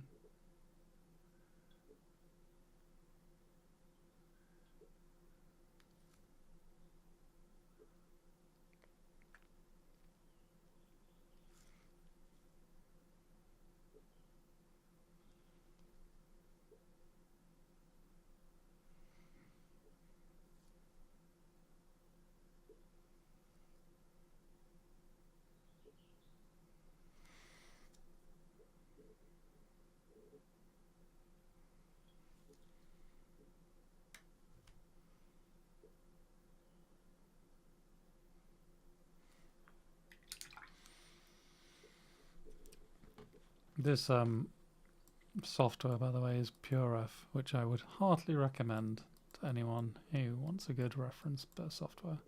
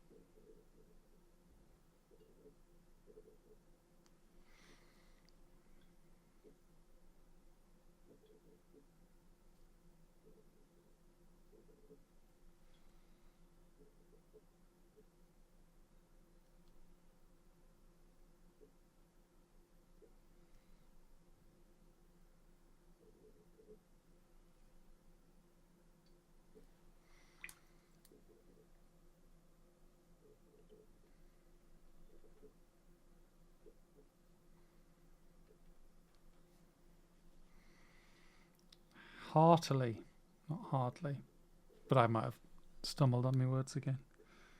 Heartily recommend.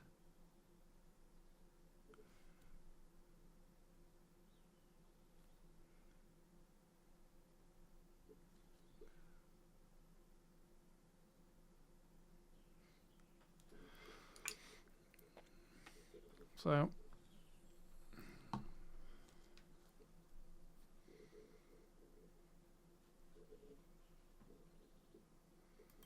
I really got to get rid of these spam bots.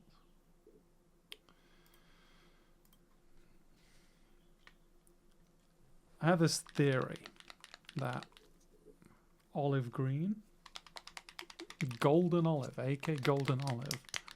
I would like a solid bot recommendation. I don't know what the hell I'm doing, Cryo, so any help that you can provide would be greatly appreciated. Look how gross the inside of this AK lid is. Ugh.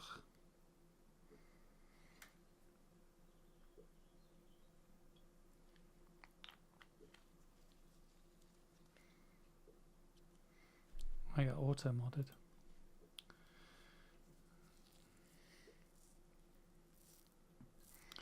So I disabled like you can't share URLs, but obviously they just sneak around that.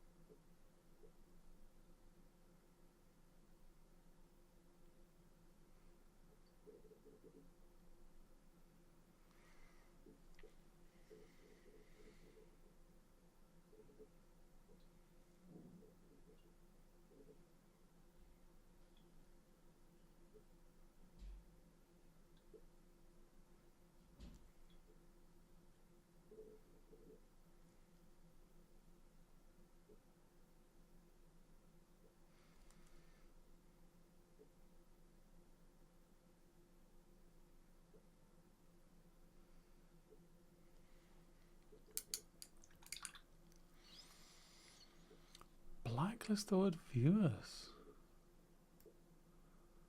Hey, that's not a bad idea. I'll steal that. I think that's a good idea.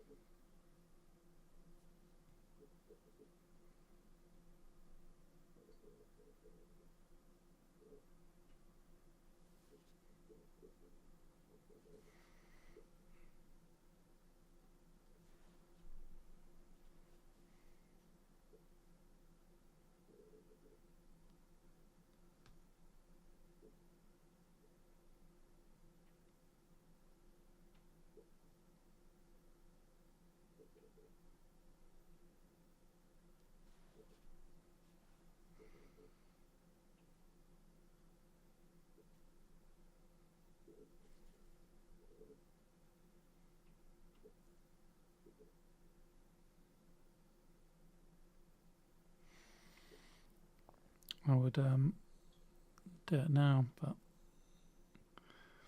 I'll just trip over myself and spend half an hour trying to work out how to do it.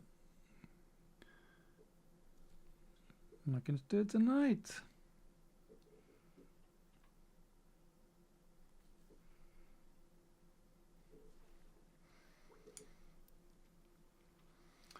Let's get to my other reference.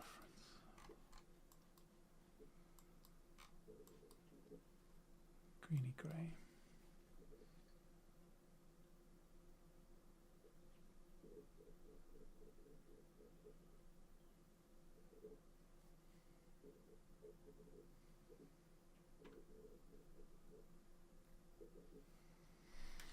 Like I say, I don't know whether any of this will work in terms of this recipe, but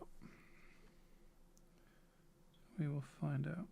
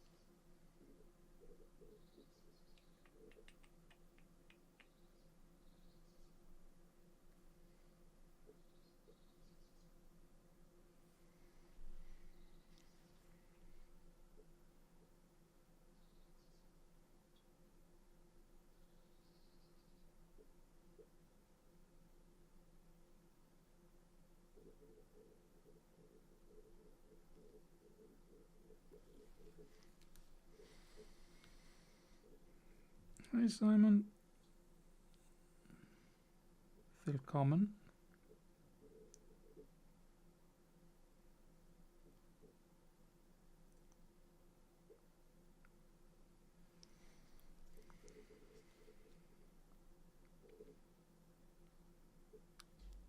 It helps if I'm not painting at the very edge of the border.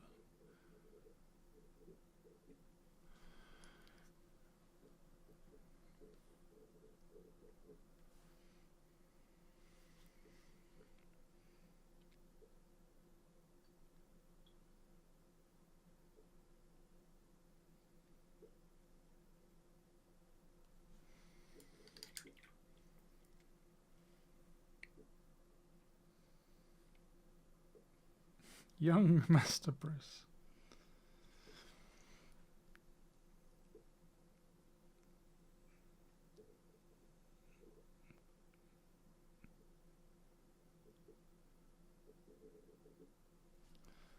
Good reminder that you can get a bronze in Masters and still be terrified of MMM and not know how to get a mini on shot.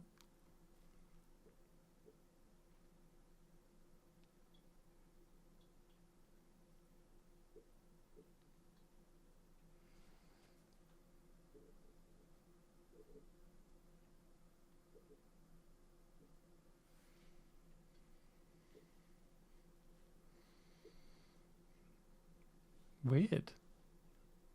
So you're like, hey, I don't want to be full screen anymore, and Twitch is like, fuck you.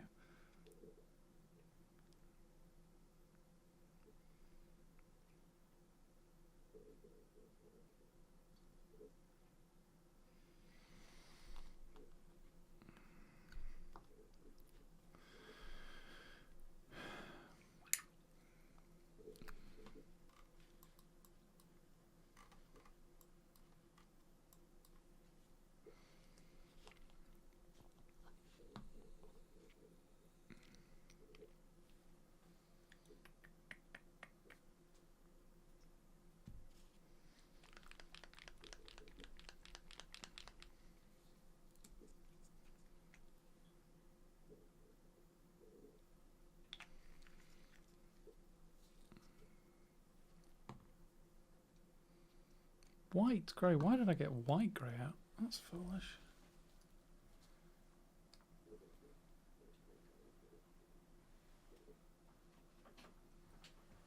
Silver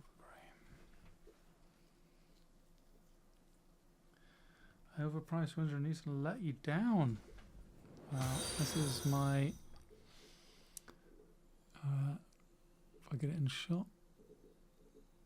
Raphael 84080. And then I also have the 84080 and the 8408030, which are all pretty sharp, I think, personally. I battered the 20 on the Blood Bowl piece, but it's good.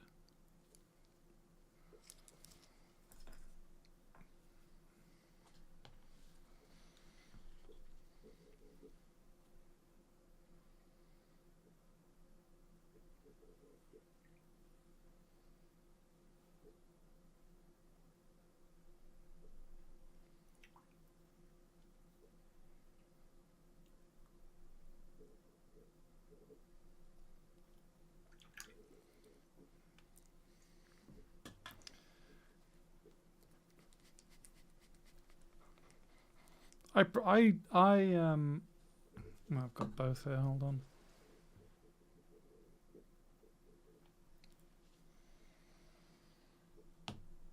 Here, this is the 8408, which you can see kind of sharp. This is the 8404. These are both size 0. And you just see it has that slightly fatter belly, which maybe, I think it's probably more useful for glazing and stuff like that. But yeah, I really like the 8408s personally. But I began to just do Raphaels across the board for some reason. I just really like them.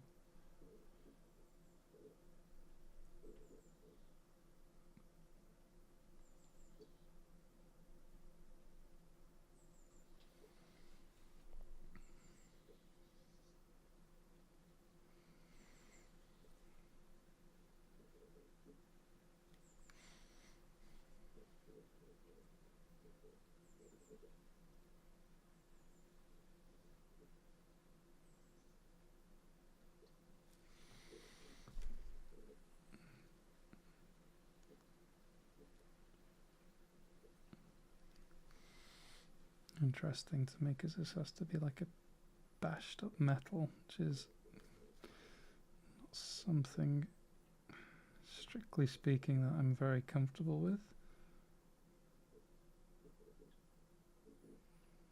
But I just don't like the idea of this armor being pristine in any way.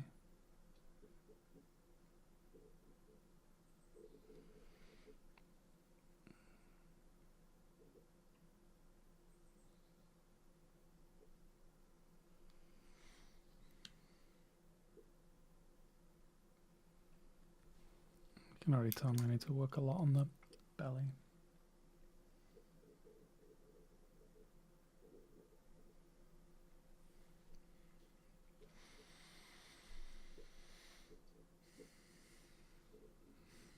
Yeah, the AO 00 is just such a nice brush.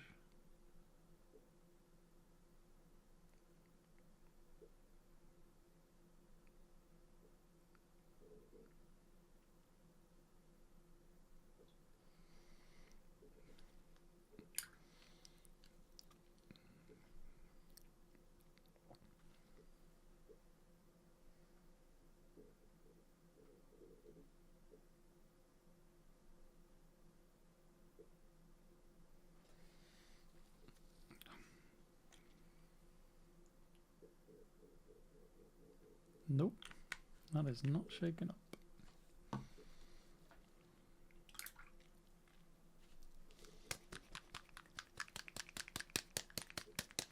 It's like my Eric Swinson smash your hand thing.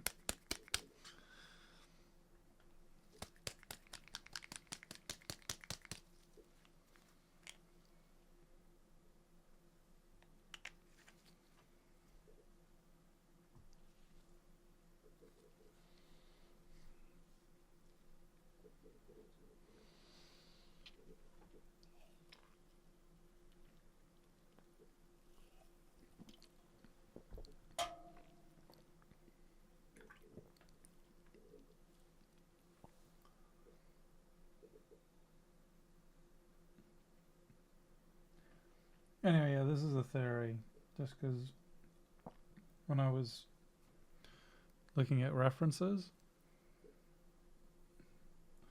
the irons all like shifted slightly in blue hue. So I thought maybe adding like a touch of ultramarine blue to the mixes would be interesting, just to see where they land.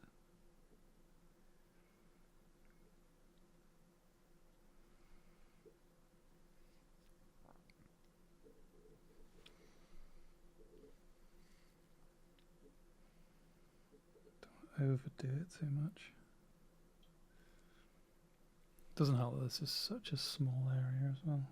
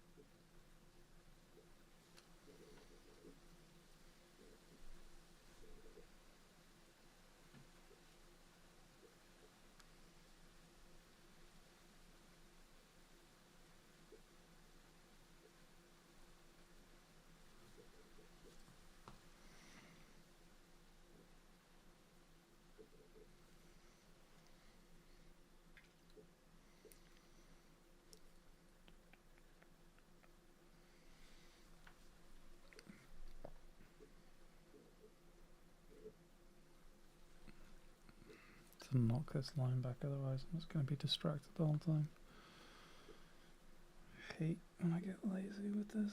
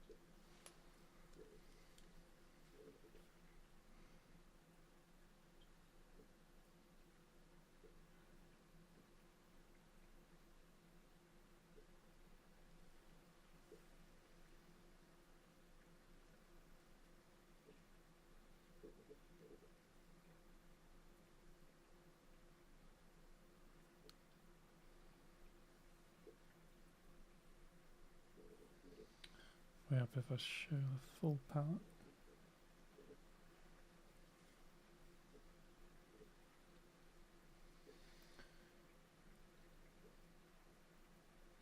And yeah, my palette control is chaotic, I apologise. A little bit of that. A lot of that. And a bit of that.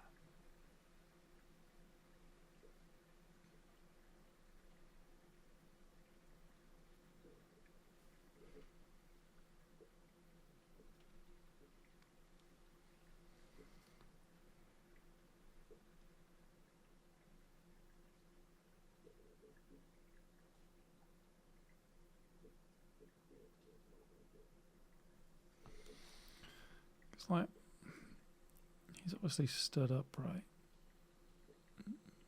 Just more like it's going to be hitting this side, but I still want to show a little bit there. And then if we check the king of references, our man, our now, look how tiny that shine spot is. Which, yeah, not fully full. I think this is more realistic, but. And then like the rich grey one. Gonna have to play with that high spot.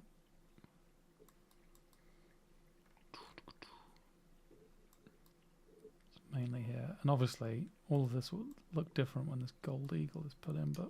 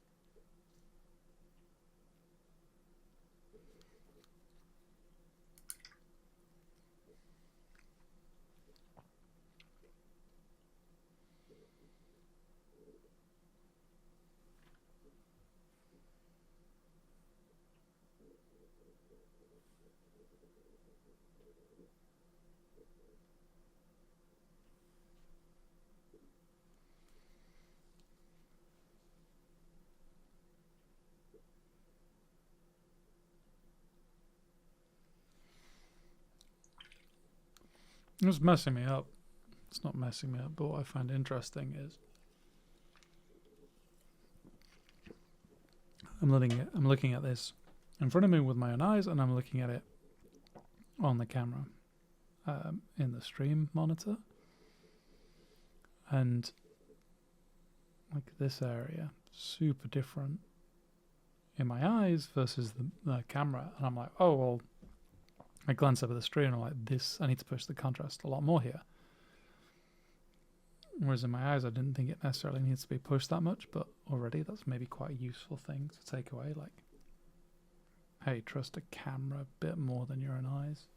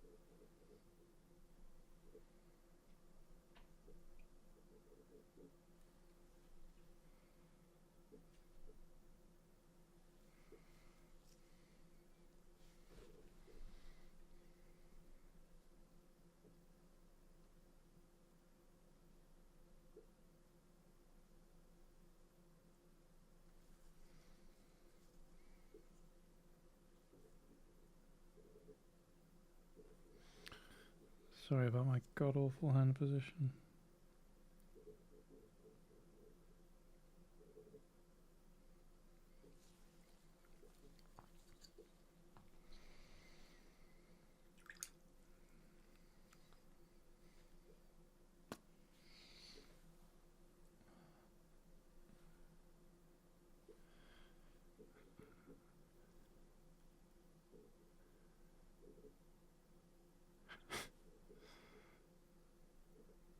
There are a few cool Horus Heresy characters. I like that Imperial Fist guy because he's plastic as well.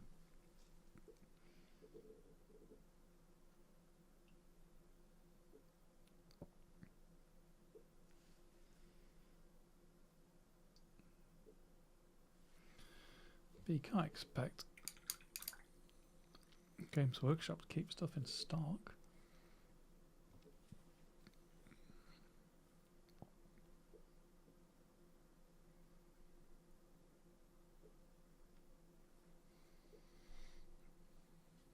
Oh man.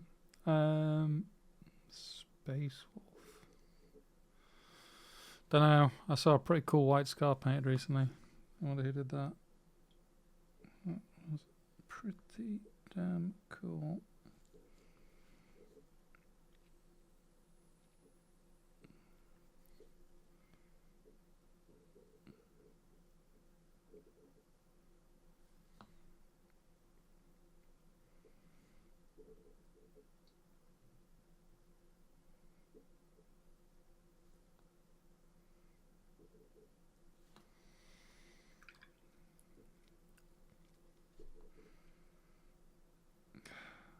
No.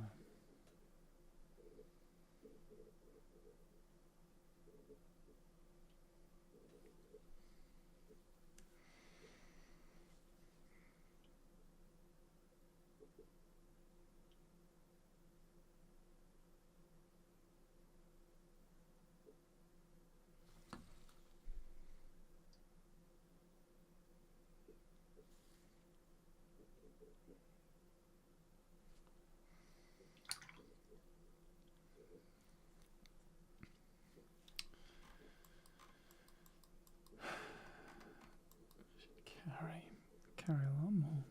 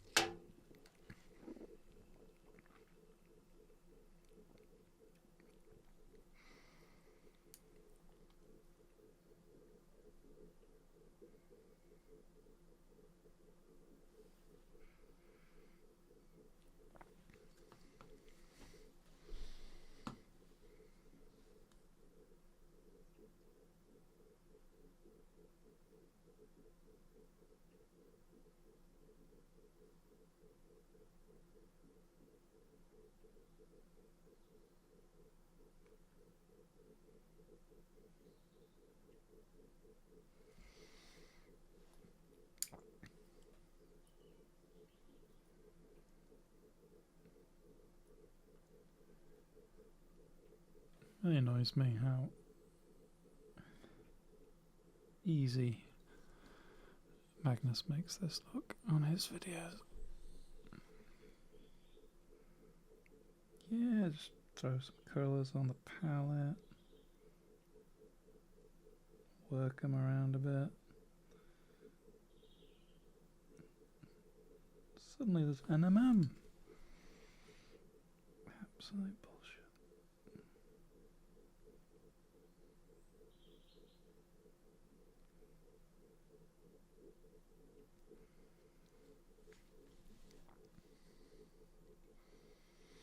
Hey, Raccoon.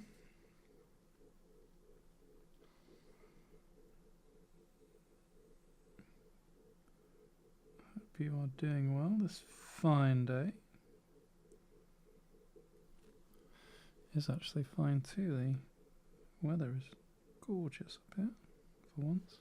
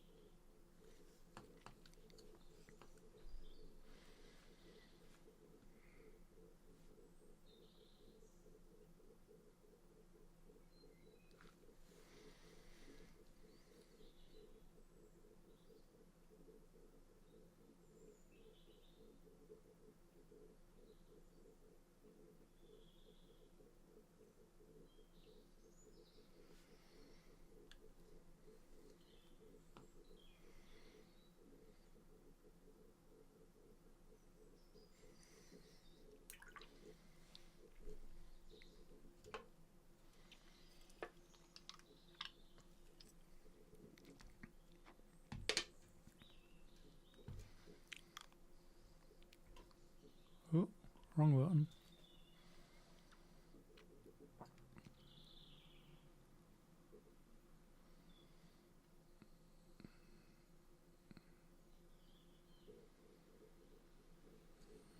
Just kind of slowly getting towards that battered look I want.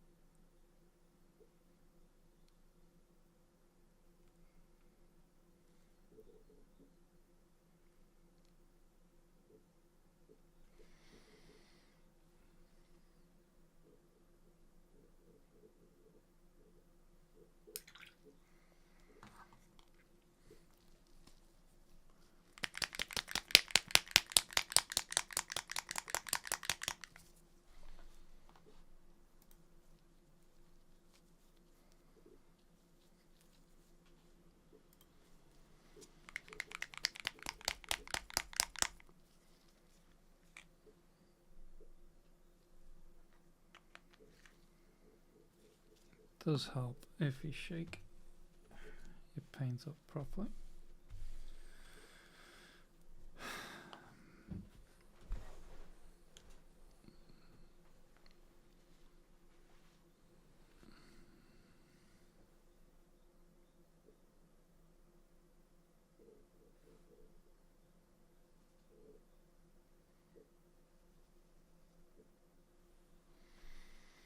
When was the last time I painted on camera?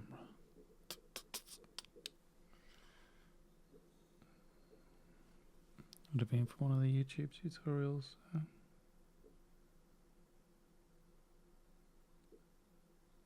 Ages ago.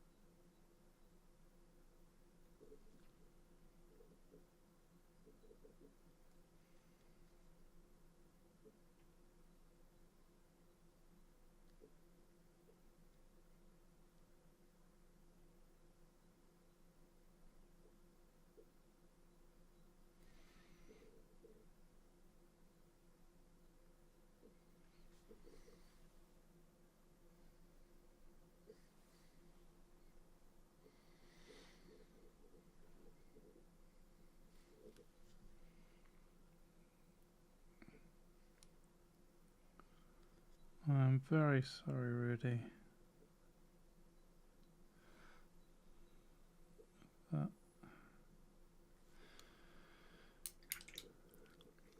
It's been hard enough trying to work out how to paint on camera again. And then I made the stupid decision of picking NMM. And then I made the stupid decision of picking an M&M I've never done before. So it's bad decisions all around. And then I knocked my palette down. Like the idiot I am. Hey Jazz. Thank you for following.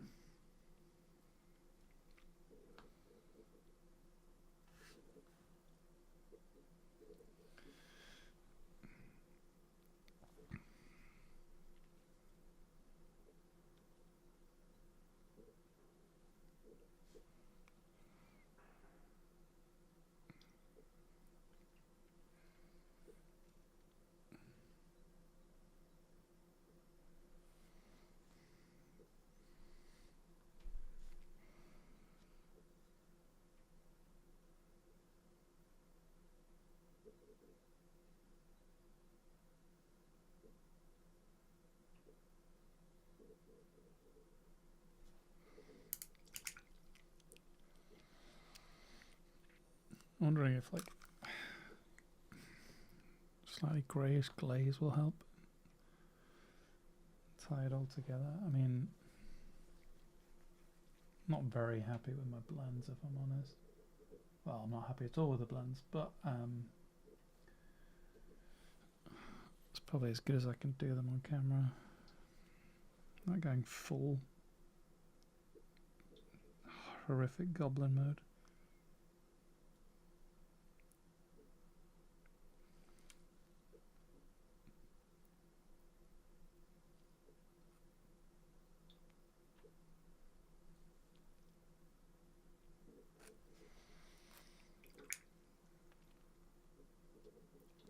Oh, Christ. Not Magnus.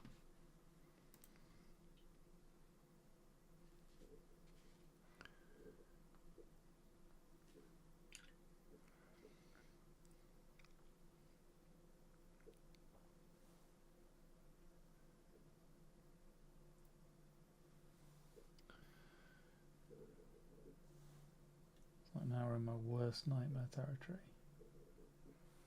You're painting on stream. You're painting NMM. And Magnus is watching you.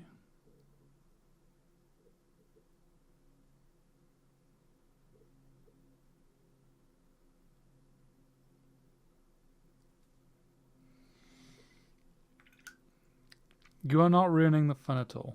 You would never ruin the fun. You would only add to the fun.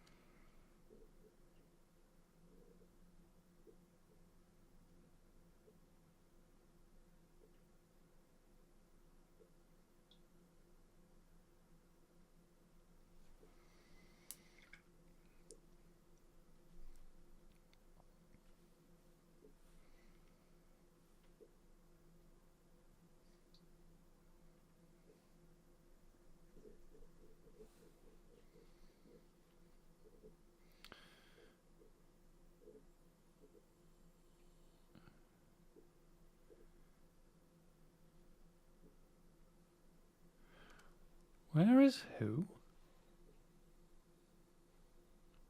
Star, Oggy. I've got no idea. Help me out, Jess.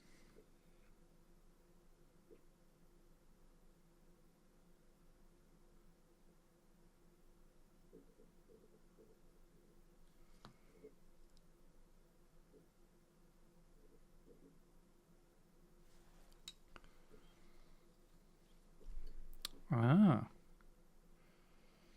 I mean, she doesn't live here.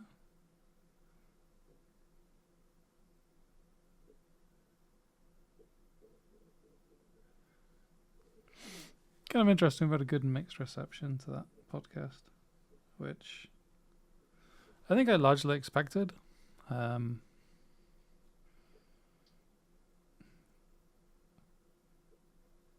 It's no, mixed reception is incorrect. It's been actually largely positive. But I think it's always a concern when it's like you've had this podcast where it's like, hey, it's just two dudes talking, and then you bring on someone else, and it's like, oh, new voice, scary thing, and it's kind of different from the podcast with Rich and Albert because they are very much like they're interviews, they're not podcasts. I do view them as slightly different.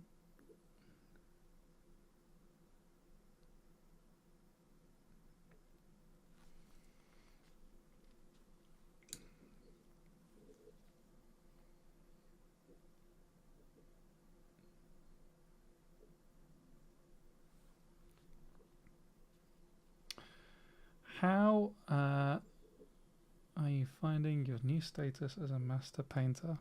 I wish I hadn't spent the first day with that trying to paint on camera, but that is my own stupid fault. I have not felt like a master in this last however long the stream's been going on. What are we on? An hour and a bit? An hour and 23. Which reminds me, I've got to stop that record.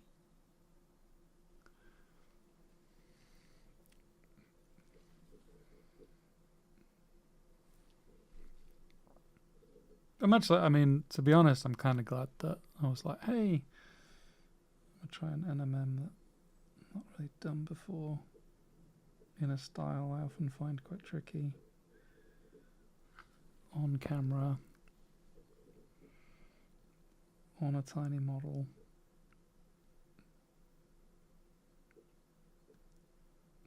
It's a good humbling experience.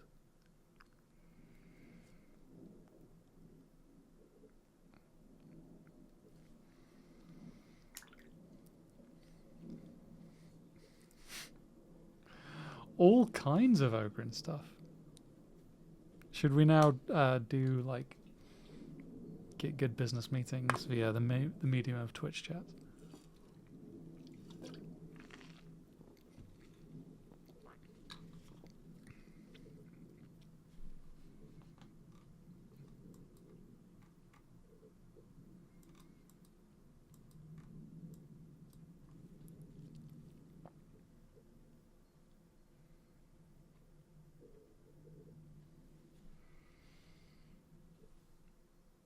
I'm actually very curious what you say about the Ogren, personally. Because I was like, oh my god, that thing's done, it looks incredible. And then you were like, yeah, I needed to go back and make it comp ready. It's like, what?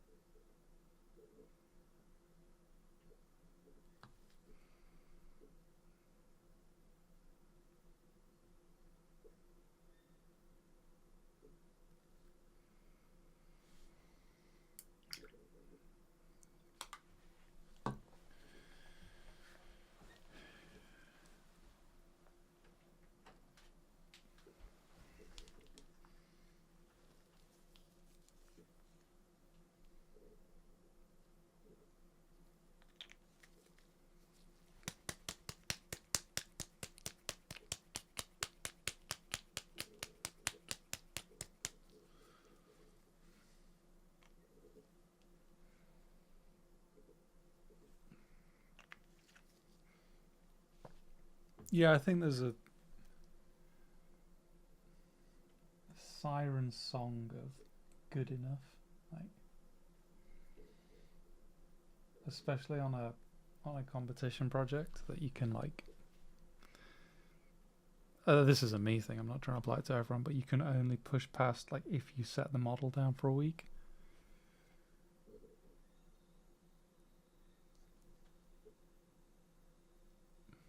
Unless you do that, it's really hard. Like, I'm sure there are people that can just push through and just be like, yep, I need to fix this.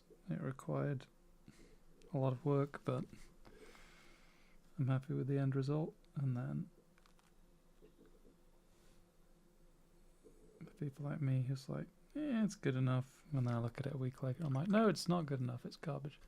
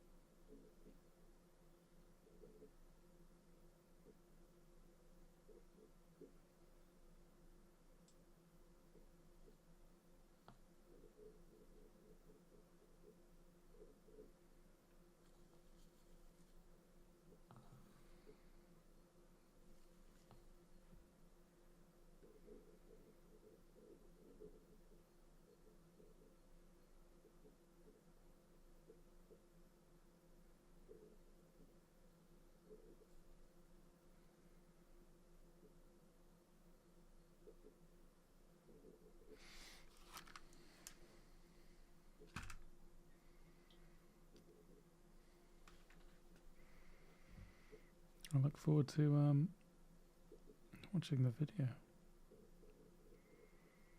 Okay, let's talk about this piece.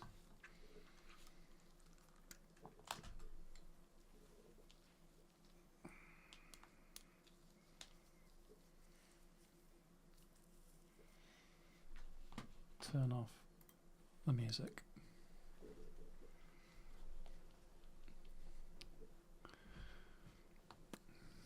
Full screen. Yeah, why not? Okay. Some bits have worked, some bits haven't. Have I got the light in shot? Yeah. Yeah, good sense of scale. There's a German grey. Okay, what's worked, what hasn't worked?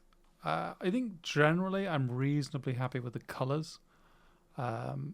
It's like an iron steely thing that's just not dull, which I like. So colours, yay. I think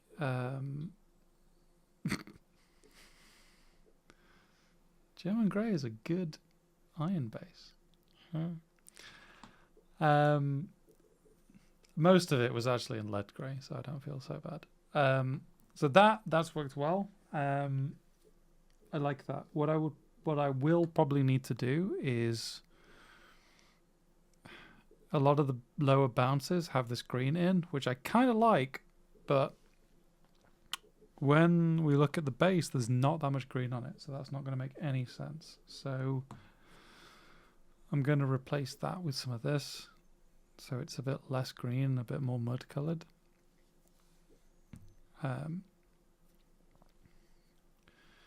The area between the bounce and the kind of main light has this enormous no man's land that I need to work more interest into. So I kind of tried to do a little bit with these like thin striations, but then I chickened out and I overblended them. So I need to put some of that light back in because that's going to show interest. The rivets are fine, but I can't do a main light and bounce on camera. That's just a step too far for me at the moment. I need to be in full goblin mode to do that.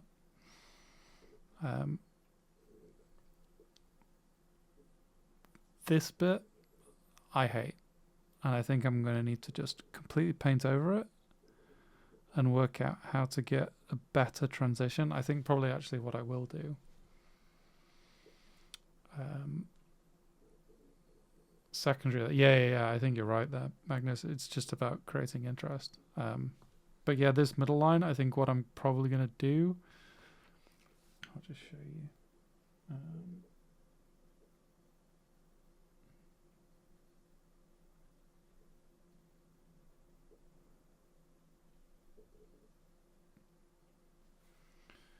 I think the best option is to like completely forget about having such a harsh line and instead just like get the bounce like fully up and then have the other side such that it's not there, and so it's the line's almost implied.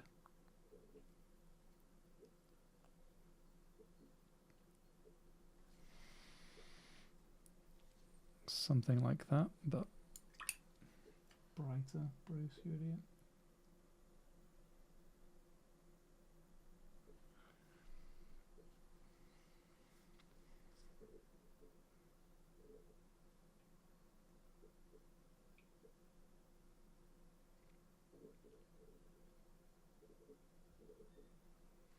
Like something like that, so it's just a bit more interesting, and then I can like work these striations a little bit, and then maybe we can have another light there or something just to make that side more interesting, because that's the main side. Is the camera above my head? Yes. That's my mouth. Yeah. Yeah, it is.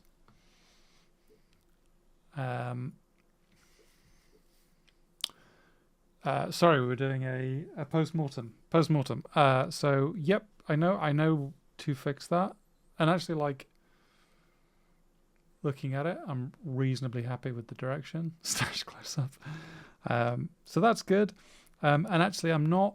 Initially, I was worried about this side because it felt like there was just so much without anything on. But once this gold eagle is in, like, that's going to look completely different. So I think that's just more a trust the process thing. Rivets, I talked about. I can't get a main light and a bounce light on. I need to be full goblet mode, which is fine. I can do that, no problem.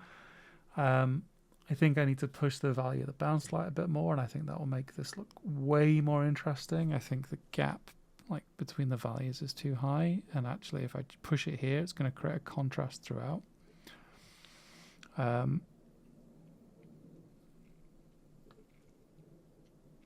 I think, yeah, probably that's it. I think I cannot understate the importance of this little bit.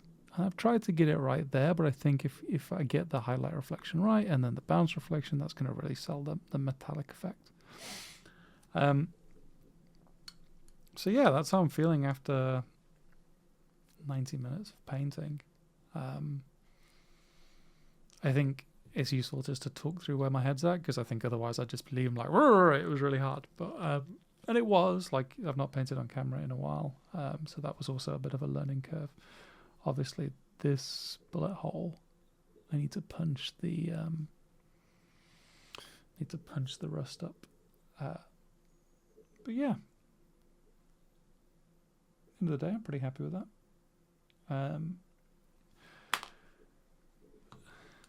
Stash close. I mean, I can't do a stash close up. I mean, I can just do this. Hey. I don't know whether that was interesting or useful or purposeful for people. Hopefully it was. Oh, actually, that's something to talk about while we are... we're kind of doing a post-mortem. And, like, this is just, like... This is how I paint, just so you know. Like, I very rarely come into, like, things with a defined plan and kind of work out as I make mistakes. It's actually one of the things I really quite jealous in some of Magnus's videos, where he'll, like, hey, these are the colors. You can see me using them. I go through a process and it all comes out great. And I can't do that. Let's see if I can get all of these in camera.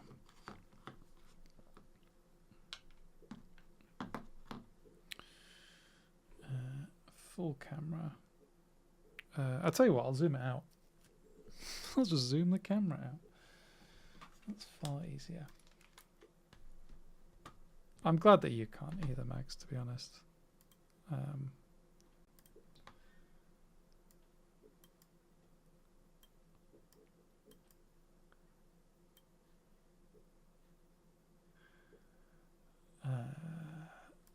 Alright, here we go.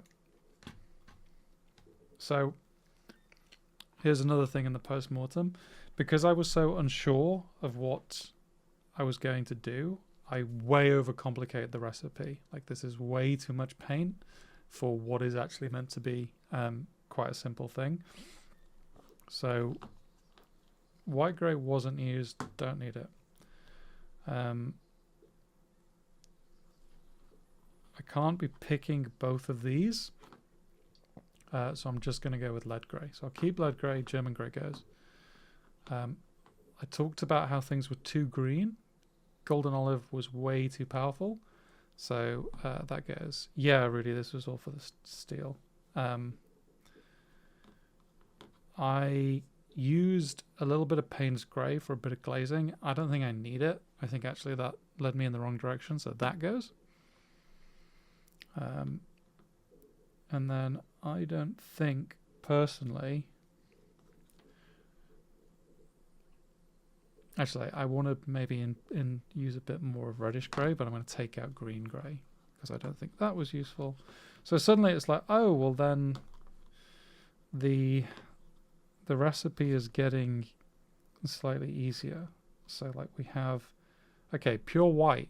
Don't use that often, but I would like to keep it. Rust I'm going to need to keep because I'm going to need to push the rust.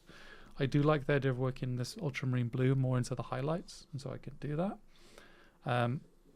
Then we have silver grey as like the basis to mix into the lead grey and push up. And then what I'm going to do is Splittermuster will be the basis for the bounces with more silver grey. So we started this with 8 paints, and we're going to end it with, no, we're starting a lot more than 8 paints. We started with 12 paints and we're ending it with 7, which I think is a lot better. And actually the ultramarine and the rust are going to be used sparingly. So these can go. So that's another lesson learned. And then finally,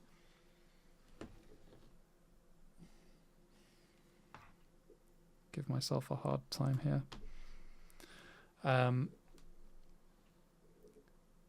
This wasn't palette management was bad. I know why it was bad, because I was on camera and I didn't give myself enough time like mixing between as I would normally. But instead of doing what I usually do, which is essentially create pools of slightly higher values, which is what I should do, I mixed into the pools thinking that I could just move on quicker, and that was a mistake for 2 reasons. It isn't my process, so I should paint with my process. And it didn't let me go up or down in the way that I wanted.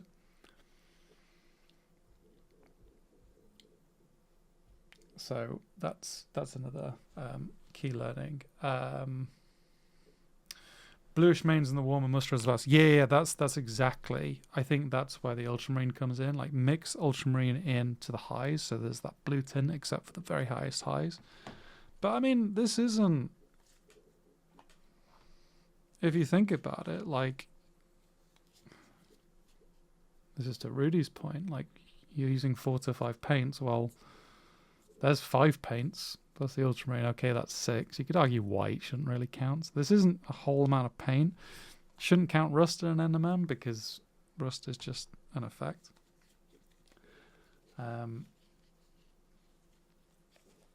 So yeah, I think I learned a lot this painting session. I feel like I'm relearning elements of painting on camera. But yeah, hopefully that's useful.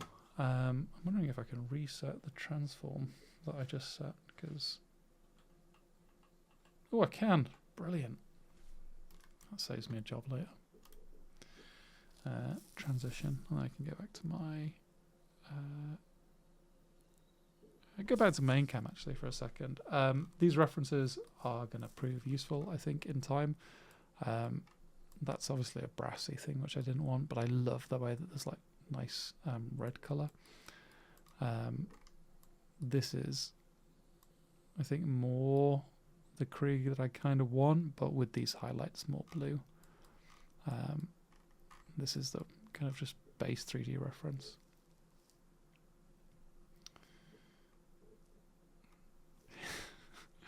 No, I fixed it. I fixed it. Don't worry. I can't talk when the hold music comes on anymore. So yeah, a lot learnt today. I was in studio mode, so you didn't see any of that because I'm an idiot. Sorry, I was just showing these references. Yeah, this is just some of the art I was looking at. This kind of look I think is closest, but it is a case of making sure the colours match my environment, and getting some more blue in the highlights. Again, this software is PureRef for those of you that are interested. It's really useful for having like reference images, because I can have all my reference images, inspo, things like that, and I can just move between them and it always autosaves. So it's useful. Always have references. If you don't have references, you are foolish, if anything, because you get lost and things like that. I'm also going to block in the Imperial Eagle thing, so it's not so much of a distraction. But yeah, okay, that's where we're at. So long, everyone. Have a good day, and I will speak to you soon.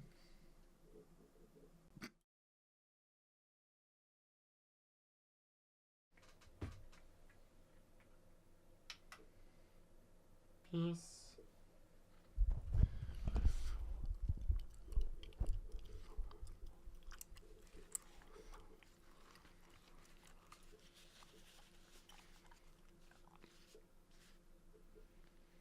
Do I want a new bit of kitchen roll? No. We don't waste kitchen roll here. Waste not, want not.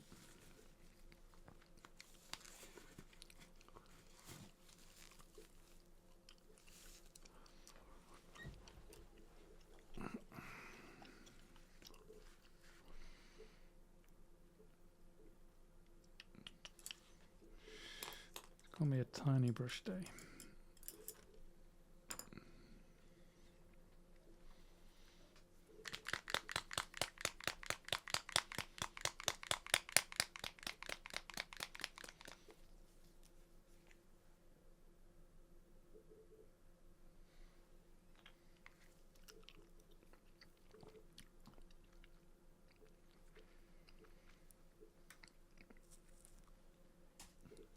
No chewing gum on stream.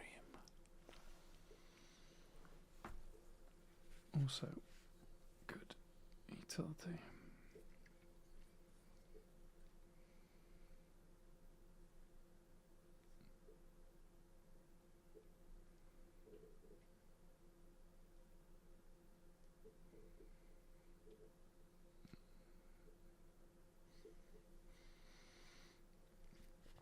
I'm actually really happy with how that came out.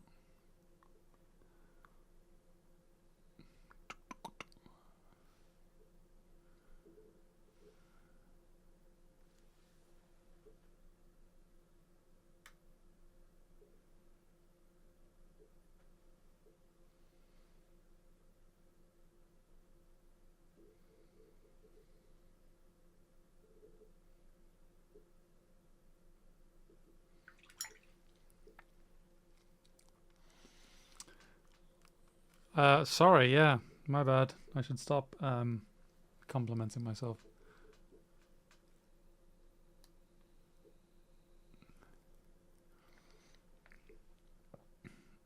Just need to check. Okay, get that there. Microphone there. Is my head? I still think my head's too in the way.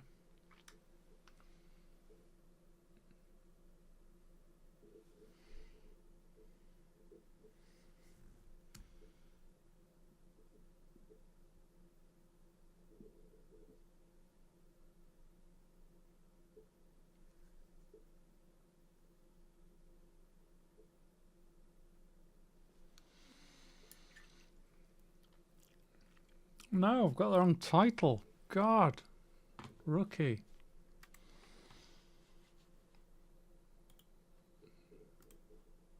NMM Gold.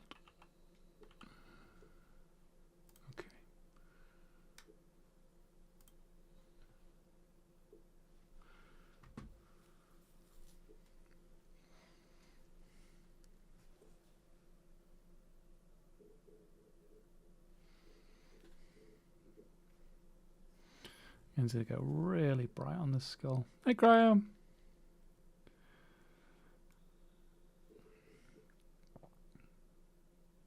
It is NMM Day.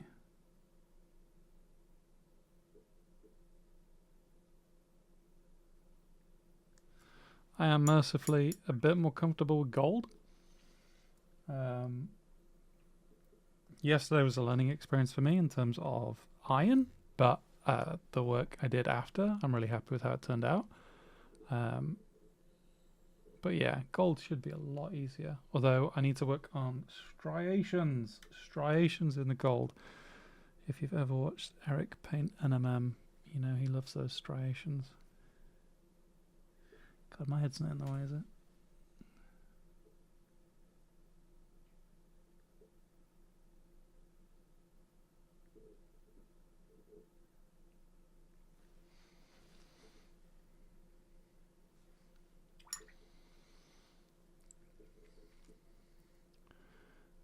British khaki is such a MVP colour.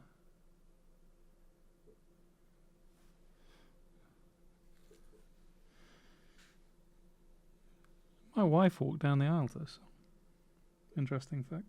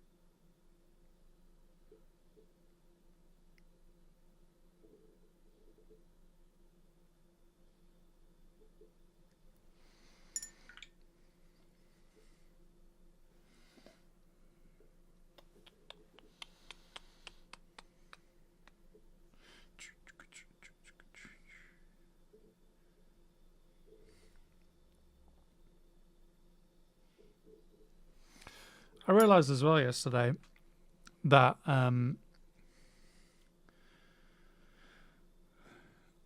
can capture my kind of like brain in camera. Like I was like, oh, I don't have anyone to talk to. I can't talk, but I can just talk to myself. And yeah, sure, that's crazy. But when it comes to doing the YouTube edits for this footage, I can be like, oh, well, here's what I was thinking here. So maybe I can do like a better version of that. So I've never done an eagle like this either. I don't know whether this is a Krieg thing, but like this eagle is like super blocky. And so my thinking is, like, if you look at the reference, stream of consciousness process if you look at the reference in the top right, you'll see that the gold obviously fades to black. Well, the light obviously fades to black, but gold won't do that, so it'll need a bounce. So I'm thinking that I can like bounce it there. That is true. That is true. Nuclear winter would put a dampener on things, I imagine.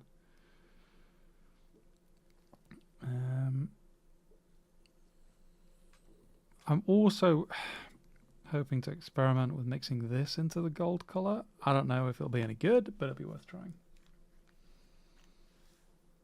I was watching an old Eric stream, and I noticed that he used a similar brown for the gold bounces that I think would be quite interesting.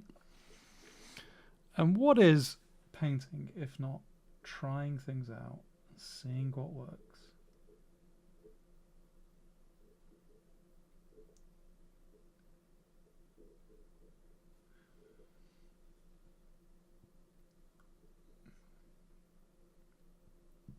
Because I have another secret weapon. Have fun presenting data strategy. Gold and yellow. I think this is a secret MVP for gold that I've not really used yet. But keeping it in the back pocket, I think it's going to be a good one.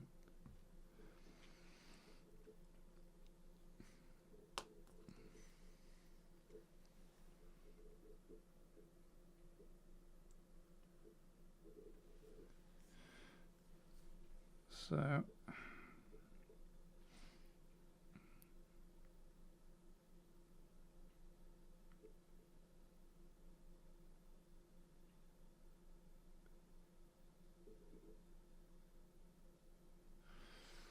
that's kind of a little bit what we want, I think. There's a bias stream. Like, I want that yellow English khaki to completely go into this more browny, orangey gold for the bounce.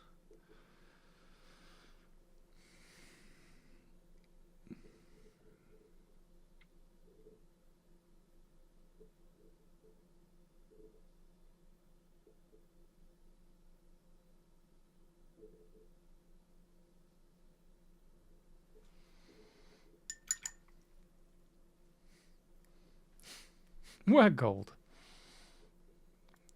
I mean, in principle, the gold will be here. We just got to paint it in. That's the easy bit. Well, it just takes time. I mean, like,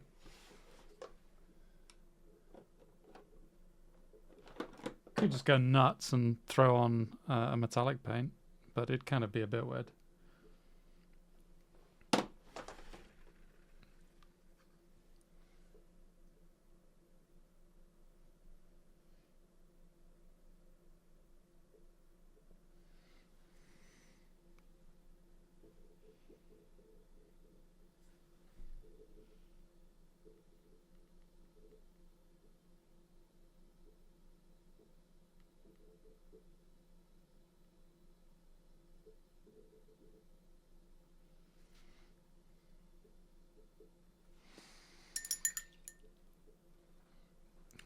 Orderliness, a word in use. Not really. I mean, why wouldn't you use the word order as opposed to orderliness? They're kind of interchangeable. Real men use metal to paint NMM. Yeah, I mean, obviously good NMM, like, has to be applied in a TMM. Good TMM, sorry, has to be applied in an NMM way. Otherwise, it just looks a bit all over the place. If I had my Blood Bowl piece, I could show kind of that principle.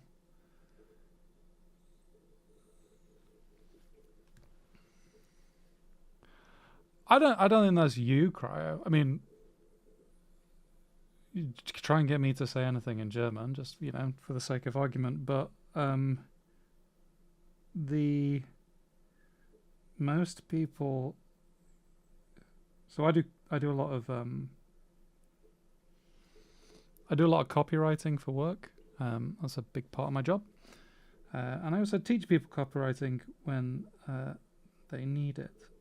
And I think one of the biggest gripes I have is people that overcomplicate. A classic example for me is people will use the word utilize as opposed to the word use, and it's like, you know, some people do it to try and sound clever. Some people think, oh well, I'm expected to talk in this way. I'm a big fan of, like, just say the word that you mean and use the simple one. So don't use utilize, use because that's what the word's there for.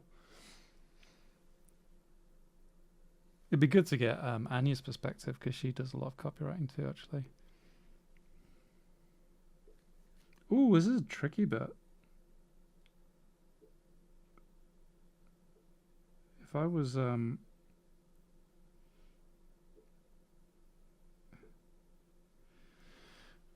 at my desk, I'd be full goblin mode.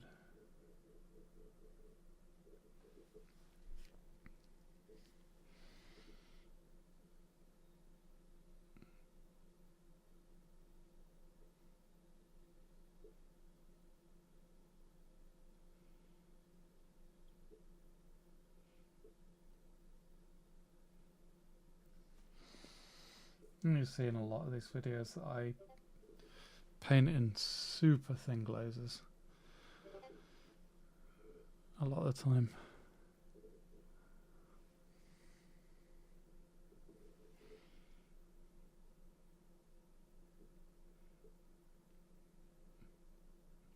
I guess these are fat glazes actually, but build up stuff slowly. Gonna need to get some bounce on the side of the skull too. I already kind of like the look of this English khaki and beast brown there.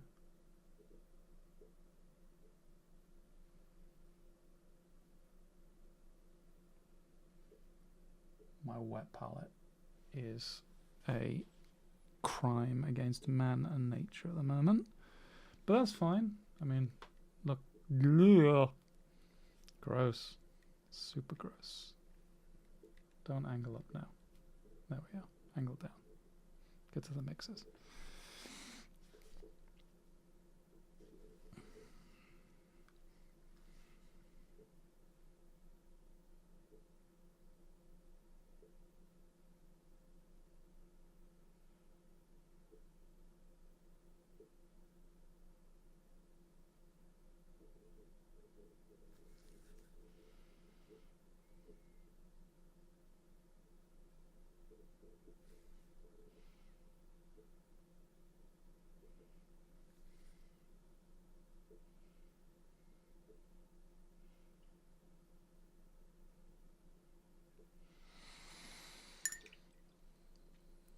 Have I?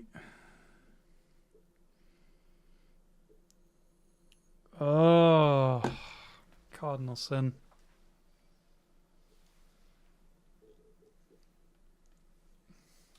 Where's my knife gone? Where's my knife? Here's my knife.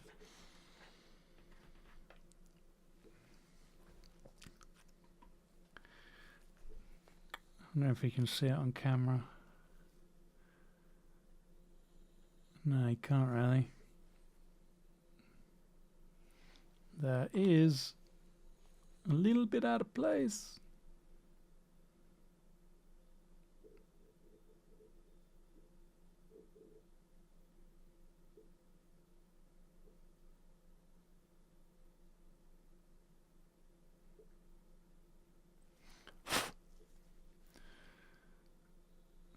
You gone? Yep. It's always annoying when that happens.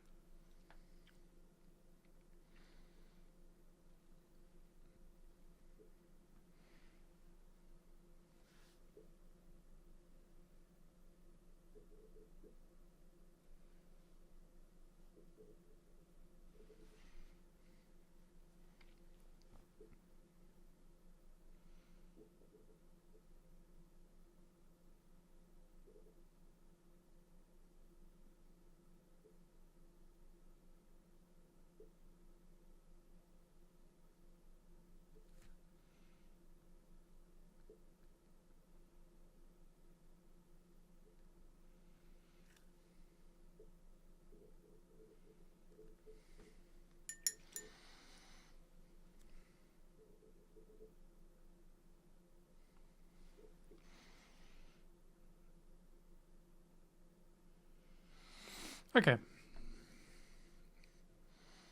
So, kind of just getting my initial steps in. I've got the areas where I want my main lights. I've got the areas where I want my bounces. I think these are going to be tricky. They're probably areas where I want to get striations, because if I don't, Magnus will tell me off, and I don't want to be told off by Magnus. But we can now start to push lighter.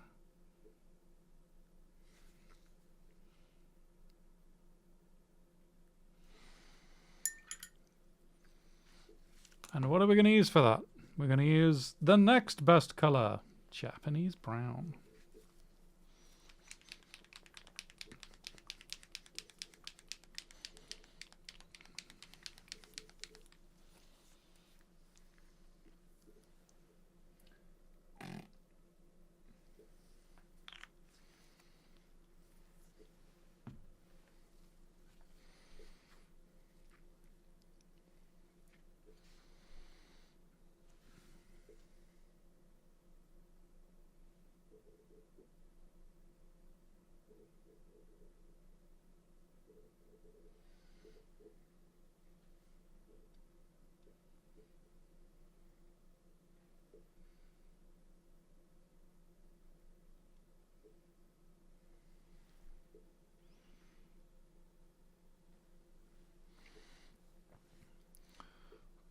So now I really need to limit to areas of highlight.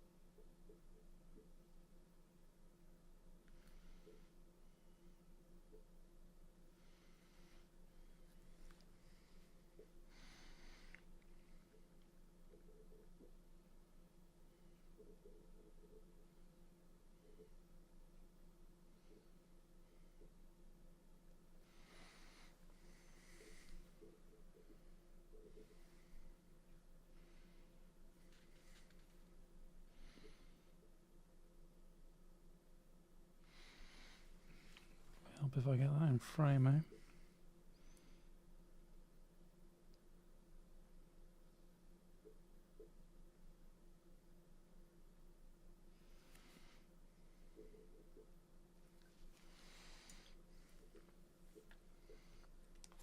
I'm going to apologize for 1 second because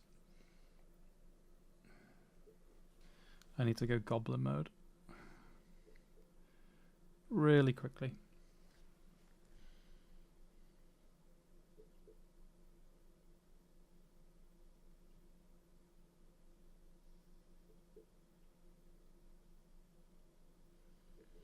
Right, sorry.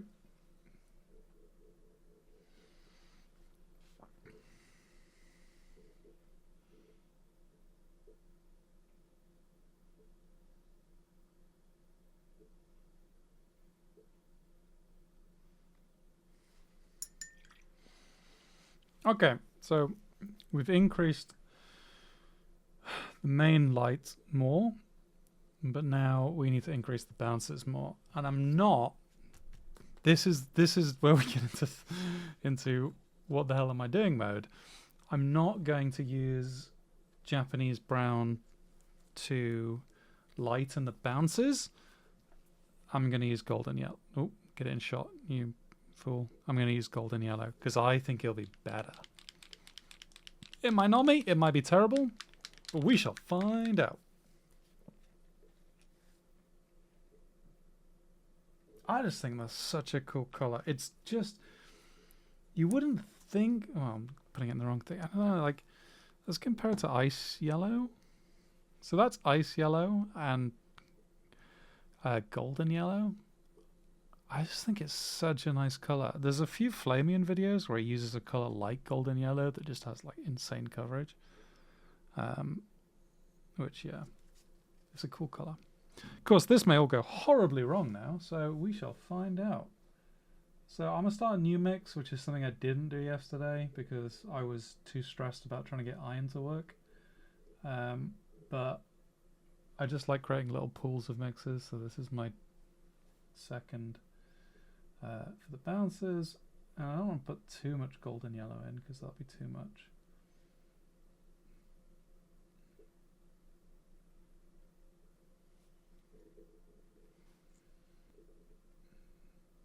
Thin that right down because I do not like working thick at all.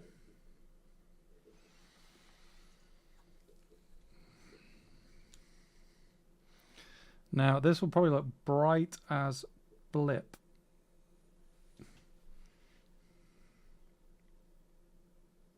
Yep.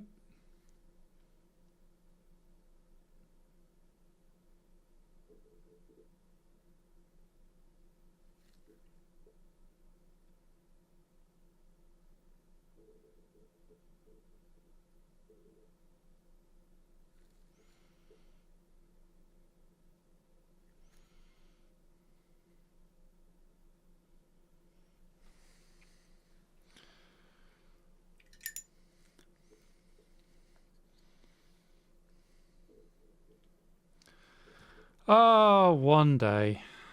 One day, Cryo, I'll do it.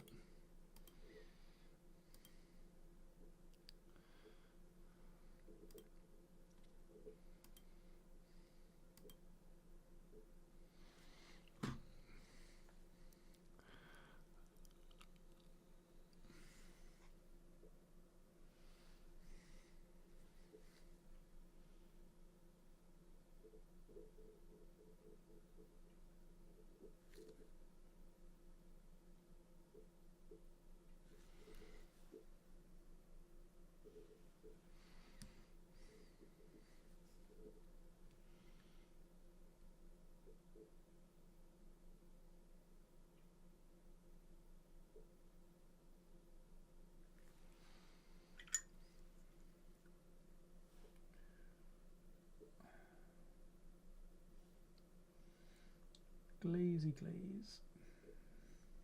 Glazy glazy glaze.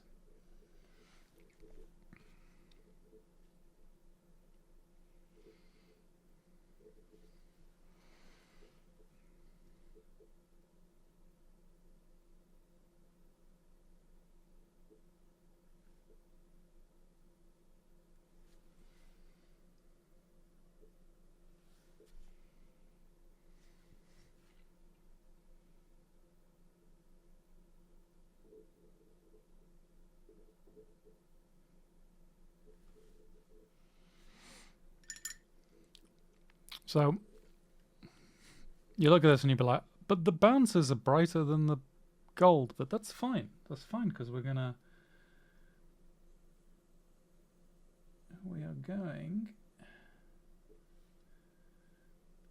push the main highlight so much more that the bounces won't really be obvious.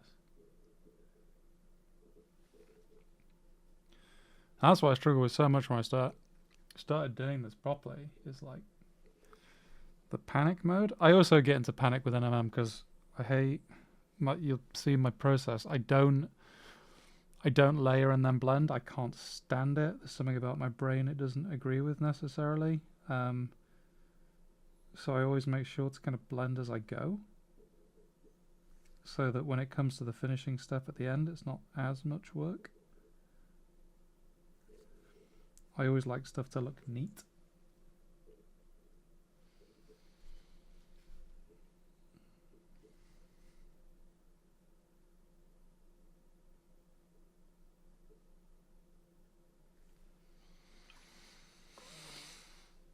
Okay, so we got English khaki down, we got Japanese brown down. I'm going to go one more up to ochre. And then I'm going to start adding in ice yellow. And then we might go up to white if I have room. Unknown if I'll have room at this stage, because why would I have room? It's a tiny eagle at the end of the day. This is the thing.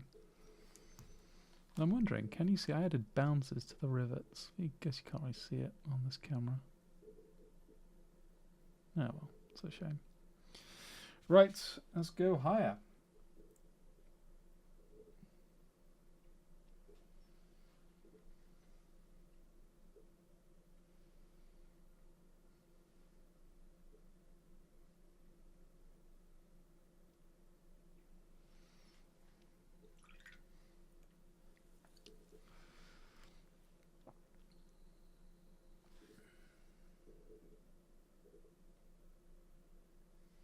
And we've moved to a 3-0 brush.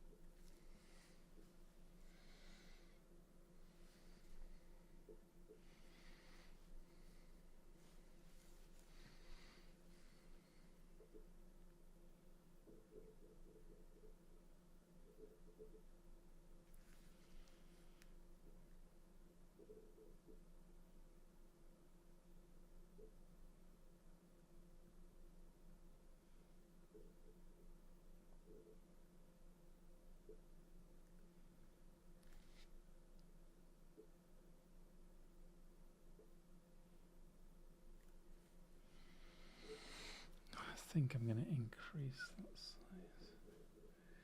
just a smidge.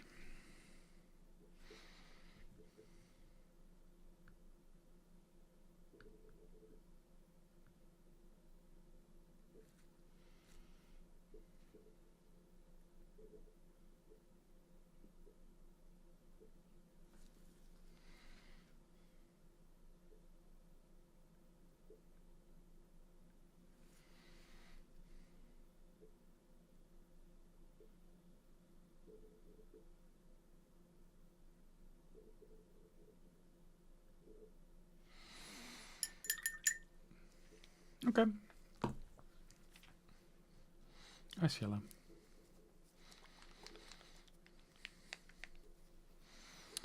So if we look at our reference, we have to go pretty light, nearly to white. Do I need ivory? I might even get out ivory for that. But in the realm of lesson learned, I'm not going up value quick enough. That's a problem. So it still looks a little bit muted. So I need to push more. Magnus will be shouting at me saying contrast, but just use brighter. So new pool, ochre goes in and ice yellow goes in.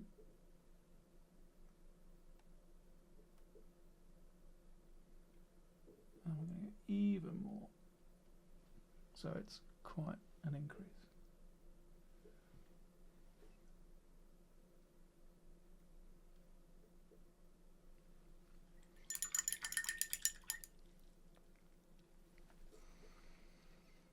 So this should really push it.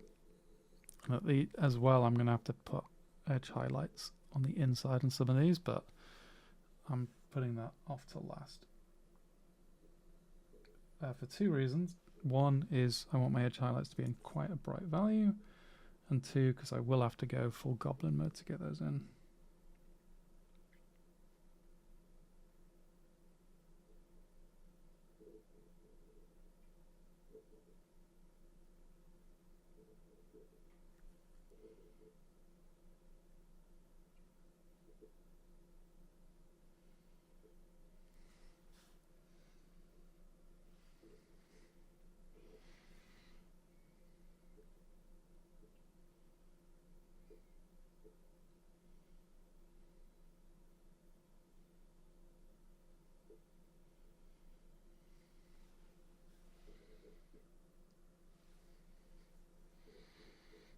Goblin mode. You know what goblin mode is? Goblin mode is when you're just super hunched over the mini.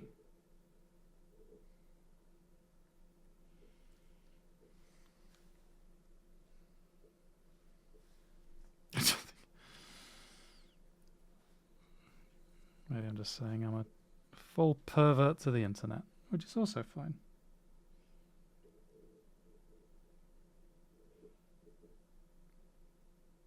Ooh! Got a hair. Come on. Come on.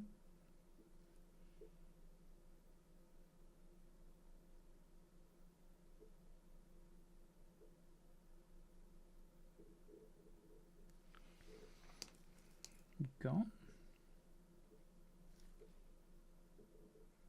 I think you're gone.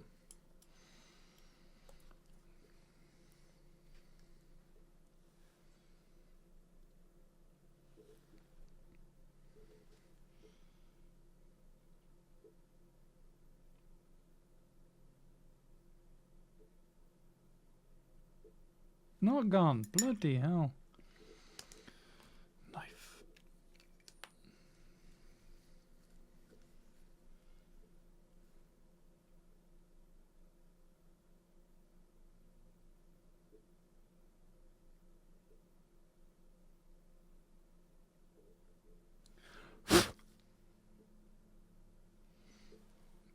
What inks are you getting? Demon's Lair. It always feels weird to call people by their handles, but hey ho. What inks are you getting?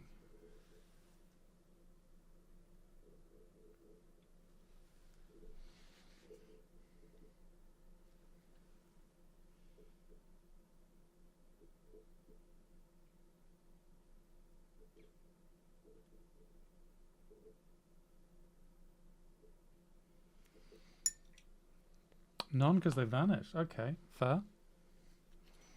Before they vanished, did you have plans for certain inks?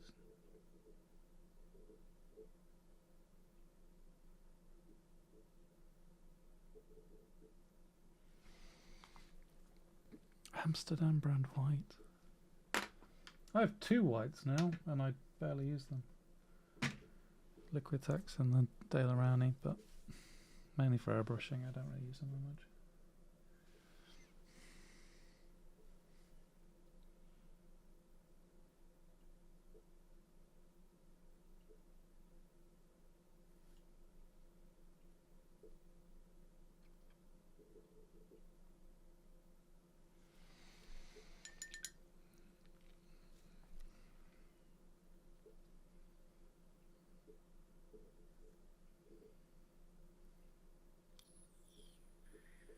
I think I could push this one. I think I'm being a bit of a coward.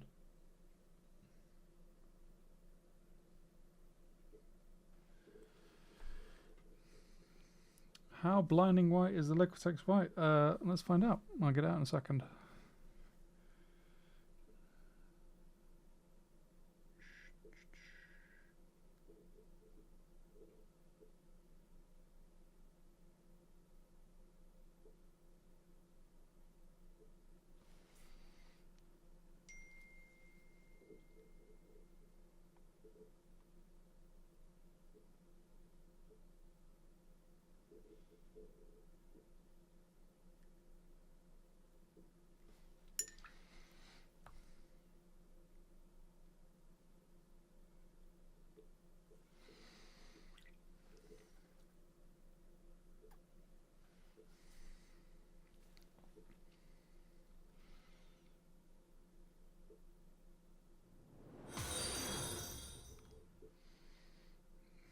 Oh no, Magnus has followed.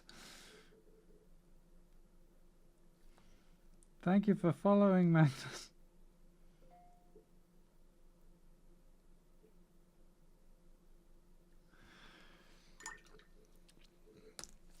Right, Liquitex.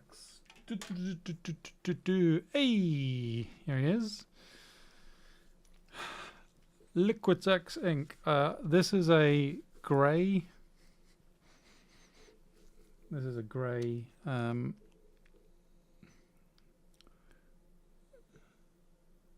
piece of card.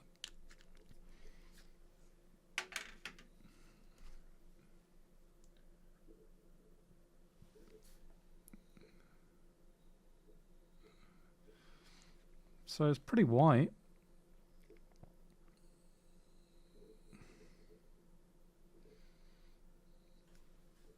Pretty white.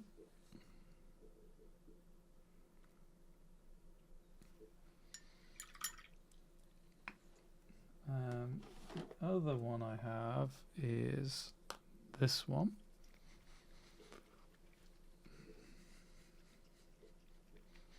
So you can see just about the marking of the previous white.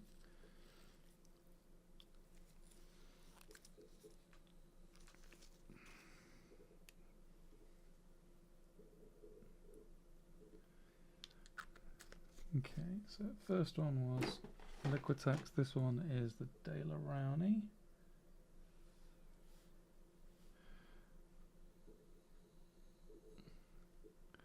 Which I think is whiter, personally.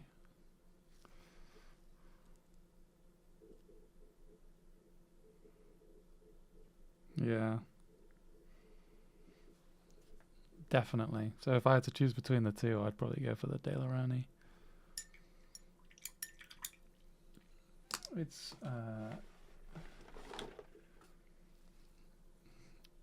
Dale Rowney ink, white ink. I would apologise for the state that the pot is in, but I'm a messy boy. Yeah, Dale Rowney.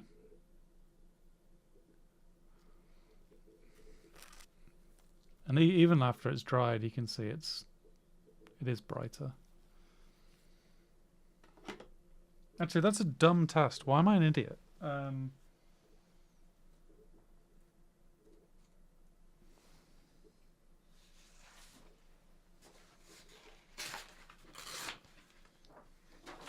Here you go.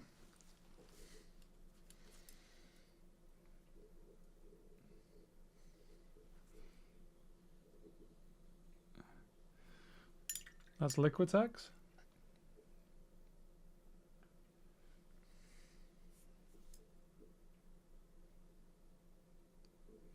Yeah, that's so much better. That's the De La Rowney. That's the Liquitex. Anyway, enough white. Bored of white. We need to push these highlights, otherwise Magnus is going to shout at me. I don't want to be shouted at.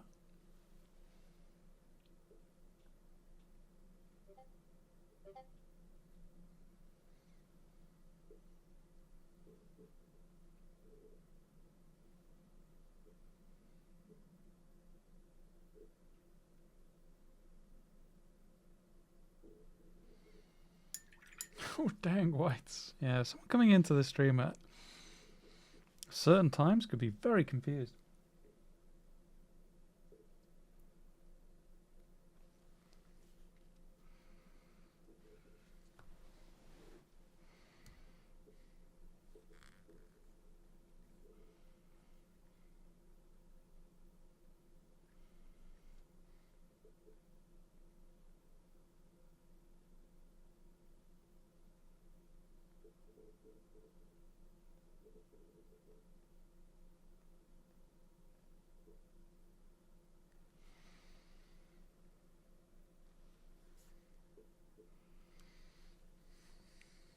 Thank you, Typhus. That's very kind.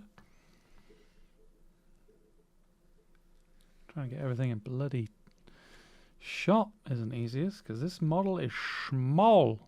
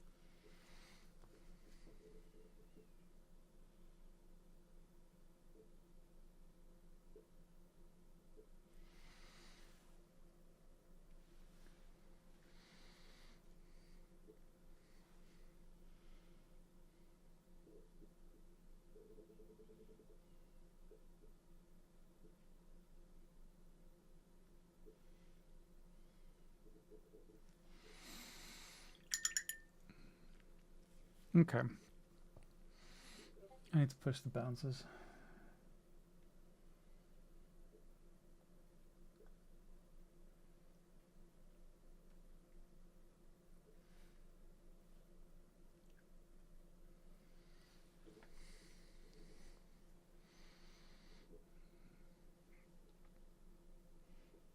What do you mean by the shadows, Max? Sorry, I missed that.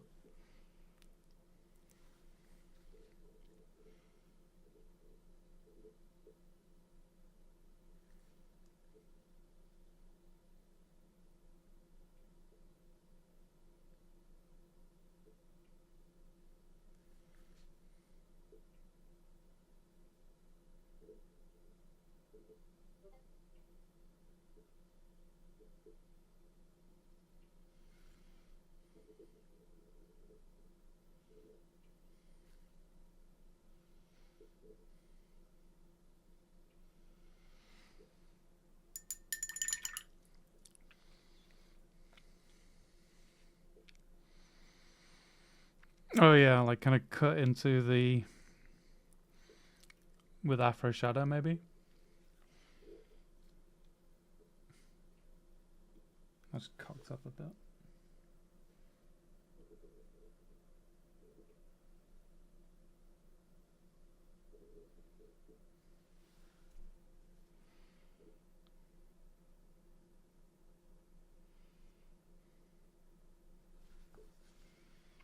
Nobody look while I fix this fuck up.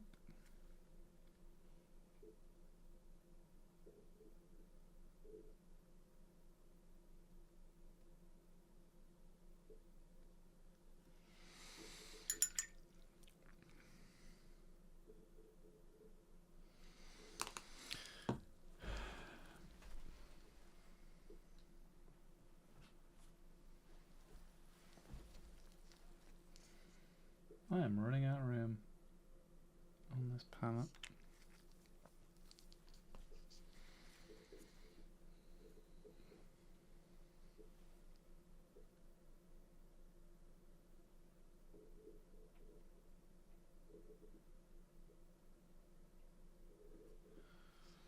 How what color do you use for your shadows, Meg?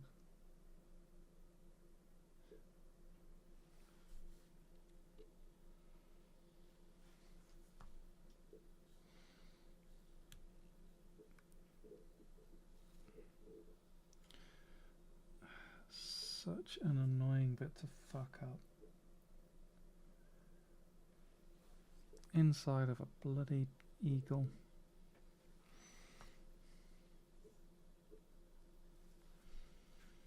Alright, sorry everyone, this is... I'm gonna get my head in the shot.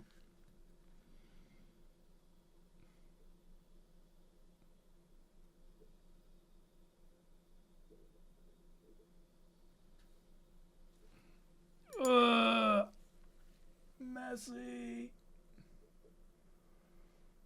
Messy boy.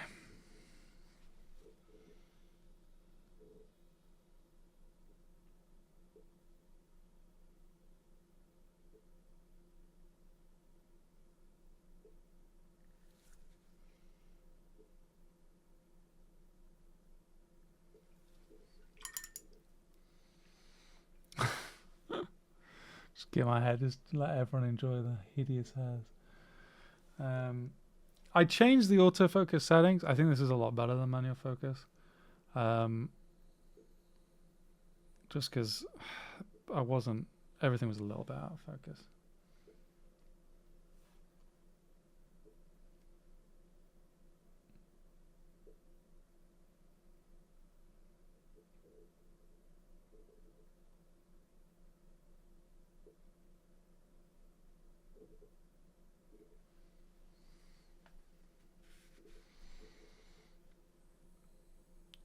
Sorry, Mags, I was asking what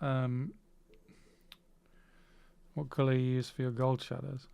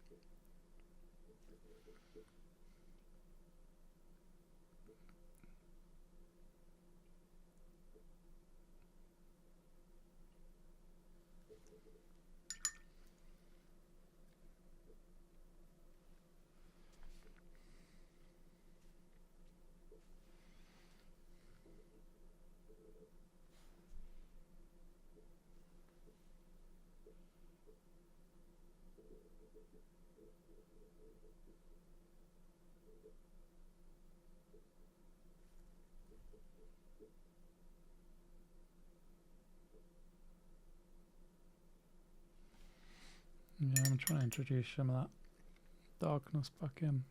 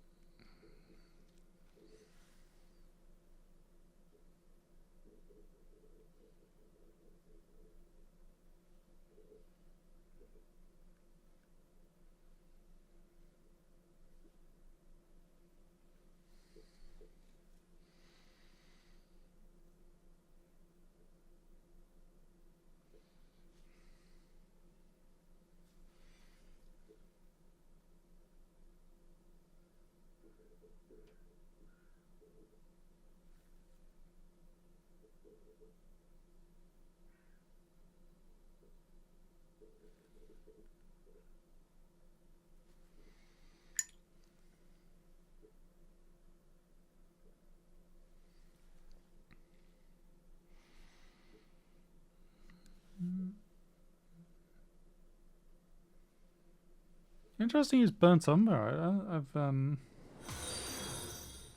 never used that. Thank you for the follow, SPC1492. Very weird thing to say.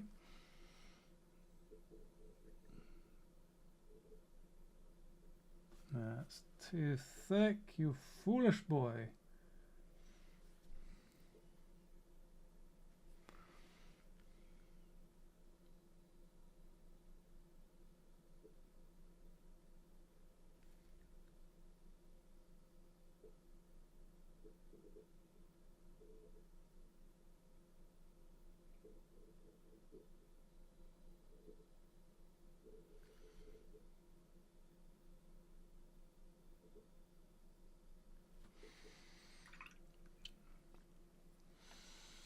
What's burnt umber look like?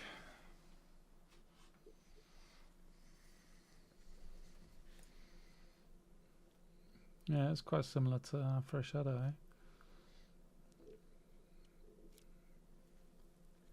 I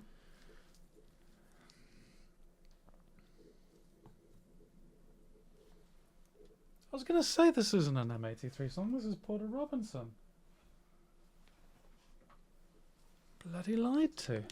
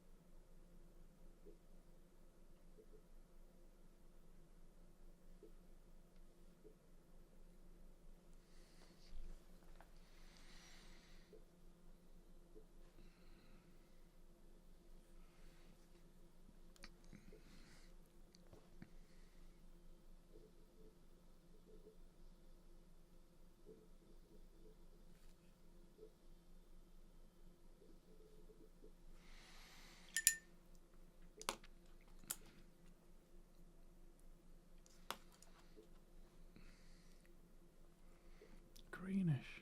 Wow. I'm not gonna lie, Magnus. Sometimes, like, I listen to you talk about colors, and I'm like, I assume either I'm colorblind or I'm stupid, because I'm like, yeah, burnt umber, that's a brown. And you're like, hey, but it's greenish, and I can see it now, but I had to have someone point it out to me. So I guess actually you would do that, which, I mean, this makes actual sense. Is these in sequence, burnt umber, British khaki, greenish white, you actually do get a nice transition. That's interesting.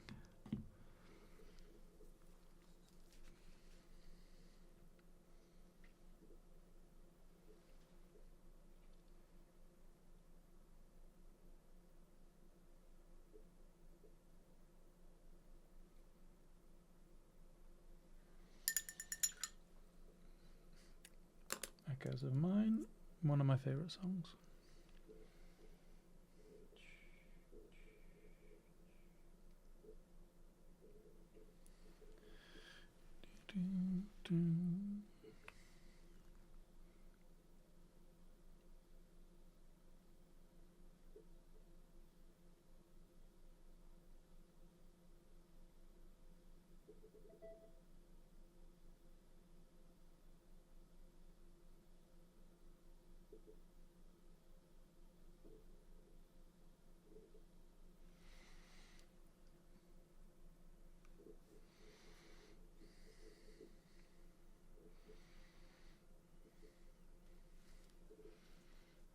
Greenish ochre, is that an AK?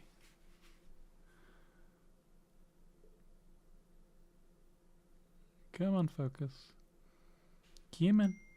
Come on, focus. You can do it. You can get autofocus. There we go.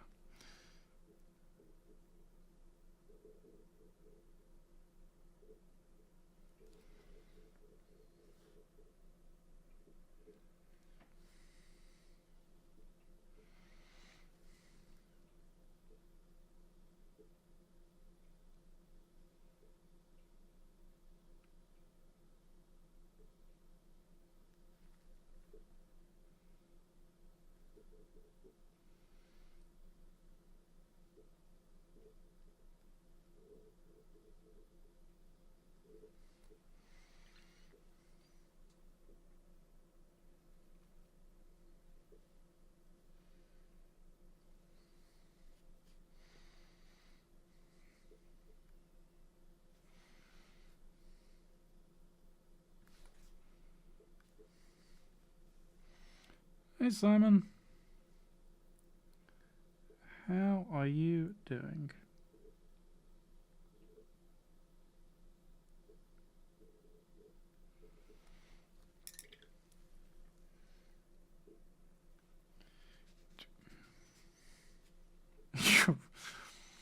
We don't have anyone shouting at you today, which I think is an instant win.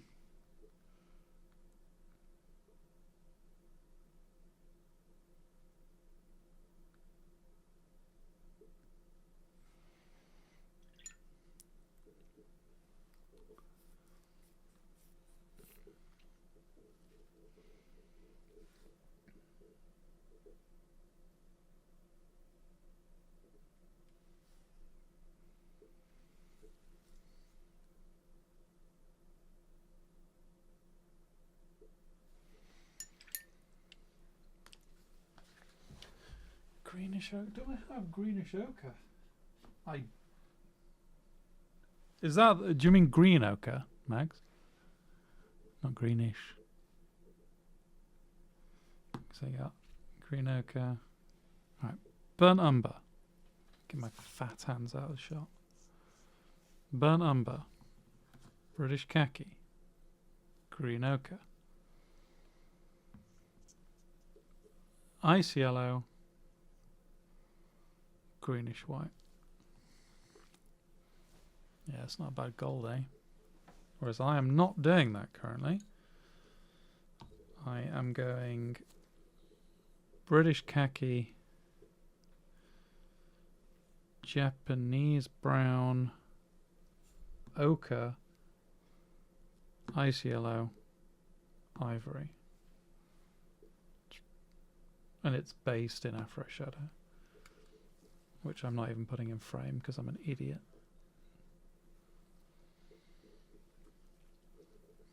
Green ochre, I should have used green ochre actually, it's a nice colour. That's what happens when I just go to my usual recipes and not think about it too much. I am going to put some... Get all this out of the way. I'm going to put some edge highlights on and see how it looks. Although, because I'm foolish, and I have dumb fat hands, you can see I got a little dot of paint in the wrong place, and that's going to annoy me.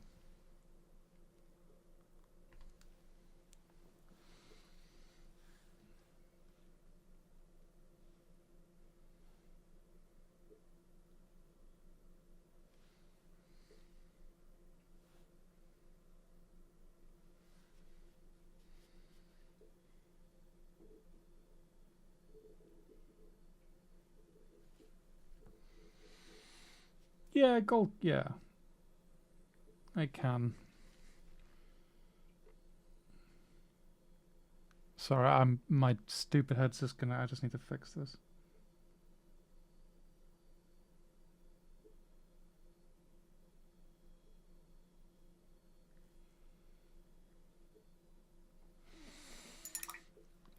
Not a great fix. Not a terrible one.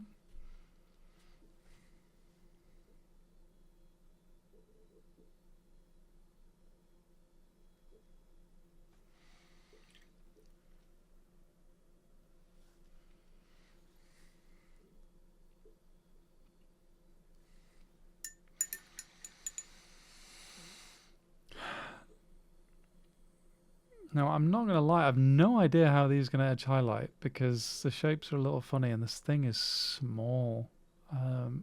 But we'll see, I guess. I am happy with how that's looking, actually. I spent a lot of yesterday quite self-conscious on stream, just like thinking that nothing was working, but I'm really happy with how this is coming out.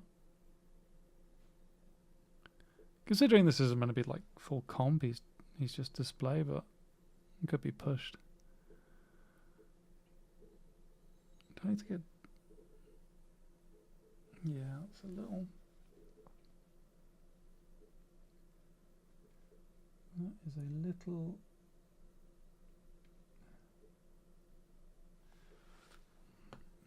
little error on my part.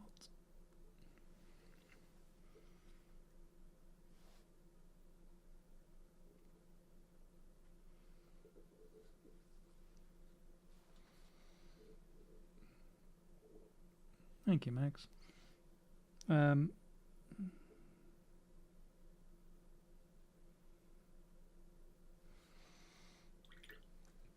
As well, like, I found NMM so fun. I think because obviously I did 2 projects in TMM and then coming back to NMM, I just like the chaos of the blending. It is hard not to love it. It's really enjoyable painting. Especially when it clicks and you just kind of see it come together. It is, yeah, it's pretty special. I'm going to get a white out, which... Oh God, my glasses.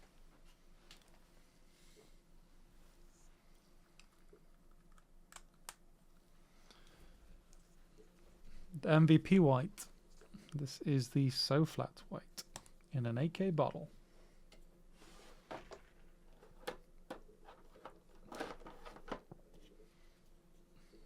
Which is this one. Yeah, puzzle. A puzzle's a really nice way of putting it, I think. Right, I'm gonna... So as you will have seen... Oh, actually, I can do a side view, look. Hey. Hey, folks. Twizzle my wet palette around because I'm really running out of space.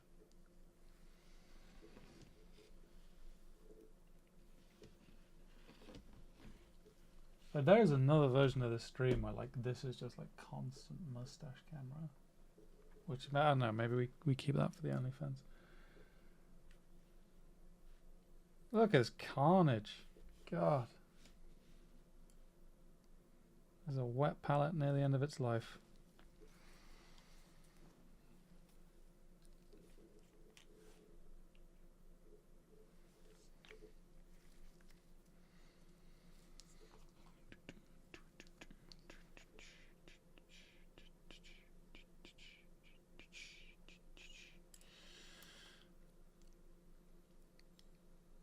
Bad news, I've only got 291 hours of recording left before I'm out.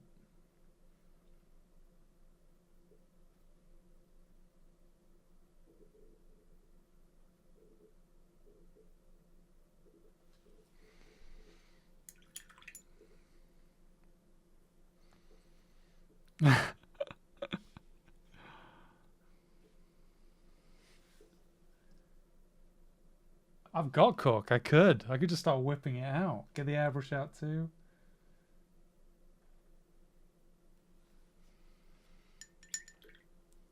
Oh, I can show you my stupid brush actually. Maybe that's good for highlighting.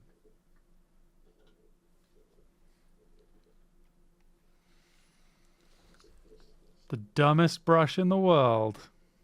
The Raphael 6.0. Look how small. So cute.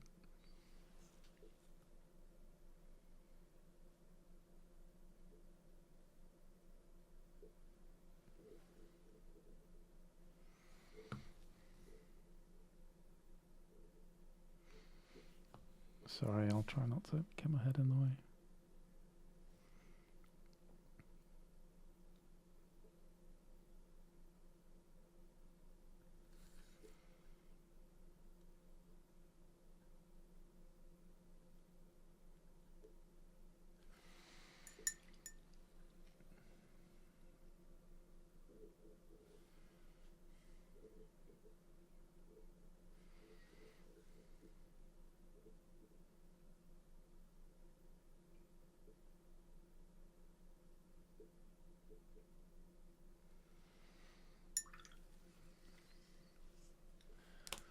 It's not even a good brush for edge highlighting.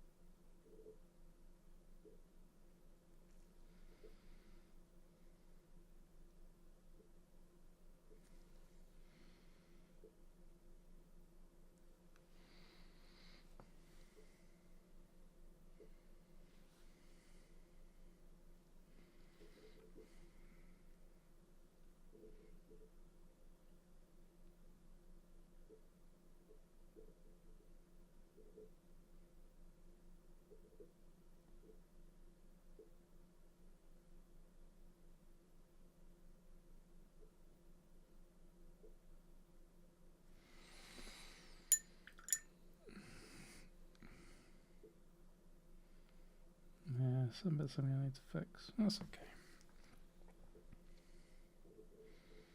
In fact, some bits I'm going to fix now because it's going to annoy me otherwise.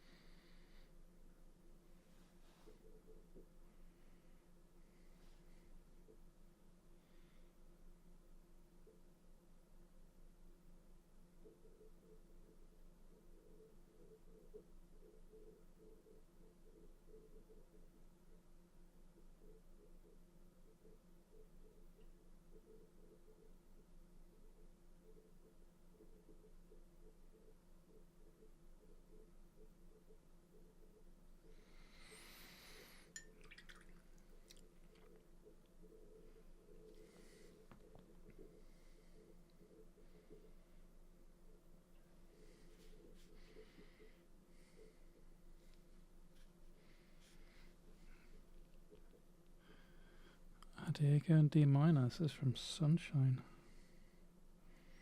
A film I really like, despite how dumb it is in places.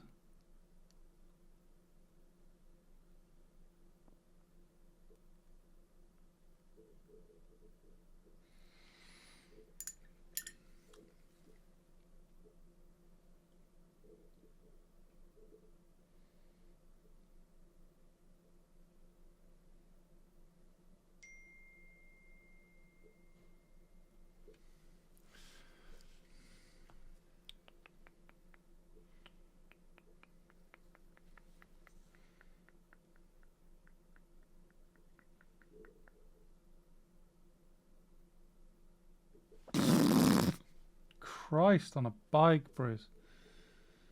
Fat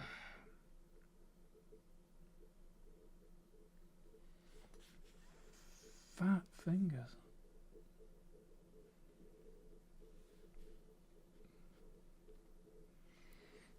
Dave Perryman would let this thing stand.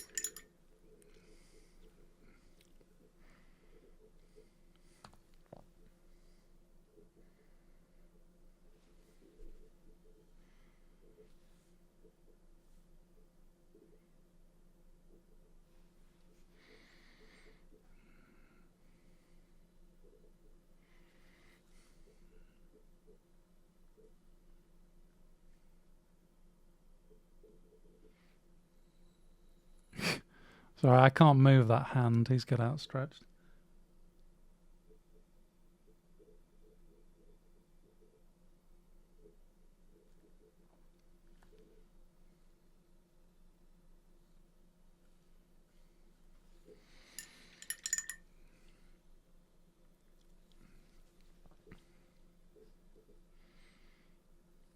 Okay, 2 areas with garbage highlights,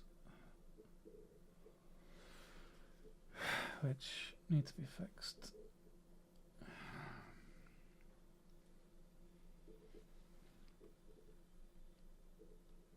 And actually, it's the shadow area.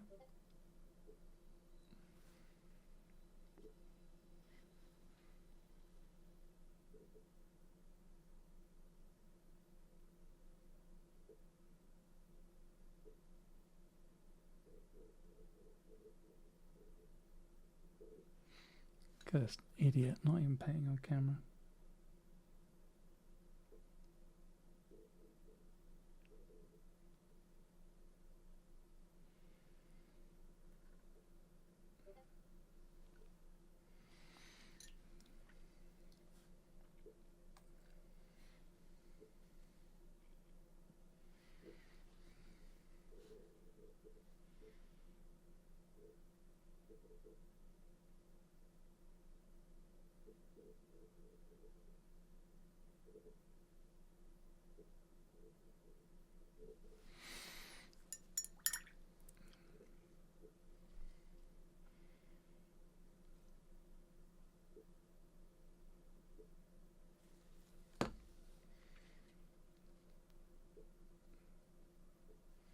Yeah.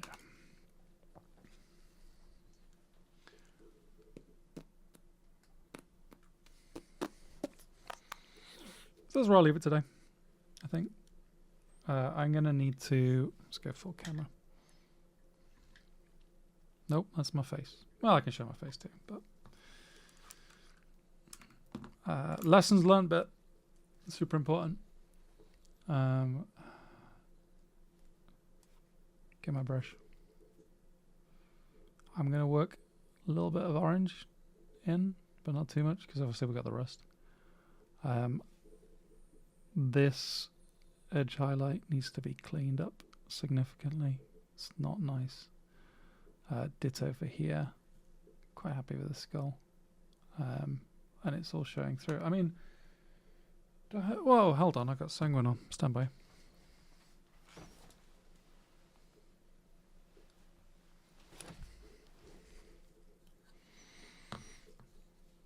I guess to give you a scale of these boys.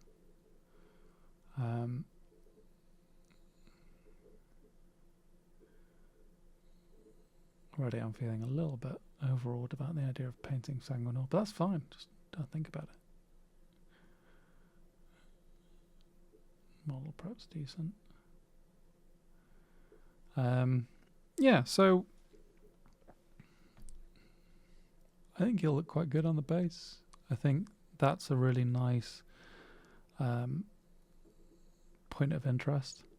In fact, actually, one of the things that will be a struggle is his head is just a gas mask, so he's going to need a really bright spot on it to really draw the eye and interest. But yeah, pause my music.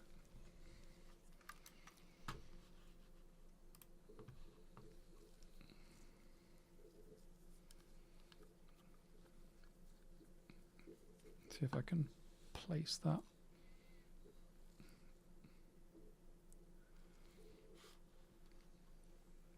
Yeah, I'm happy with him. Thank you, Simon. So this, yeah, let me get the.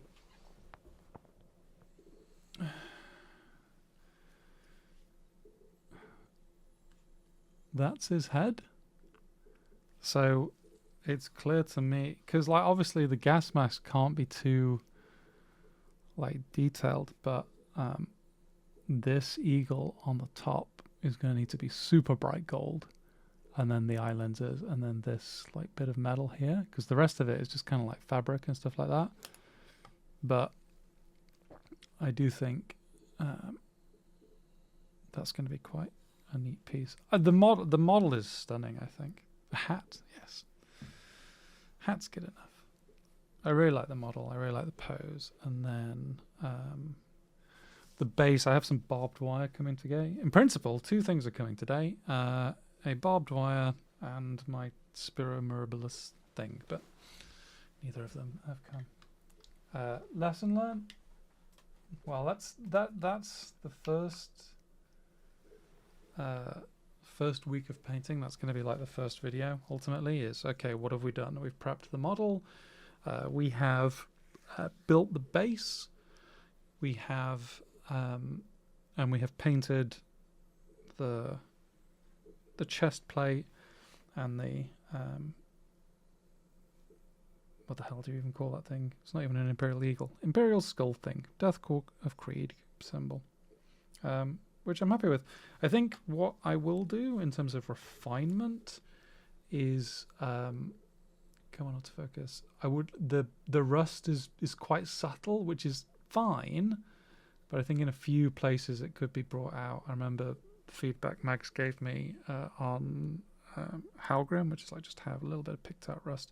Obviously don't want to detract from anything else, but just makes it feel a bit more real and lived in, which could be cool. I'm also looking forward to painting this book on his butt. What a buck. Look how cool that is. which should be fun.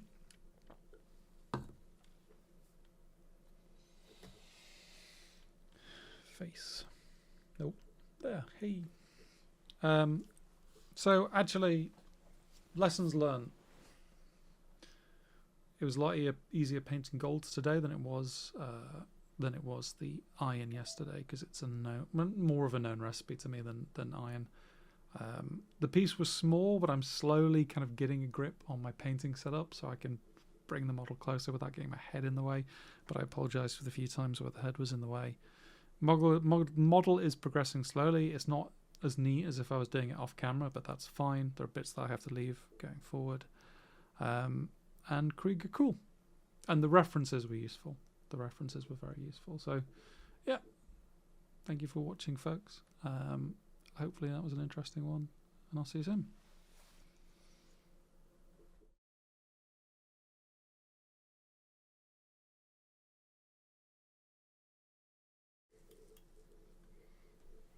What a Friday. Friday feeling. Good day. We got a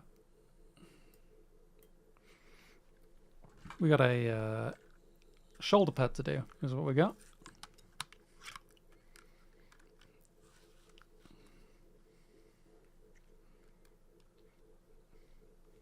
And different brush.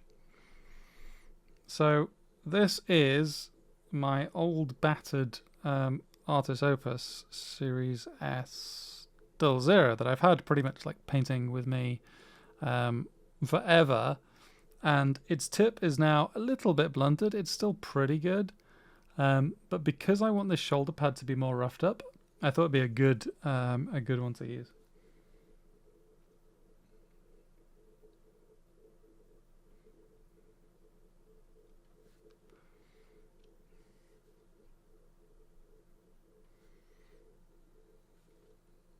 And if I time this right, which I won't, but if I do, I will end just as the podcast goes live, and that'll be some goddamn synergy. Do you have a paper towel somewhere? I have one right here. Yeah, yeah.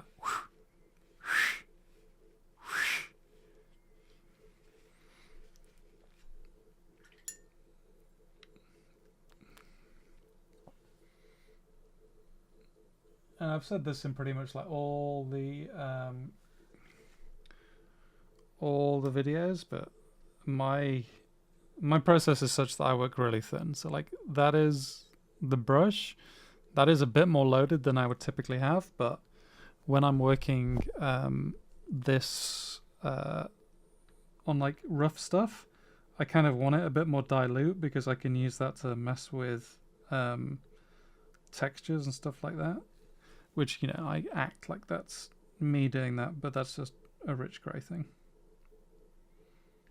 I'm sure Rich himself got it from someone else, but like working rough and then refining over time. So I use it dry. Like if that you can see that's bone dry, and I just touch it very gently. The reason is, whenever I've used a paper towel that's wet, I personally just find that water goes back onto the brush, which is not what I like. That's the opposite of what I want. So I never have, I never use a wet paper towel. There was a period on the Discord where people were talking about, like using wet paper towels or sponges or stuff like that. That I never liked, because it just pushed water back on the brush, which is not what I want.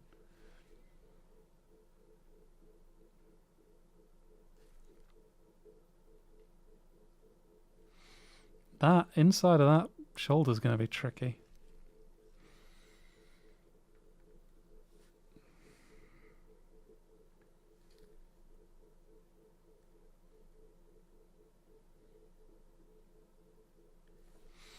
I might at the very end a bit of basing as well, just because I I got something new in the post which may help with my basing.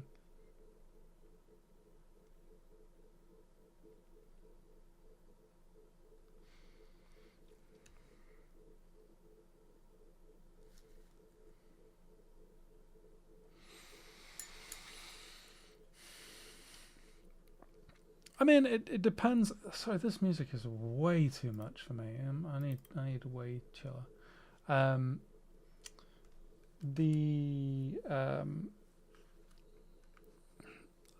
If you use quite dilute paint, which I do, like I find enough of it wicks off, and the process therefore works. But you know, your mileage may vary. So I might be a little rebel here. Hold on.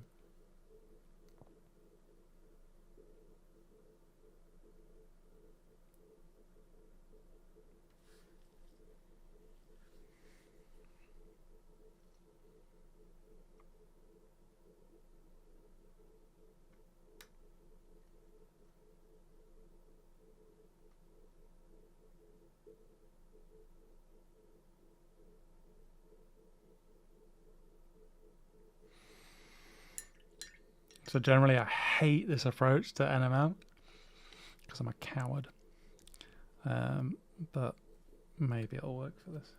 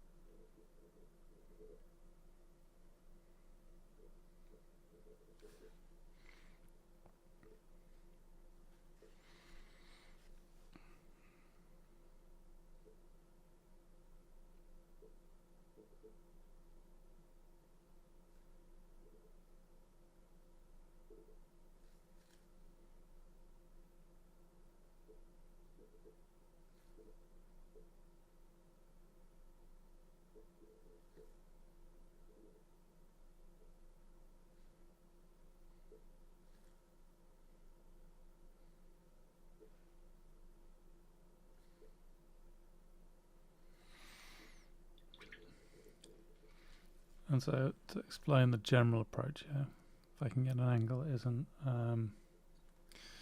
super bright is sky highlight. God, if I could point at it. Sky highlight here. Obviously main highlight. Main iron cut and then a bounce. A bounce beyond these two lower bits. And then I'll edge highlight. But if you ever watch me paint, I don't typically do this method of just jamming in the white bit and then blending it out because I don't like it. It's just never been something that I particularly enjoy, but I mean, why not give it a go?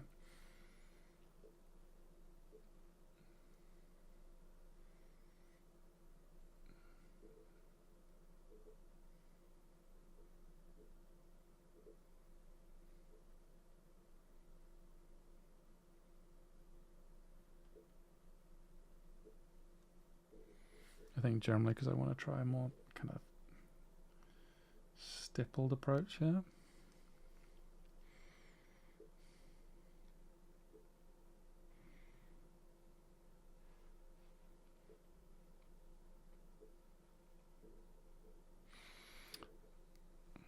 I think there's a lot to be said about like watching someone paint, and like someone maybe closer to your level paint. I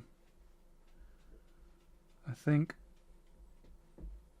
for a lot of people, I'm closer to their level than Mags, and so sometimes it can be more useful to watch me do something. In terms of like brush control things, I think, you know, in terms of theory and color, you want Mags, but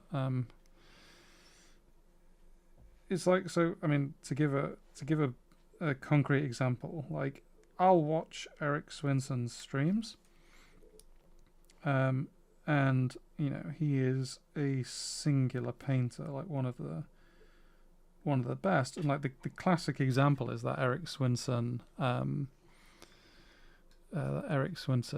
Space Marine Heads video, which is like I can only take so much from that before it's just like I cannot duplicate anything that I'm seeing here, because it requires a level of brush control that I don't have. Certainly the way he does it with like a, you know, very small brush. I might it's gonna be wonky again with the focus. I'll figure it out one day, but I'll leave that there for now.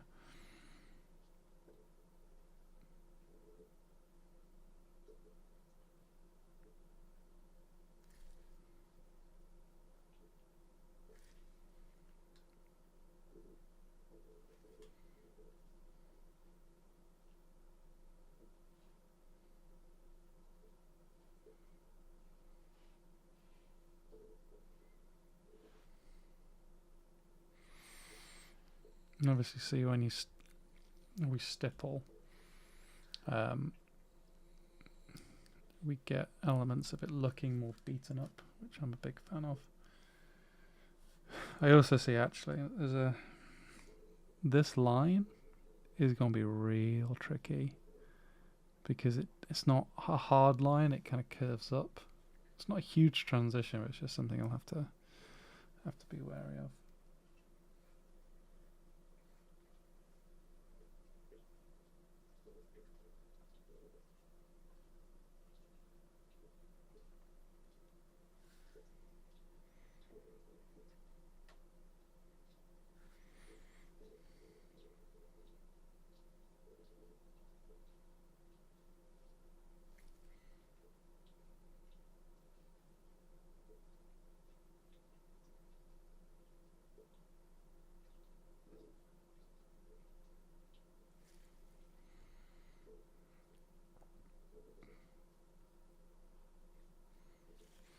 Key learning as well from the first video where I first attempted the NMM. I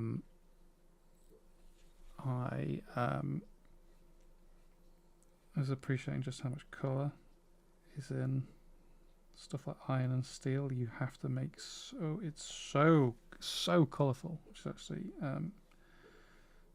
is actually so critical. Are you never scared of off-mixing colours on the spot? I most try to get one for mixes, use fixed colours and get it right the next days.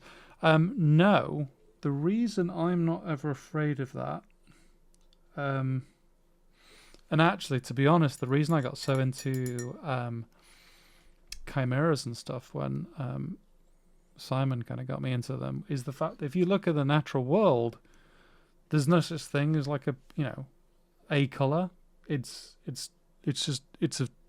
It's like a trick of the mind. I'm looking around here to see if I can find something that demonstrates this idea. Dog, what have you done? Okay, well, that's a problem for later. The dog has licked my notebook. Like, that is wet from her tongue. You are a bad dog. Anyway.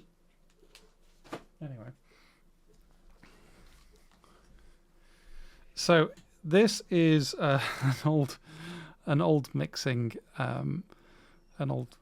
cup that I definitely need to clean out further. But even if we were to look at this from like an NMM perspective, there are so many different shades of color, like even this is grayscale. Like there are so many different value ranges here, and then they're never like if I do that and it's all white, obviously that's uniform. But when I show the kind of structure of it, there's browns in there too, as well as the oranges. And so when we mix colors together, we're just simulating that imperfection. Like this steel shoulder is going to get like bashed around. Yeah, the mixing makes it more natural because the natural eye or the natural world isn't homogeneous.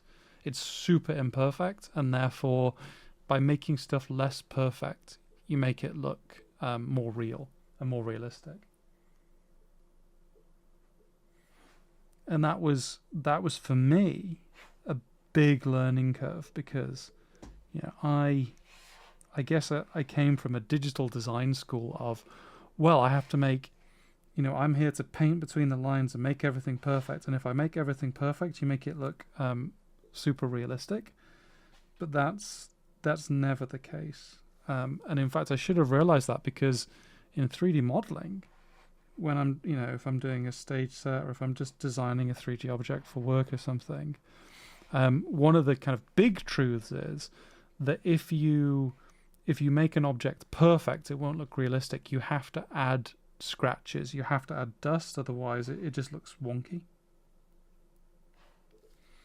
So don't be afraid of imperfection, because imperfection's actually your friend to an extent.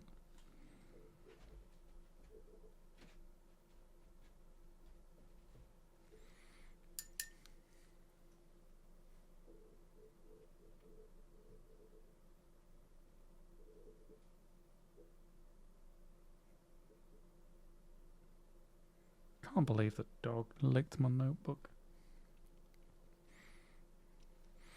I mean, there's loads to learn, but there's, I think that's almost the freeing thing. There's so much to learn, so you just kind of enjoy it. Like, Mags is learning stuff all the time, and he's been painting 4 years longer than me, and he's always improving. And I think that's what I find like really exciting, is this idea that like, oh yeah, there's always something to learn, but actually that's more freeing, because then you're always learning.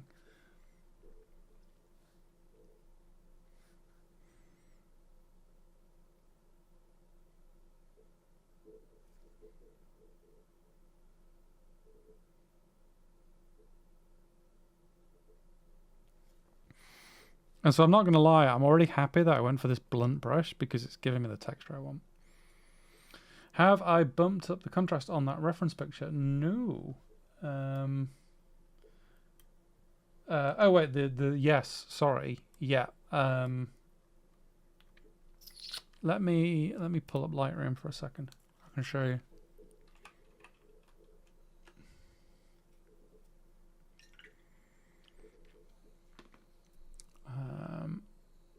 Hopefully, this is my first time trying this on stream, but hopefully, hey, it worked first time. So, let me put OBS here, and maybe if I go here and here. Oh, why aren't you?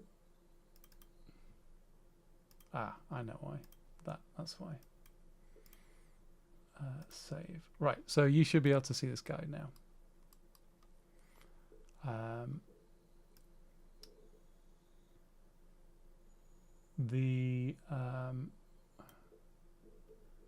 I went really harsh on it.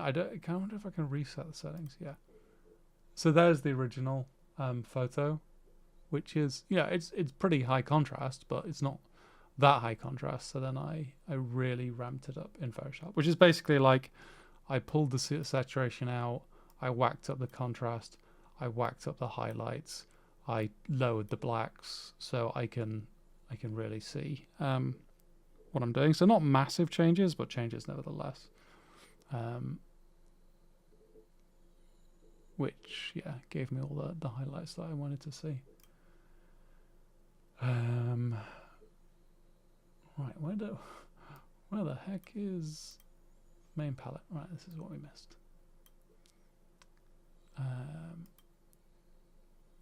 Close you, because I don't need you.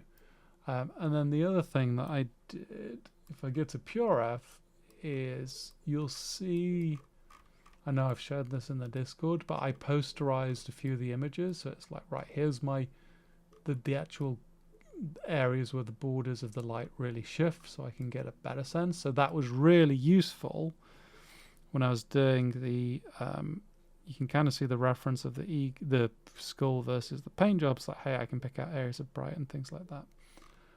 So the first bit of software there shown was Lightroom, and then this that I'm scrabbling around is Photoshop. But Lightroom is really just Photoshop with slightly less settings, so it's kind of useful for some things, kind of less useful for others.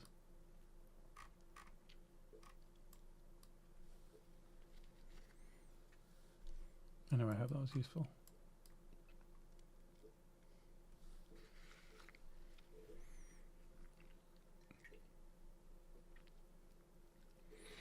Kind of wish I hadn't stuck the arms on, but hey ho, that's a problem. Problem for the future is what that was. So, in terms of like talking this out, I think that highlight shape is slightly wrong. I want to bring it in thinner, so I'll do that.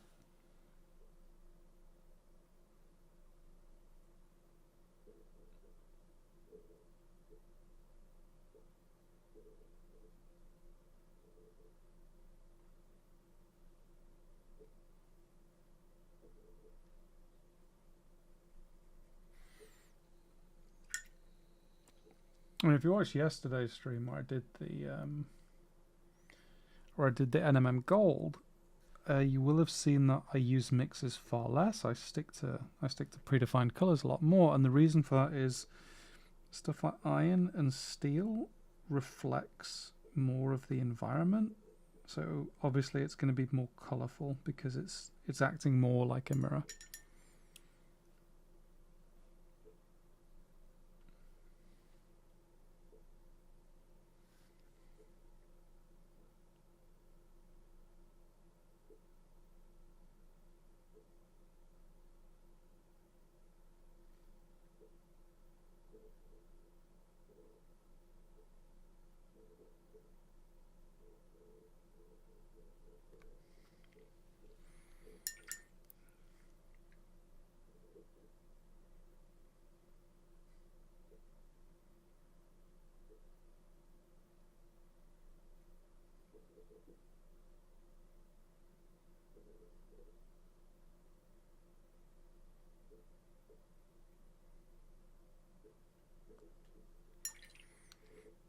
I also foolishly forgot to add a drop of ultramarine.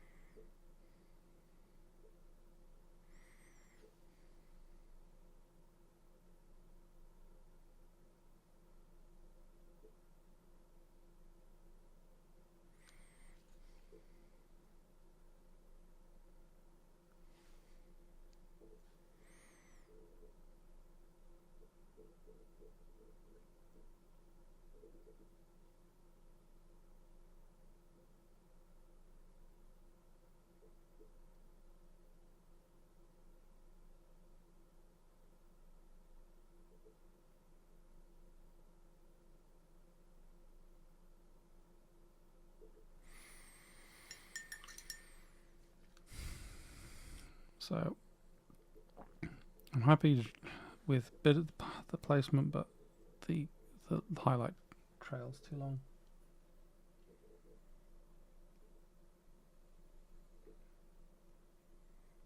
So I'm going to glaze it back.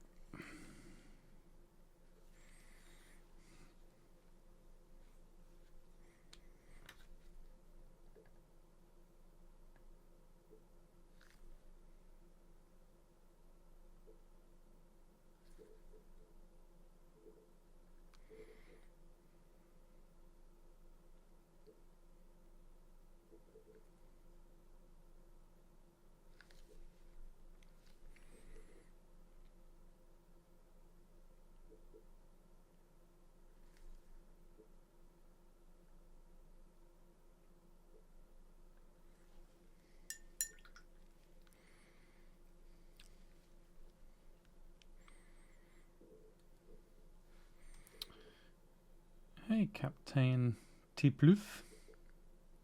If I've not said that right, I can only apologise.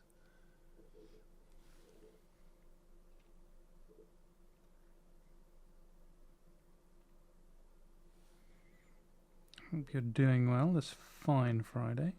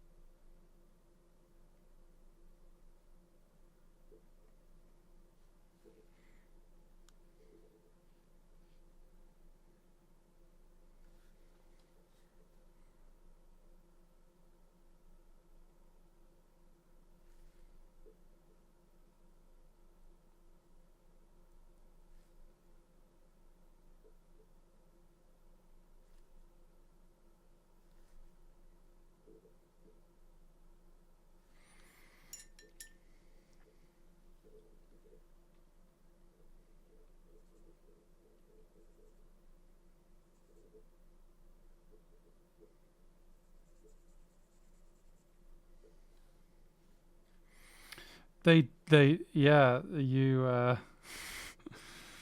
I did what you wanted, Cryo. I was a good boy, and I set up the auto mod. But they've started scrambling the word that you said they wouldn't scramble, so I hold you personally responsible. I'll be sending you an invoice in the mail.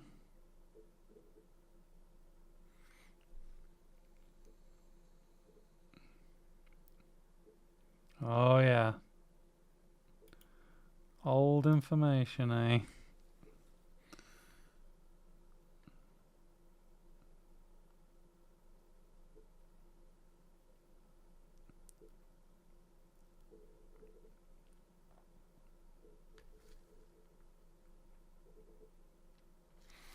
So you know what's been interesting in this experiment?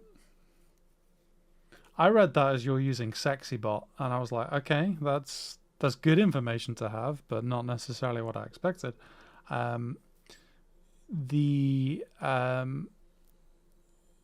lost my train of thought because of your SexyBot. I thought when I started this that like, okay, will it be difficult to get on camera? But I kind of always make sure to paint every day anyway, so I did similar to that really.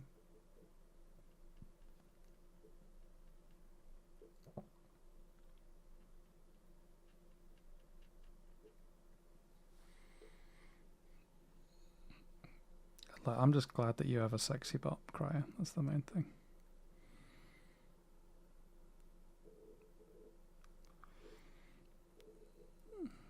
So, if I may, this feels like a win for me, because if you were in the first stream when I was kind of futzing with the iron, it took me a while to get it to look right, and I was stressing, I wasn't happy, and this has come together a lot quicker.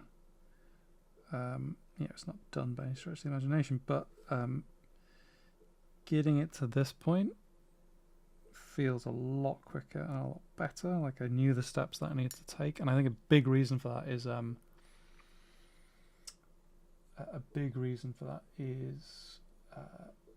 that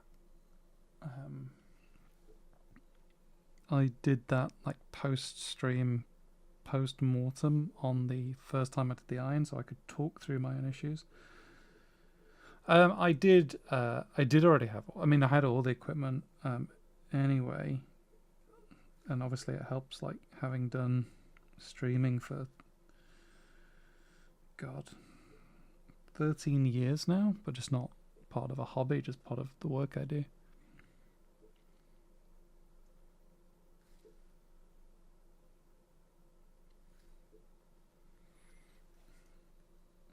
Push dark areas a little bit.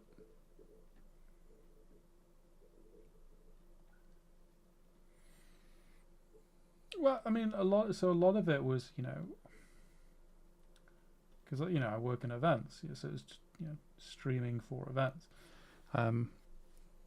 So same setup, except instead of having a camera above me here and a few other cameras, you just plug into a professional production team, so it's all pretty much the same. How long have you been streaming, Quiet?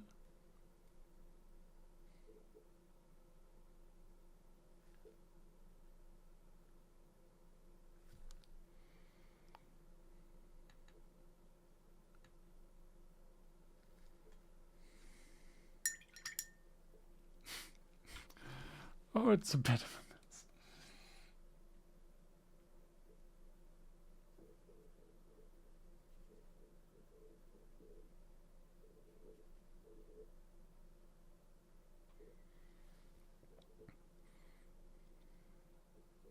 (2013, 40). Wow, okay. Some time ago then.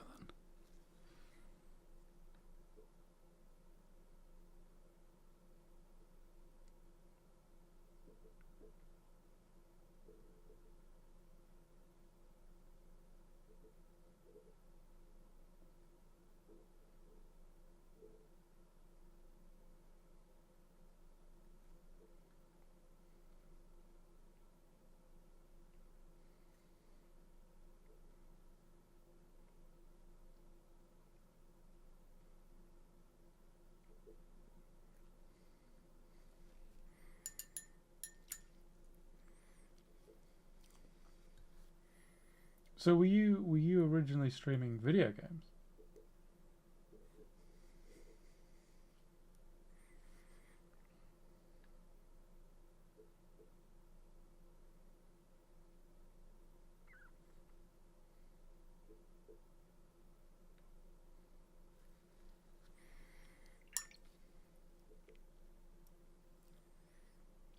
Wow.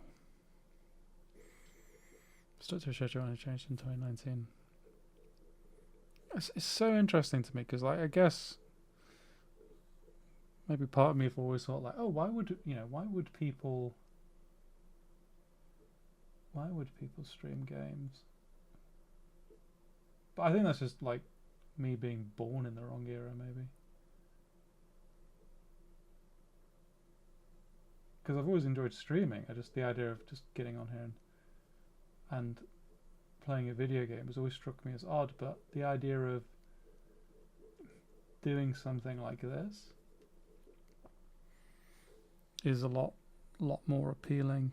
Right, this is where we play the game of, did I eyeball that dilution right? It's a great game. It's my favorite game. Hey! Success.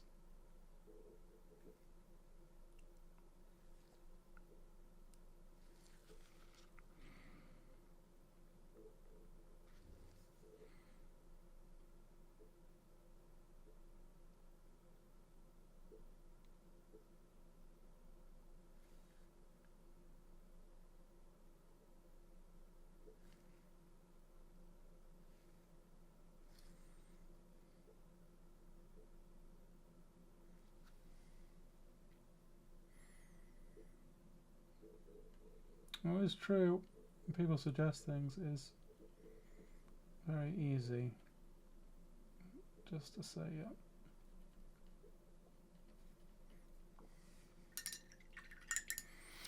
Yeah, and I think for me, in the context of get good stuff, it's like a few people DM me for like help and things like that, which I'm more than happy to provide. And I do try and help out with guidance occasionally, but you know, we're very fortunate to have a lot of very good painters on the channel, so I tend not to. But I do actually have a real passion for teaching, and so I kind of like that someone can say, hey, can you tell me about X, and then we can just change the stream for a bit and help someone with something. That's really exciting to me. So I definitely see the appeal of it now that I'm doing this.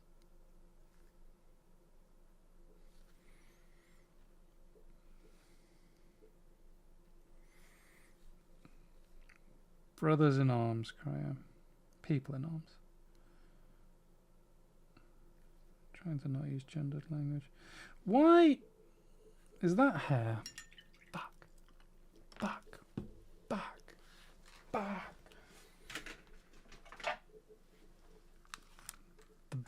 The death goggles are coming out. Sorry, my head is going to block off the camera for a second.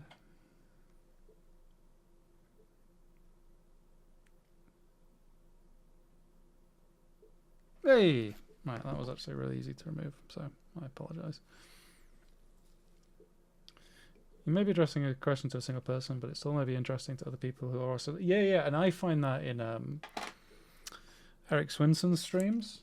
I'll just have those on in the background learning stuff, because someone will ask, oh, what about this? And he'll suddenly, like, talk massively about this topic that's of seminal importance, it turns out.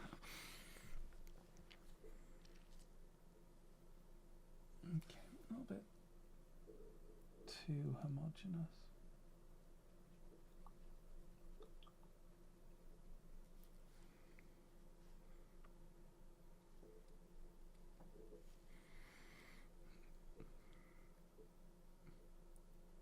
Sean's just here, picking up the knowledge, learning stuff, having a good time. Actually, I have no idea if you're having a good time. You might be having a miserable time.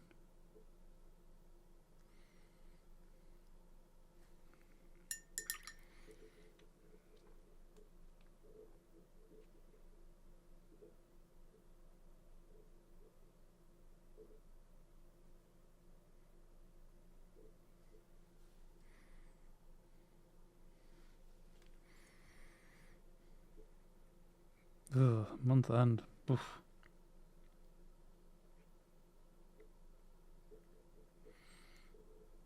Finances.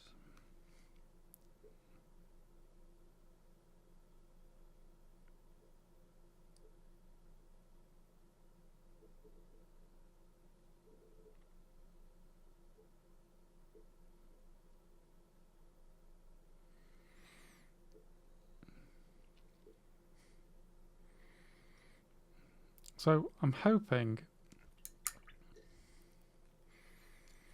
I can place them in here. Like, you can see how I'm painting in that reference light properly, and it actually looks half decent. The problem is here. This is too rough, but because I've gone this stippling route, I'm going to need to stipple it in. I thought I could glaze it down, but I can't, so I'm going to stipple it. Which, to be honest, can I'll tell you all a little secret. I love stippling. It's like my favorite thing in the world, because you're just making little dots. But this Artist Opus Series S00 is not me stippling brush. I'm going to get me stippling brush. Not you. Oh God, did I put it back? Christ on a bike.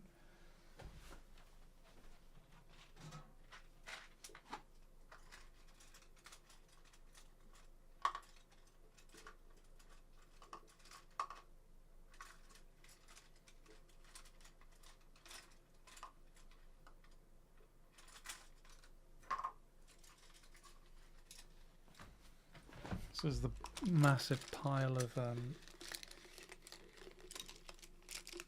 brushes I have.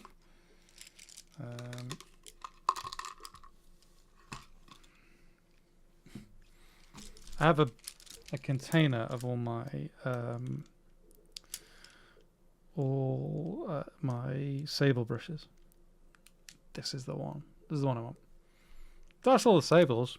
That's actually probably a huge amount of money on brushes, eh? It's a little bit terrifying when I look at it like that. And these are the ones that I keep in storage. These are the ones I don't use every day. Stipple brush. It is, yes, small market. And then I have another tub of all the synthetics, or the decent synthetics. So, I use this Winsor & Newton 00 for my stippling because I hate Winsor & Newton brushes, but I've been able to use this for stippling. And then there is its tip next to the Artis Opus. The Artis Opus is very blunted though. It's just a garbage brush. Like, I paid 20 quid for a Winsor & Newton. It's just not great.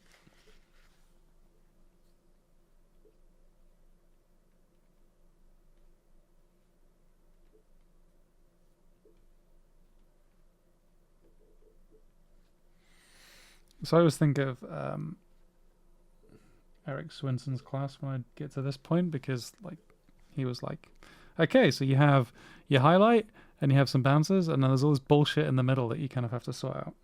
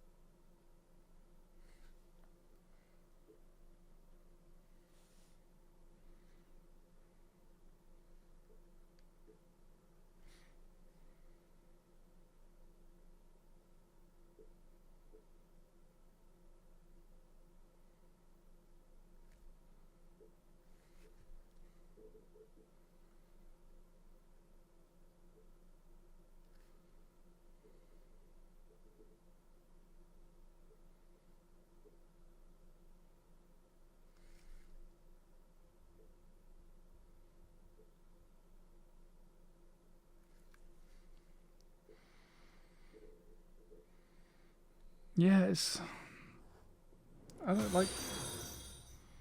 Oh, thank you for the follow, lap minis. I can't pronounce anything. I just can never get them to hold their tip. Like, I get one session out of them and it's like, nah, mate, I'm not going to hold my head tip anymore. That sounds like a you problem.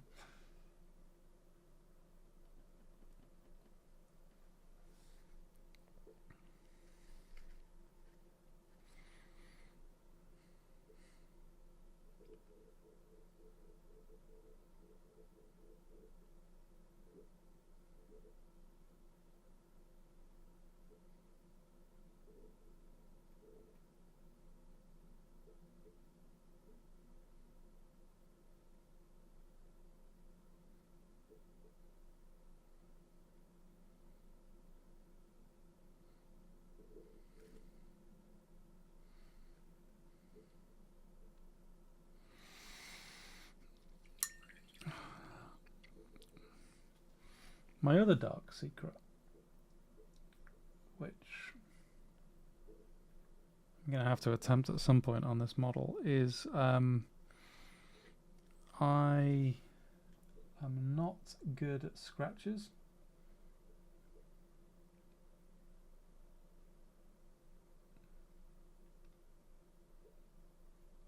It's the kind of thing I wish I had confidence in, but I just don't at all. Look at that, he's missing a hair already. Just jutting out, stupid Winsor & Newton. See this bit? I just forgot to paint. You know, normal things.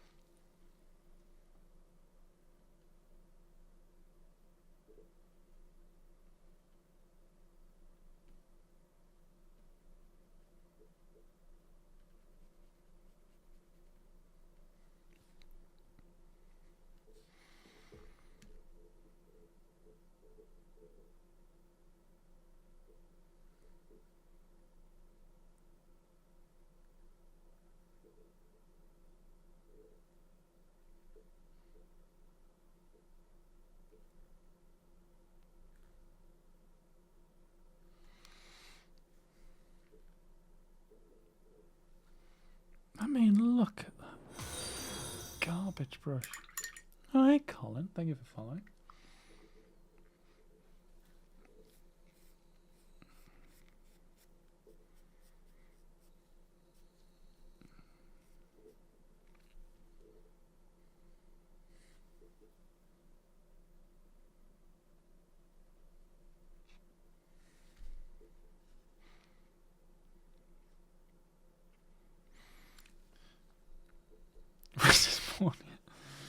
Yeah, sorry. Times are tough. I'm gonna eventually add a camera which is just like permanently at my feet to really get the big bucks in.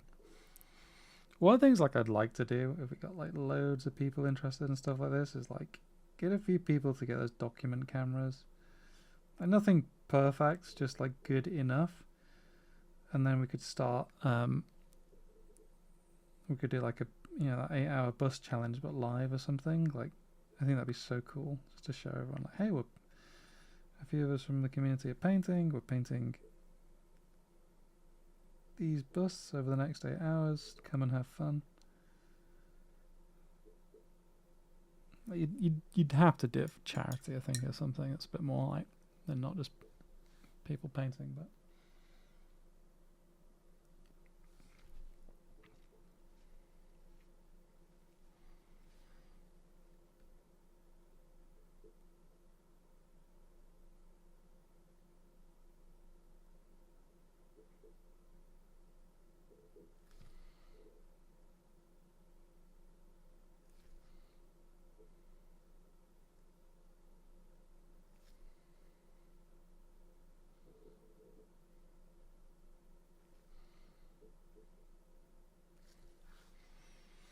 Okay, and we're getting there.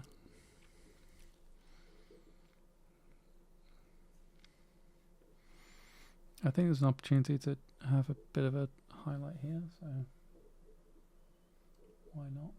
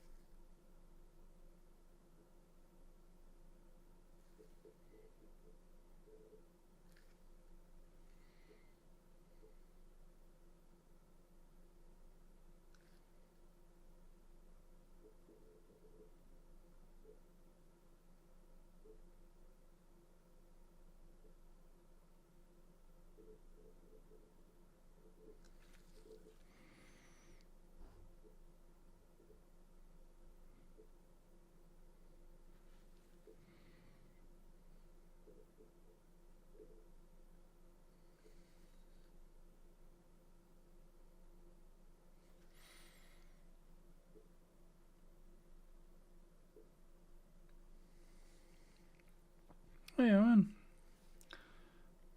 I hope you're having a lovely Friday.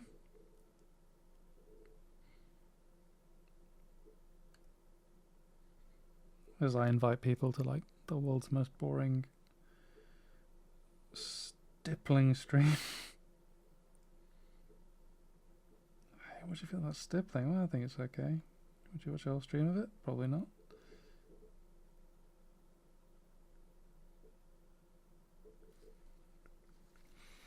Okay, so a bit of a secondary in there.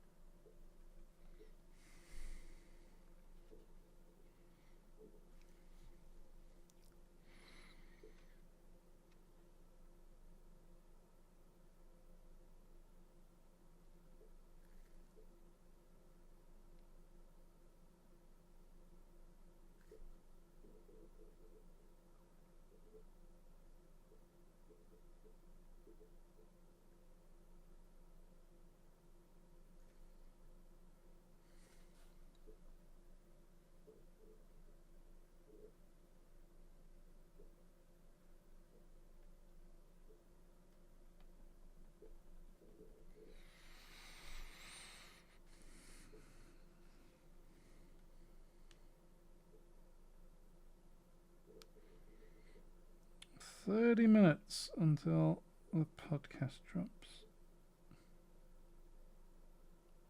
That is if I set everything up correctly, and who knows if I did that. Good question. Not me.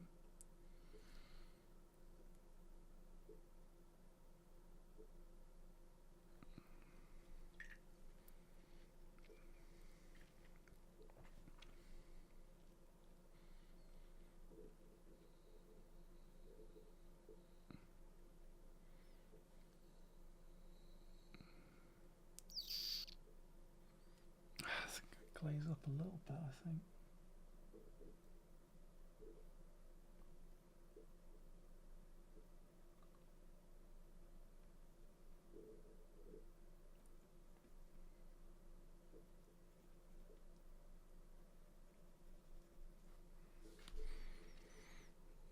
Just a little bit too homogeneous. We are inviting somebody on the podcast, and hello, Simon. So it's the third in the Talking Miniatures. So we had Rich Gray on first, then Albert, and then in 30 minutes we have the next one, which is it's a really good talk. I really liked it. Probably the best one. I think there's also an element of getting more comfortable doing these things. I'm not gonna lie, when when Magnus left me alone with Albert, I was terrified. Yeah, Neil will be coming on. I think I'd have a very interesting talk with Neil, personally. I think to be honest, I think I'd have an interesting talk with everyone, but no gods and kings, only men.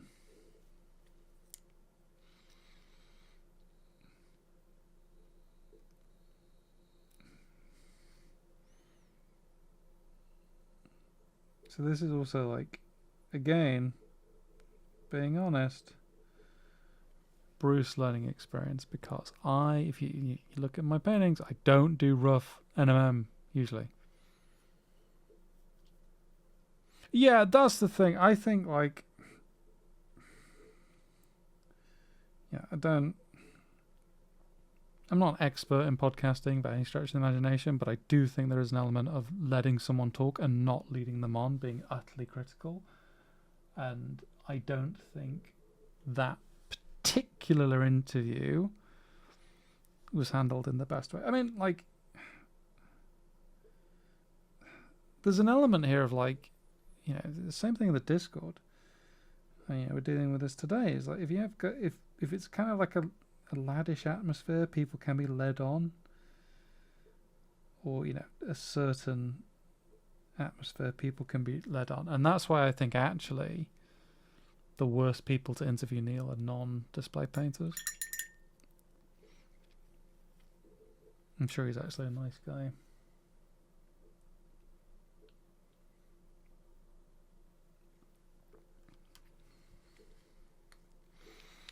So we need to do these rivets. Well, the first thing I do is need to clean up that sloppy brushwork. Look at that. Look at that dot in the worst place. Thank you, Tide Brush. Yeah, so this is the continuation on, like, you can see the reference image. I can poke there in the top. So kind of getting that NMM on. One of the things I'm kind of wondering, actually, because I don't know what Krieg have on their shoulders. I think they have like 147th or something, which might need to be free-handed on, because I don't think I could, because I've painted this really roughed up, I don't think I could use a decal, so that'd be interesting. But thank you for saying it looked good and that you saw it on Instagram. That makes me very happy.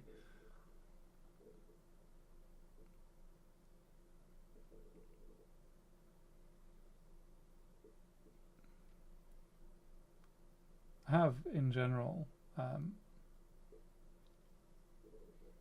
yeah, I struggle with my painting that I think all people do, and even the guest of today's podcast struggles with. But I have been feeling really good about my painting recently, which I think is reflected in the work personally. I think you produce your best stuff when you're happiest. Well, I'm sure there's artists throughout history that will disprove that, but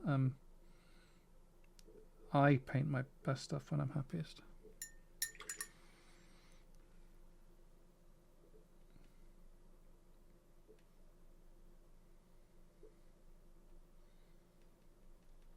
It's funny as well, like if you remember from the first stream, the big problem was the recipe being too complicated, and this is a lot simpler, and it was a lot easier to put together.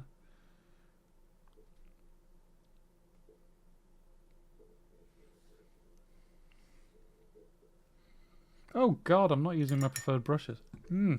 That's a stippling brush. No. No.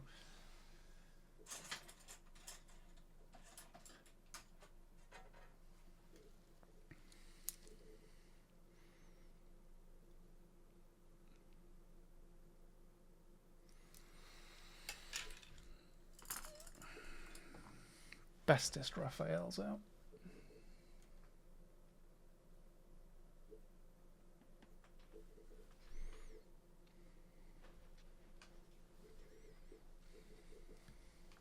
Yes, I did accidentally continue using the Winsor & Newton because I am a fool crier.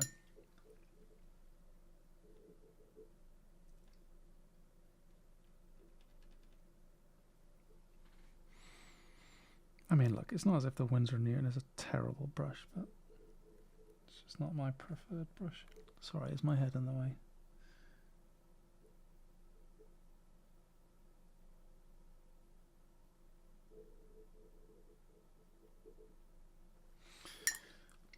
Fix that first, and then we can paint the rest.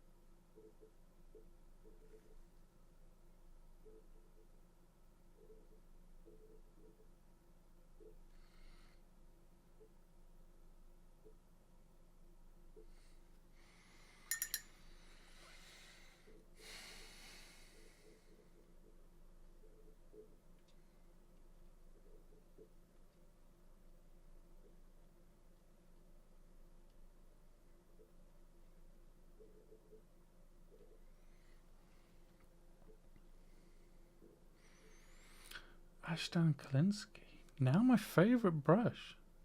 Ashdown Kalinsky. Is that a newer brush, Colin, or have they been around for a while?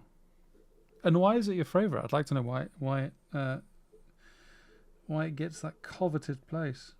My head may block me here, so I apologise.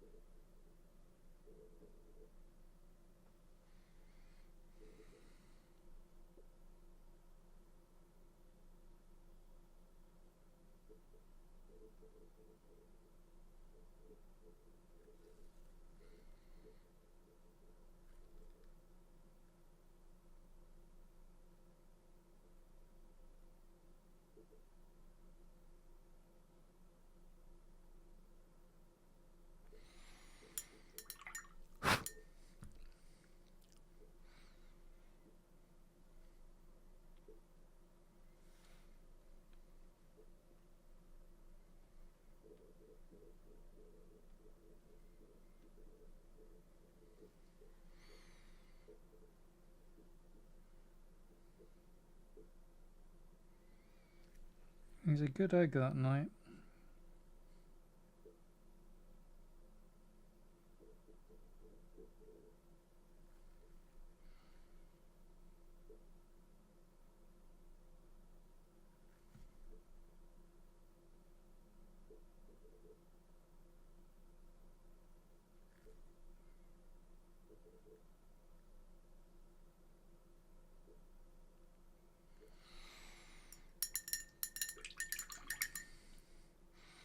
So I will go back in and add bounces. I'll basically repaint the rivets because I need to put the bounces in, which I can't do on stream. I have to use my I have to use these monstrosities for that. But I think it's useful just to get a sense of how they'll look.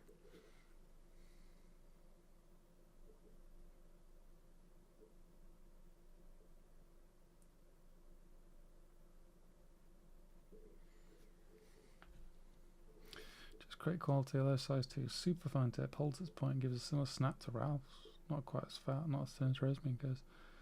Oh, and I'm always open to feedback. Always. I will kind of like freeze myself in case I paint anything that I'm not supposed to, that your feedback pertains to. I mean, I guess unless the feedback is like, don't paint Warhammer, we're kind of a bit pot committed here.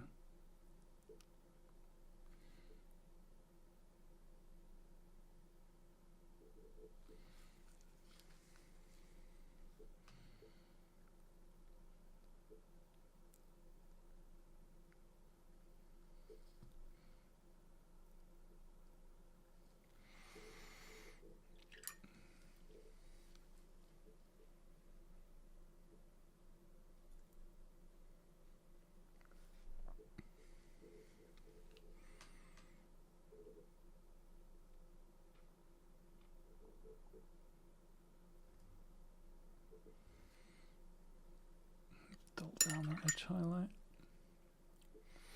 Your steel is giving semi-dirty stainless steel like utility room sink that has been scrubbed in several years. Yeah, that's the intent.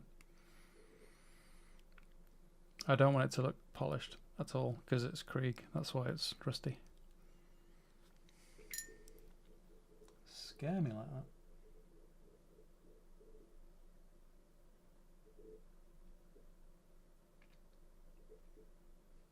But it's good that it's doing what it's supposed to.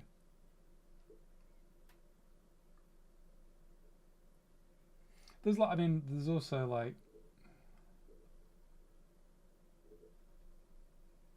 I'm not sure how successful it is, but I wanted this very definitive separation between like this battered, like essentially the armor, and then what is meant to be the symbol of their death cult, which is well maintained.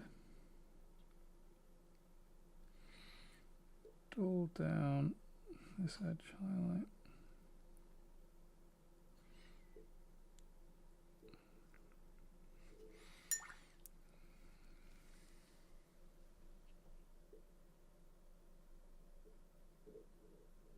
This color, by the way, this one, Splitter Muster, absolute great color. I'm so glad I found it. Makes me so happy.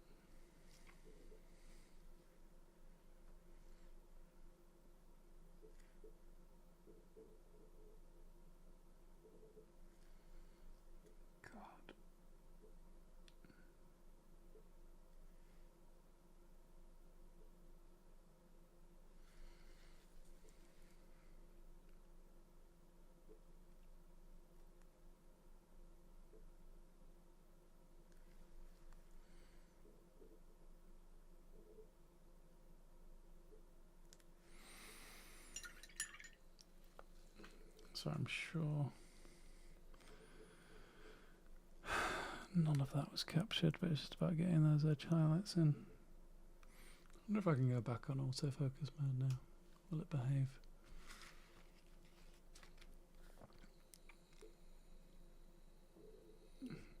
Yeah, I'm going to glaze some rust into it.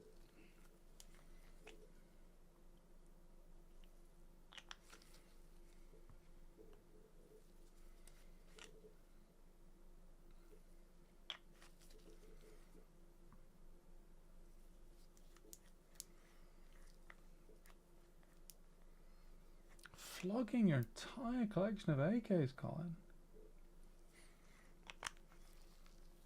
I mean, I get it.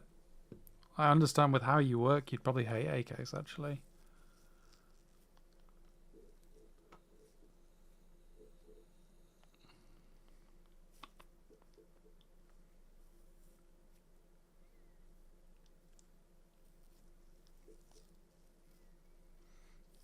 Yeah, I kind of agree. Like, those are the weaknesses, but I find it for this level of work at strength. I'm not sure how I'd feel about painting a bust with AKs these days.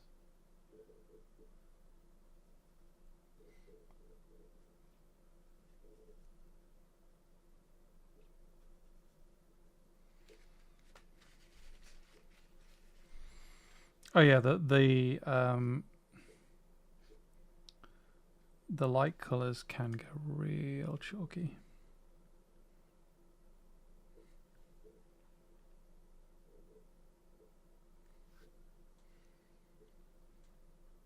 Real chalky.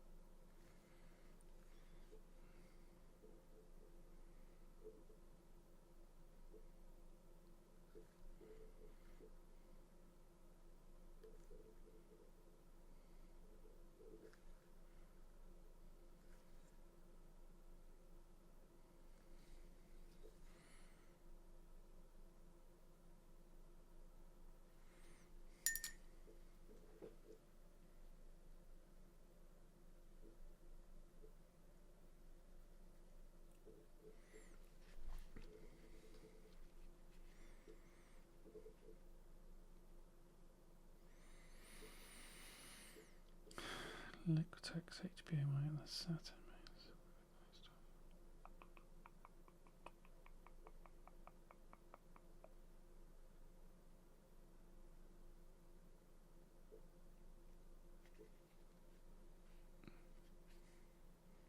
Yeah, satin medium and skin is a little bit of an MVP combination. Any skin tones. There was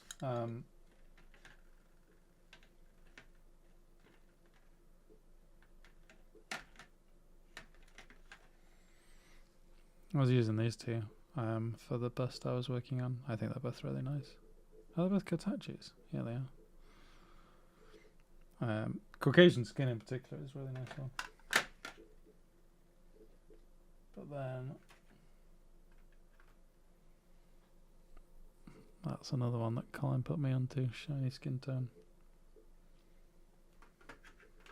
I mean, the chimeras are just lovely. Once you know how they work, which was, that was my learning curve. That's what everyone helped me with. Once you know how they work, I'd love them for busts. I think I'd hate them for. Well, I've used them a little bit on tiny minis, but not too much.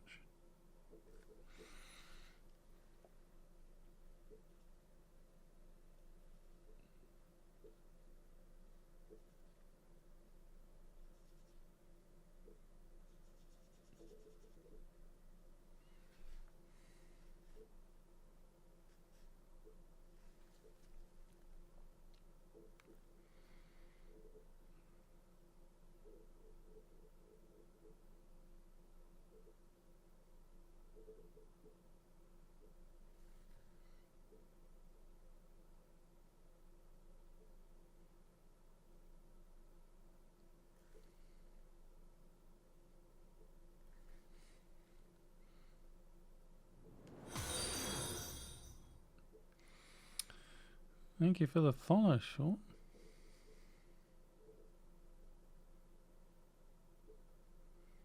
I don't know why it comes out so loud in my ears, but hey ho.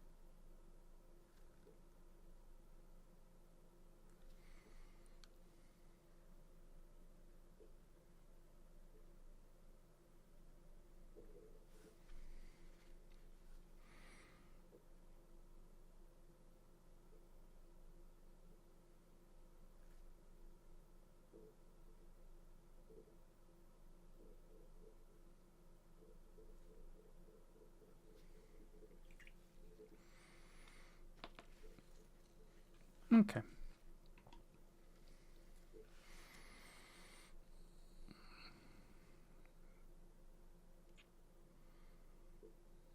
Yeah, I'm happy with that. And what I will do is I did this as a edge highlight, but it shouldn't be. It should actually be a bounce light, so I'll correct that. I really like it for like the main pose. I think that's really nice and exactly what I was looking for. And then what I will probably do is hone elements of the side-on view. I think there's probably more brightness that can be pushed this way, but it is an overcast day. I don't want to go too overboard. And then obviously he's going to have a big whopping sword here. So I think that's decent progress. We do have... This is so stupid. So if you recall, on the first stream, third stream, I was doing the bass.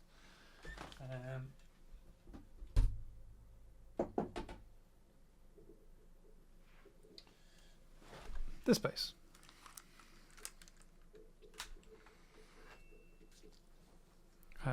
And I tried to do a little bit of barbed wire,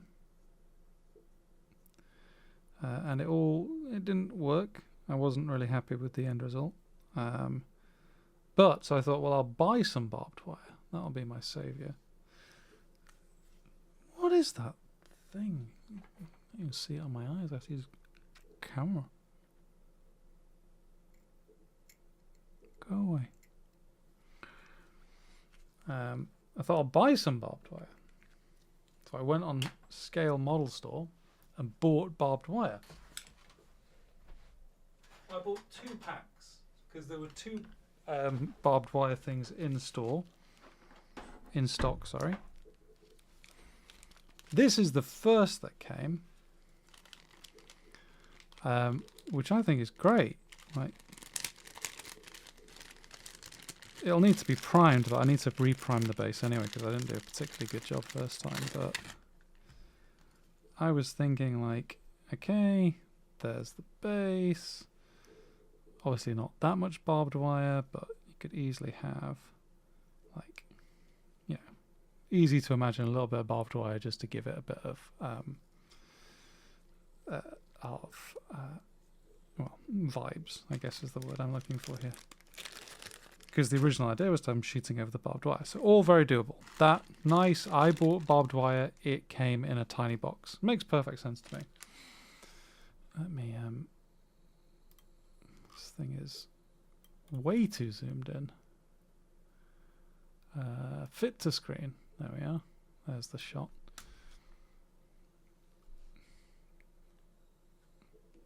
And for some reason it's like the wrong way around. There we are. So, little box barbed wire. Brilliant, I thought. Superb. What about the second box? This is the cheaper box. I can't even get it in the camera shot. Like, barbed wire. I've not even opened it. I don't know what it is.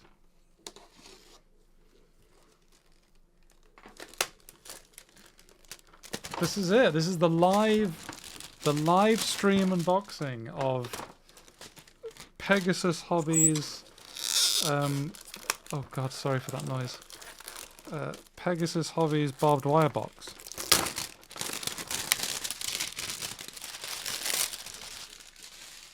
If I was a beautiful person, this would be over 29 feet of barbed wire.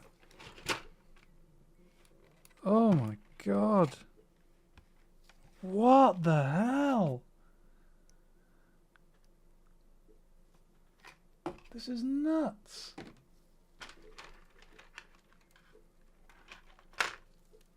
So it's like, it's all plastic.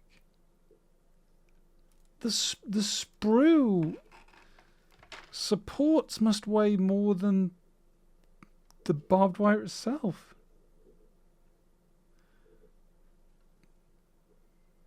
That's so weird. Like, by weight, 90% of this must just be like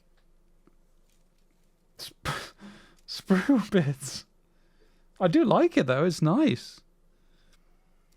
And it comes with these little like hooky things so you can hook it on your thing. But yeah, barbed wire. I mean, I guess I understand why the box is so big, but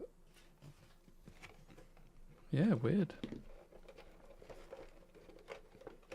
Right, so end of stream. So do a stream.